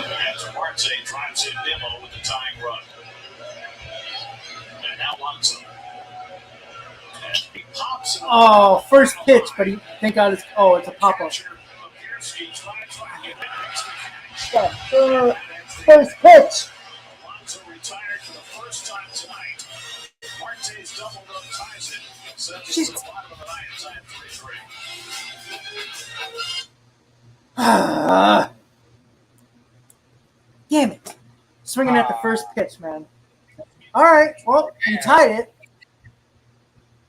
At least we tied it. Ottavino's coming in at the bottom of the ninth. Hopefully we don't have another walk-off for the Reds again. That would suck. I don't know if I can handle that. Yeah, who are you telling? Good job. Honestly, who is the villain of the day? Oh, it's definitely Lindor. Over Lindor, 5, absolutely.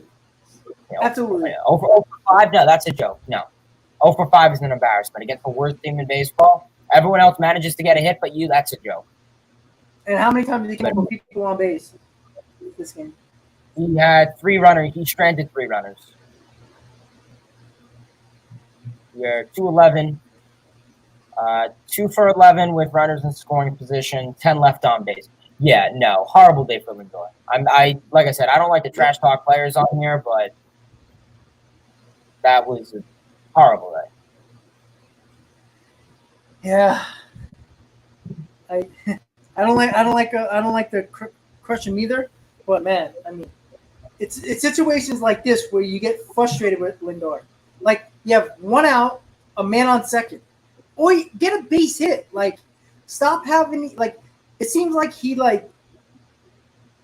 doesn't even try to work the count at all. He's trying to do too much in the situation where a base hit will score Marte. And he just does the same exact thing. I mean, you can't kill Alonso in that spot because I mean he's 4 for 4 going into that at bat. You can't kill him.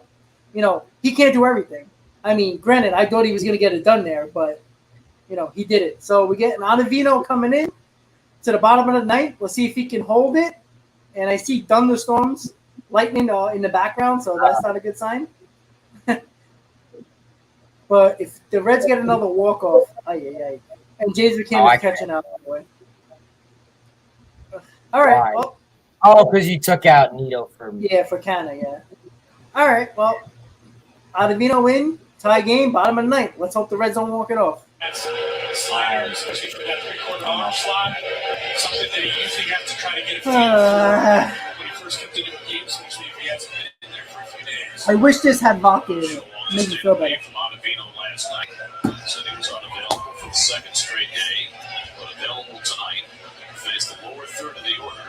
Nick Senzel, though, the first man up, and he's had a terrific night, 2 for 2 and a walk, including a 2-run homer. And Ottavino's first sliders in for a strike, nothing in one. Adam last pitch Sunday, 1-2-3 against the Rangers, in which he threw only 10 pitches, which made it a little odd that he wasn't available for 2 days. Sometimes relief pitchers let the manager know that it's time for a little break. It's hard to pitch every other day for 6 months. Fastball off the corner to Senzel, 1-1. Senzel's home run was only his third of the year, but 2 of the 3 have come in this series. He got picked off second, though, in the 4th inning, and he got thrown out at second, trying to stretch a single into a double in the 6th. The base running has not been as good as the hitting. And a fastball in for a call strike at 1-2. Yeah, guys, I know people are talking about bringing in Diaz, but it's not a safe situation. And what happens if the Mets take the lead in the top half of the 9th or the 10th? Now you don't have Diaz. You're going to have Ottavino saving the game. I mean, I understand, you know, this is the game right here if they score, but it's a hard call, honestly. Donis Medina compliments of the game with 3 innings of scoreless relief. Owen Holder had let go 4 outs without allowing it in. Bullpen has been spectacular tonight behind David Peterson, who struggled. Under Strickland suffering his second consecutive blown save for the Reds. Now hoping his team can get him a second straight win. 2-2. And Senzel hooks it on the ground. Escobar to his left, spin a line, and he fires. Nice play by Escobar. You know, as bad as Escobar has been offensively, he's still doing very good things with the glove. Slider right there by Ottavino on the outside part of the plate. Senzel tries to pull it. Escobar, so consistent, so solid, great arm strength, and gives you right on target just like that. Good play by Escobar. Yep. 1 out and nobody on it now. Walk-off hit for the Reds on Mets Sunday 21. Listen, against the Braves. I get it. Like, I think it's a hard call for Buck, honestly, because if the Mets take the lead in the 10th, now you're gonna have Ottavino saving the game in the 10th, bottom of the 10th. So, Fires outside like, ball one. It looked like to you that Hunter Strickland was eyeing the third base umpire Alex McKay right there. Maybe he wouldn't watch it on replay and is questioning the fair foul call as well. It's certainly questionable. It's a first strike one. Final in Atlanta, the Braves beat the Cardinals 3-0. So the Mets need a win tonight to stay 2.5 in front of the Braves. Alex McKay beat Hunter Strickland. I'm not very happy. Doesn't look too happy. Moore takes a fastball for a strike and it's 1-2.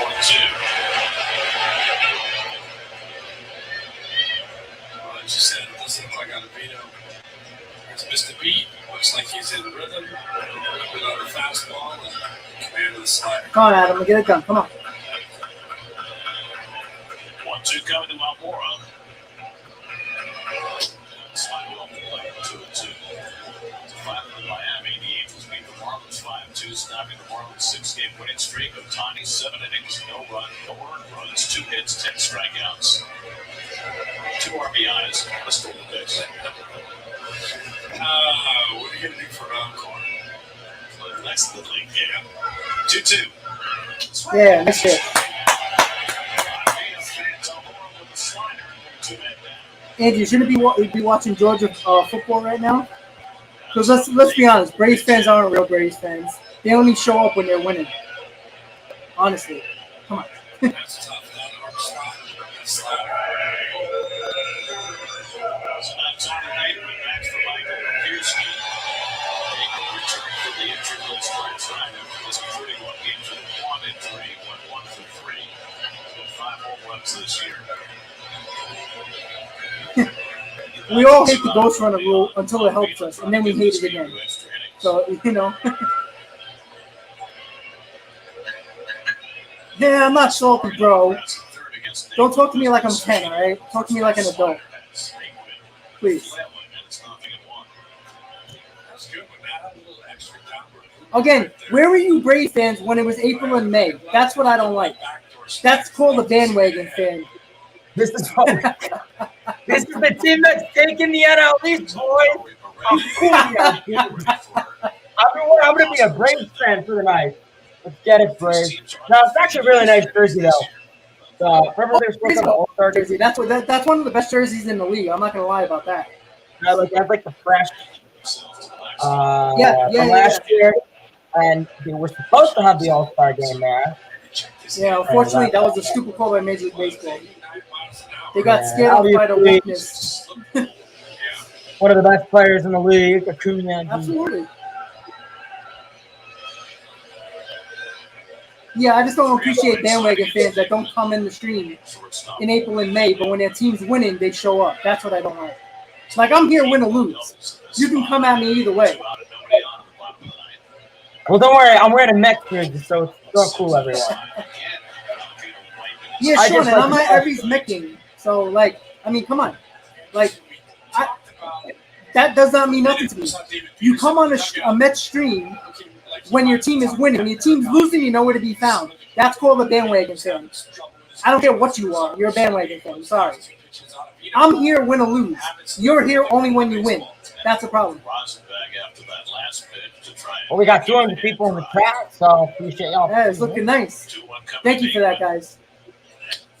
And at the end of the day, Sean, Andrew, I'm not salty. It's the God's honest truth. And at the end of the day, thank you for your view. You're just giving me money. So, I mean, come on. Let's stop it. It's not salty. It's common sense. 2-2 coming.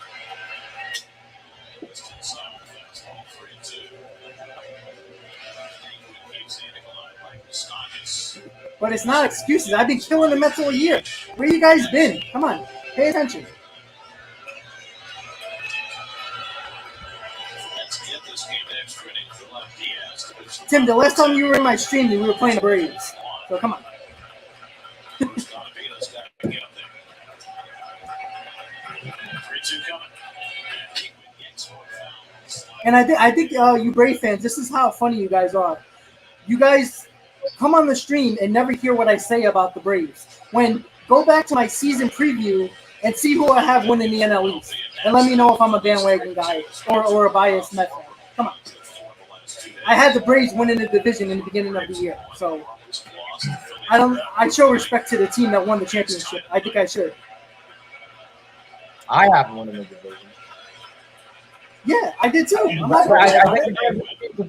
think the Braves. All right, I mean, like last year, I understand the Braves going into the second half were, below expectations, and I give massive props to the Braves. I mean, their of course. front office went out, and got the moves. They got Soler. They got the moves. A lot of those guys, Soler, whoever. On paper, they weren't the best. They came into clutch and they put the ball to the bat when it mattered the most. And hey, I mean, I respect the Braves, for that. And I mean, with me, listen, I mean, Mets, Braves, Phillies, Nationals, Marlins, Dodgers, Yankees. At the end of the day, we all like baseball. 5-6 months ago, we didn't even know if there was going to be baseball. So, sadly, I mean, I get it. One little rivalry. At the end of the day, I mean, we'll see how it goes, but yeah, exactly. Ottavino got out of the inning, so the Mets get the ghost runner starting off the 10th.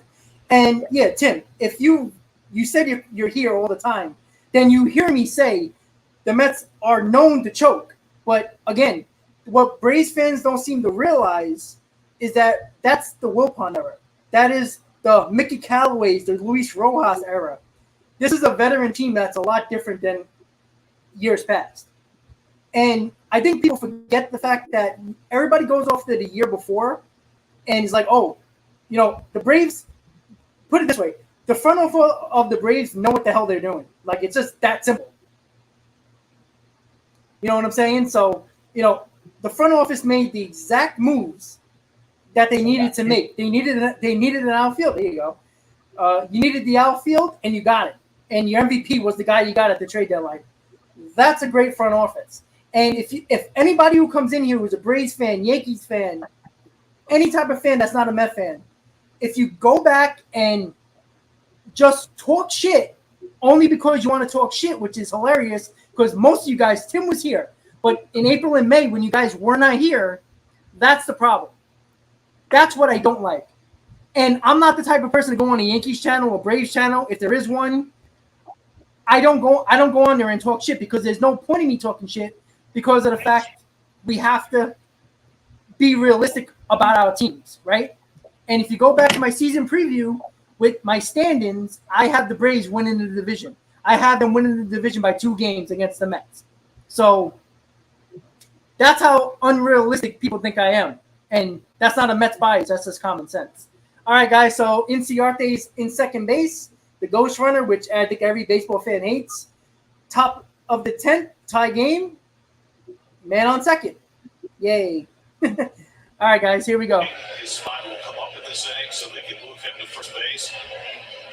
So this way they take Alonso out and use Inciarte as the free runner to get some Interesting. speed. They took Alonso out to put in the ghost runner in Inciarte. Interesting. So then what? Then you put Smith at first and then Scherzer at DH. Can you substitute that way? Yeah, seems like it. I mean, if Inciarte is like 200 batting average, gonna. Yeah, that's what I'm thinking. Ethan Dom moves to third. I mean, I know you can move. You can. I mean, Alonso's not a terrible runner, but he can score on a base hit. But I mean, we're gonna need at least 2 runs in my opinion. RBI single back in the first. It's only one mitigating circumstance to that. And that is that with Diaz ready to pitch the bottom of the ninth, the guy who can come in and strike out 3 guys in a row, maybe you do have to play more aggressively and defensively at the top of the 10. Potentially, and that would also explain you get to the bottom of the 10th, you might see them bunt just to try to get something going against Diaz and not try to drive the run in base hits. Make runs to third. First it's McNeil, flies one to shallow center. That's not going to advance the runner. Senzel comes in to get it. Cincinnati stuck in second with one out. That's a huge out for Delray Moretta. One out of the top of the 10th. Now it's Dom Smith coming up. Moretta has struggled in his rookie season. All right, so Dom Smith coming up for one out. First run around second. He has been vulnerable to the home run ball. He's given up 8 home runs in 22 innings. It would be an appropriate time for Dom to hit a 2-run homer. To break his home run drought right now. Would be nice a year later. Since his last home run in this ballpark last July. Dom is 1 for 4 tonight. And he takes a fastball in the corner for a strike from Moretta, 0-1. A lot of questions from home plate umpire Paul Clemens as this game has gotten deeper. I think we've often talked about who's going to Dom. That ball might have got the corner, and it's just a matter of inconsistency. You can't rely on the strike zone when the umpire's not consistent behind there.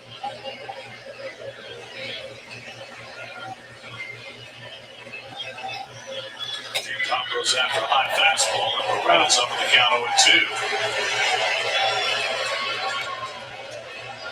0-2. Andrew, I mean, honestly, they need a lot of things. They need an entire bullpen, maybe 2 arms, definitely a power bat. The Mets need a hell of a lot. There's no doubt about that. They're not a complete team at all. So probably those 2 things at the very least. Arthur Strickland blew the save in the 9th. Moretta has 1 out of the 10th. The free runner in Ciarte still in second. 0-2 to Smith. Dom pulls one on the back. Yeah, that's an RBI. All right, Dom. Good job. Ciarte scores. Dom goes to second. He's got his second double. All right, Dom. Good job. Here we go. 4-3 Mets lead. Thank you, Ghost Runner. We only like it when our team helps. Sean, I agree, man. Thank God we'll have robo runs. So these umpires are Alonso could have stood on that. Yep. Right down Alonso the could first have base line. Yeah, exactly. So now, hopefully Alonso will turn at bat. Doesn't happen, because then that would be sad. Ciarte, cleanup hitter. I will say, yeah, the Reds do have a nice ballpark. I was there 2 weeks ago on Father's Day also, and it's like a nostalgic, but also has those like modern vibes. The food's pretty good. I like the food, but it was a Reds and Brewers game. But it's a nice ballpark, I will say. Very nice. Like it. It really is. Oh, Escobar's yelling at the pitcher. Oh shit! Here we go. He almost hit him, so he's a little pissed off. Oh yeah, Buck's coming out. Escobar is pissed. Escobar is pissed. He's like, you piece of. There goes the Bucks there. Tim, yeah, Cincinnati is more like a situational guy. Pinch runner, defensive replacement, stuff like that. I think he started once since the Mets picked him up. Yeah, he started in left one day to get Canada down. Yeah, exactly. Yeah, he was definitely throwing that. Saw that high target as well, and he says, "Hey, that was too close. No, hit me. Come on." That was when Georgia did it. Fight. He was not happy. All right, Escobar. Just him for him. How sweet would it be if Escobar hits bomb now?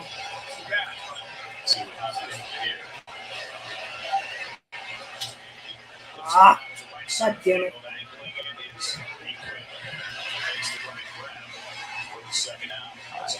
Yorme. Get a hit.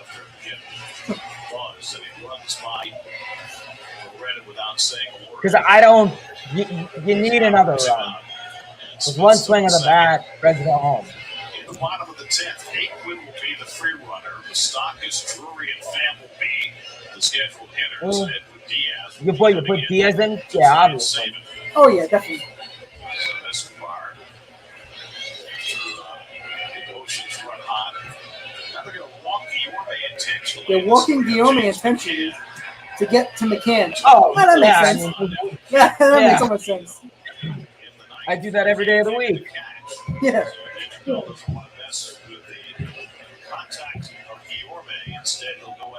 I mean, I think everybody would be shocked that McCann comes through here.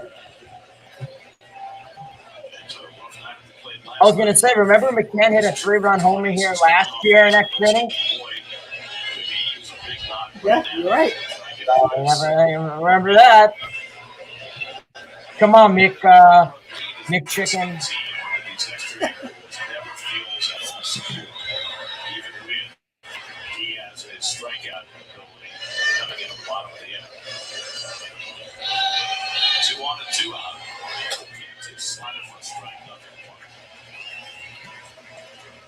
Yeah, committee, he don't get no respect offensively. Defensively, yes, he'll get respect, not offensively.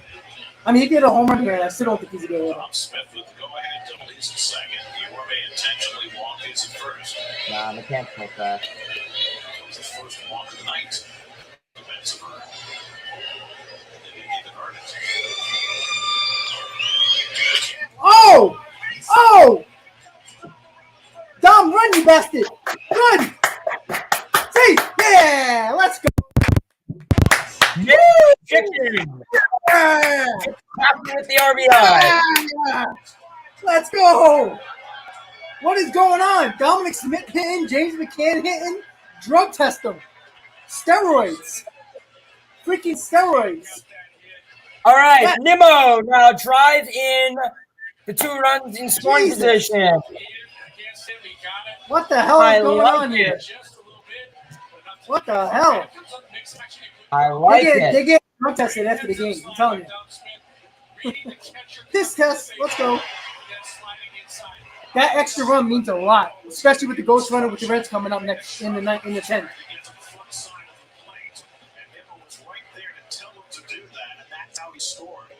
Nice job. That's great fundamental baseball. Really good base running by Dom. Yeah, and Nimmo was telling him to go like this. So that was a great job by Nimmo making him go and slide the other way. Good job. Come on, Brandon. Base hit scores too. For a guy who's not a fast guy, right? He's coming to the back of the plate, and all of a sudden he's going to take a left turn to get to the front side, and he did an unbelievable job to do that and avoid the tag. Come on, 2 runs here, Brandon. Come on. Let's Go. go, Nimmo. Come on. Play as fast as you can. That's a straight line. And when you're able to pick up a guy like Nimmo who's behind there immediately, giving you direction, makes it easier, but still great presence of mind for Dom to shift gears and make that great slide. So the Mets have 2 runs home in the 10th. Got first base opening, and they walk Guillorme to get to McCann. They're not going to walk Nimmo to get to Marte. So Nimmo bats with 2 in scoring position, a chance to break it open. And Brandon pops one foul. Yeah, get out. Nimmo got the Mets starting in the 9th inning. Daniel, no comment. And came in to score the tying run on Marte's double. And the Mets, after Ottavino pitched a 1-2-3 bottom of the 9th. Damn it. And put 2 on the board in the 10th. Mets are 5-0 in extra inning games this year. Trying to go 6-0 tonight and take the rubber game of this series. Come on, Brandon. Let's go. Guillorme at third, McCann in second with 2 down. Mets now with 15 hits on the night. Nimmo's got 2 of them. Guillorme faking down the line. Nimmo takes a fastball inside. No, Med. This is baseball. This is what the Mets do. They drive you nuts. Couple to Smith, one to Escobar that made him incensed. One there to Nimmo. Nimmo kind of daring it. We come in there, he'll take it off the paddock and take first base. Because, as you said, he does pass.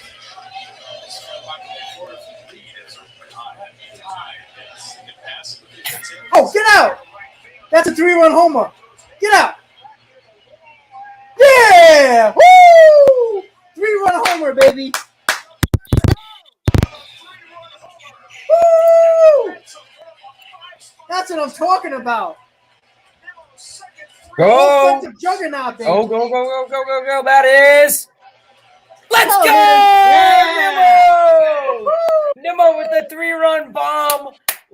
go. Mets 8-3. Let's get it. I think the offense is back. I think It's back. or whoever the hell that dude was is here. Let's go, Brandon. Yeah. All right, Mets game's over. I can go to bed now. I only got work in 2 hours. I know. My voice is honestly though. MVP of the game is Paul. It's fine. Yep. Nimmo showing the power. Let's go. 2 homers this series. Yep. 2 3-run homers. Yeah, that's a good question. I mean, do you bring in Diaz? I mean, you're up. I wouldn't, honestly. I would save him for the Marlins series. So, I mean, in the pen. Yeah, Mary, exactly. Rodriguez? We'll see. Through the left. All right, so a 5-run inning for our Mets who, honestly, the offense was basically stagnant until they tied the game in the 9th, and the Mets found a way to get it done. All the Met fans are jumping up around, going crazy. I really wish Alonso could have hit that free run. You might have went through your wall. Are you kidding me? You would have tackled the alligator outside your window, man. Come on. Honestly, though, but how about this offense? You get 16 hits. How many does Francisco Lindor have? Goose eggs. Everyone else, Alonso 4, Nimmo 3. Smith had a pretty underrated night.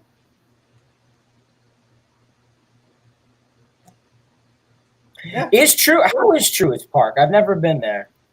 I think it's listen, putting that stadium downtown was the best idea the Braves did. Because I think Turner Field, I think it was like off. It was outside of. I never been to Turner Field, so I think it was outside downtown. Putting Truist Park is like in the middle of everything, so it's a great ballpark. It's one of my favorite ballparks, the newer ones that they built. It's really nice. It's an excellent ballpark.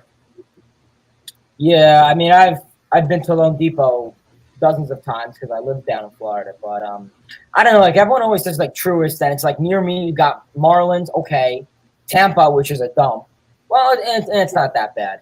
And then everyone says like, hey, why don't you go to Truist? Then I'm like, I don't know. I mean, Atlanta is a little far for me to be honest, but I'm like, okay. And I was debating on going to the All-Star game there last year, and I was like, okay. I mean, I honestly, it's definitely I visited 3 new ballparks this year. Obviously, I visited Wrigley, Comerica, and Great American. But Truist, there's no homeless people. Yeah, I was going to say, if you went to Lone Depot has a lot in the nearby area. I don't know. Lone Depot isn't in the best of area. Yeah, well, that's the cheap taxes right there. You don't got to pay a lot of property taxes in cheap areas, which most of the ballparks are, honestly, for the most part. Same thing with Citi Field. You go 2 blocks, and it's like, don't be walking around there at night. First base, enter Cincinnati. Pitch ran stays in the game at right. All right, see if the Mets can just close it out. And Diaz is on the mound. Yeah, give him a work. Why not? Sugar's first fastball, nothing in one. Not a safe situation for Diaz with a 5-run lead, but his first appearance in the series. Yeah, I guess get Edwin some work before the Marlins series. Hasn't pitched the series yet, so.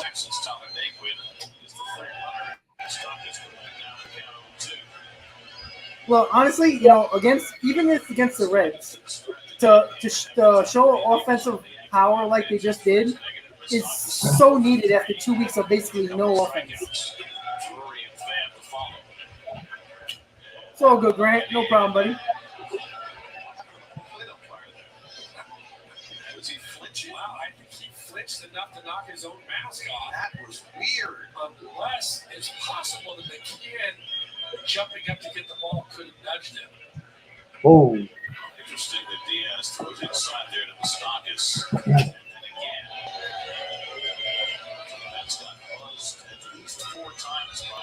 I ain't gonna lie though. I know we're winning by 5 runs. You don't want to put nobody on base. How nice would it be just to hit Moustakas right in the back of the numbers? I can't stand him. Yeah, he has no chance against Diaz. Bye, you freaking bum! I can't stand Moustakas. Really? I can't stand him. He's one guy that he could be wearing a Mets jersey and I still punch him in the face. Like seriously, I don't like it.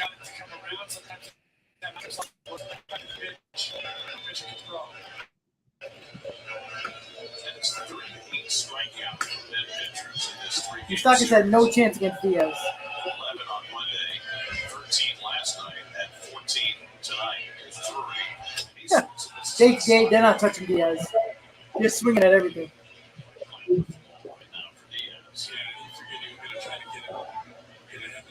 Yeah, at the end of the day, there's a lot of people that are nice people. Look, we're sports fans. We talk shit. That's how we do it. It's just how it is. If you don't talk crap, are you really a sports fan? It's just how it goes. You know, you can't be thin-skinned and be a sports fan. It doesn't work. Yeah, Grant, that was great. The umpire even flinched. Goodbye. Bye.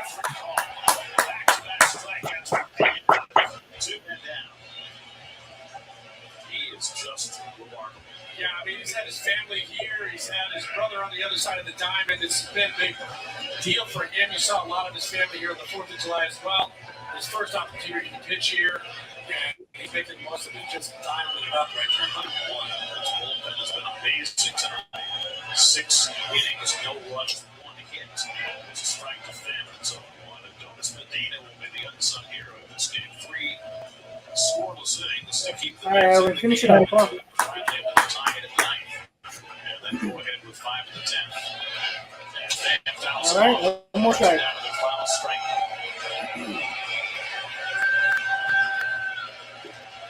Diaz gets this way. It is absolutely feels predetermined. He knows what he's going to do, and he gets up there and attacks.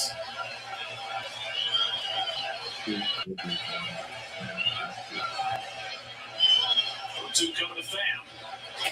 Coming in, and he held the swing and stopped it in time. 1 and 2. Fam were to keep it going. Kyle Farmer will be next. That's at home. They play the Marlins at Citi Field tomorrow night with Trevor Williams on the mound. Yeah, let's get Diaz's brother at the deadline. That'd be nice, right? Yeah. He looks nothing like him, though. Well, I mean, it's face, but like they're completely different sizes. But they Diaz, throw exactly the same way. They do. It's crazy. Diaz is, short and I guess pretty skinny. The brother's a unit. Mm-hmm. All right, they will finish it up. Put it in the books. There we go. That's what I'm talking about.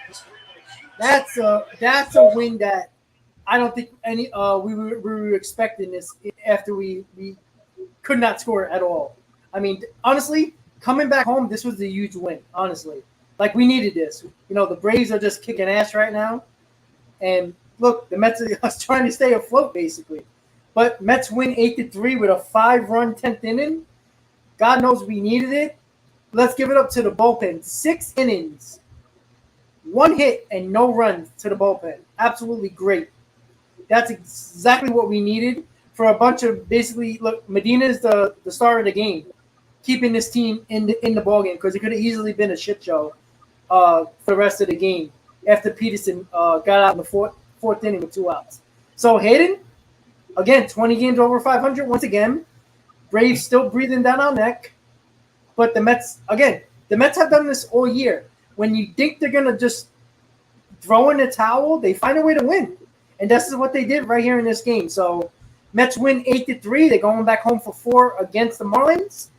And you know what? Listen, it would have been a really annoying and pissed off team flying back to New York from Ohio. So nice win. Unfortunately, we have Trevor Williams on the mound tomorrow, so that's probably not going to look pretty. And maybe the offense will start scoring runs now, Hayden. So what do you think? Final thoughts? Yeah, I mean, overall, I think this was I mean, clearly the best game that we've done together. I think we've done probably 5 or 6 games together, and this definitely was the best. I mean, overall, quick analysis. I mean, unfortunate night for Peterson. Slider command wasn't the best. Walks, got to the best of him. But like I said, Medina, Holderman, Ottavino, the bullpen did a phenomenal job preventing any more runs being scored. Obviously, Diaz to close it out. The offense, the 5 for 16 with runners in scoring position and the 16 runs and the 16 hits, was a little concerning at first to the extent. But then obviously seeing, this 10th inning tacking on 5 runs was huge. Obviously, phenomenal night from Nimmo, 3 hits, 3 ribbies. Great night for Alonso, 4 hits. Dom Smith, 2 hits and RBI. Lindor went 0 for 5. Player of the game, clearly. Overall, phenomenal night from the New York Mets. And yeah, like you said, it would have been a sad plane ride from Ohio to New York if they did get the L. Kudos to Daniel. And yeah, hopefully we can get something soon. And yeah, I love GM, and thank you, Rob, for obviously having me. If you guys can I do a little round trip myself. Yeah, hell yeah, man. Yeah, if you guys want to check me out, that'd be very much appreciated. My link is I'll put the link in the comment section if you guys want to check me out. Rob and I have done plenty of streams before. You've been on my channel a couple times and vice versa, so definitely always enjoy these streams. If you guys want to check me out, Mets Talk with Hayden is the name. Like Rob, Mets content, coverage, live streams, all of that great stuff. I don't just talk Mets. I like to talk Braves, Phillies, Dodgers, Rangers, Yankees. So if you're a Braves fan, hey, we can talk about some Acuna and Soroka and stuff. And otherwise, LFGM, and thanks for having me on, Rob. Absolutely, man. So that's Mets Talk with Hayden right now. Once again, guys, thank you for being in the stream. It was a long game, definitely. It was a frustrating game for 9 innings until the Mets broke out with their offense, and let's thank God for that, because hopefully they take that 10th inning, that 5-run 10th inning, and the 8 runs they scored tonight, and bring it into the Marlins series at home. It would be nice to take 3 out of 4, but that's actually wishful thinking the way the Mets have played. But you never know, right? We do got Bassett pitching. We're gonna have Walker pitching in this series as well. So hopefully we have a good homestand before we head to Atlanta, which is gonna be a tough series, no doubt about it. So once again, guys, thank you guys for tuning in. I want to thank Hayden once again for tuning in, hanging out for the last 4.5 hours. Unfortunately, I got to go to work in about an hour and a half, but who the hell cares? The Mets won, right? So once again, guys, I really appreciate everybody tuning in. I'll see you next time. I'm not doing a live stream probably until Sunday. I will be doing a 5th inning live, and I will be doing during the Keaton Anda ceremony, I will be going live at Citi Field. So hopefully you tune in for that. Everybody, have a good night. Mets win 8-3. Have a good night, everybody. Let's go, Mets. Good night, guys.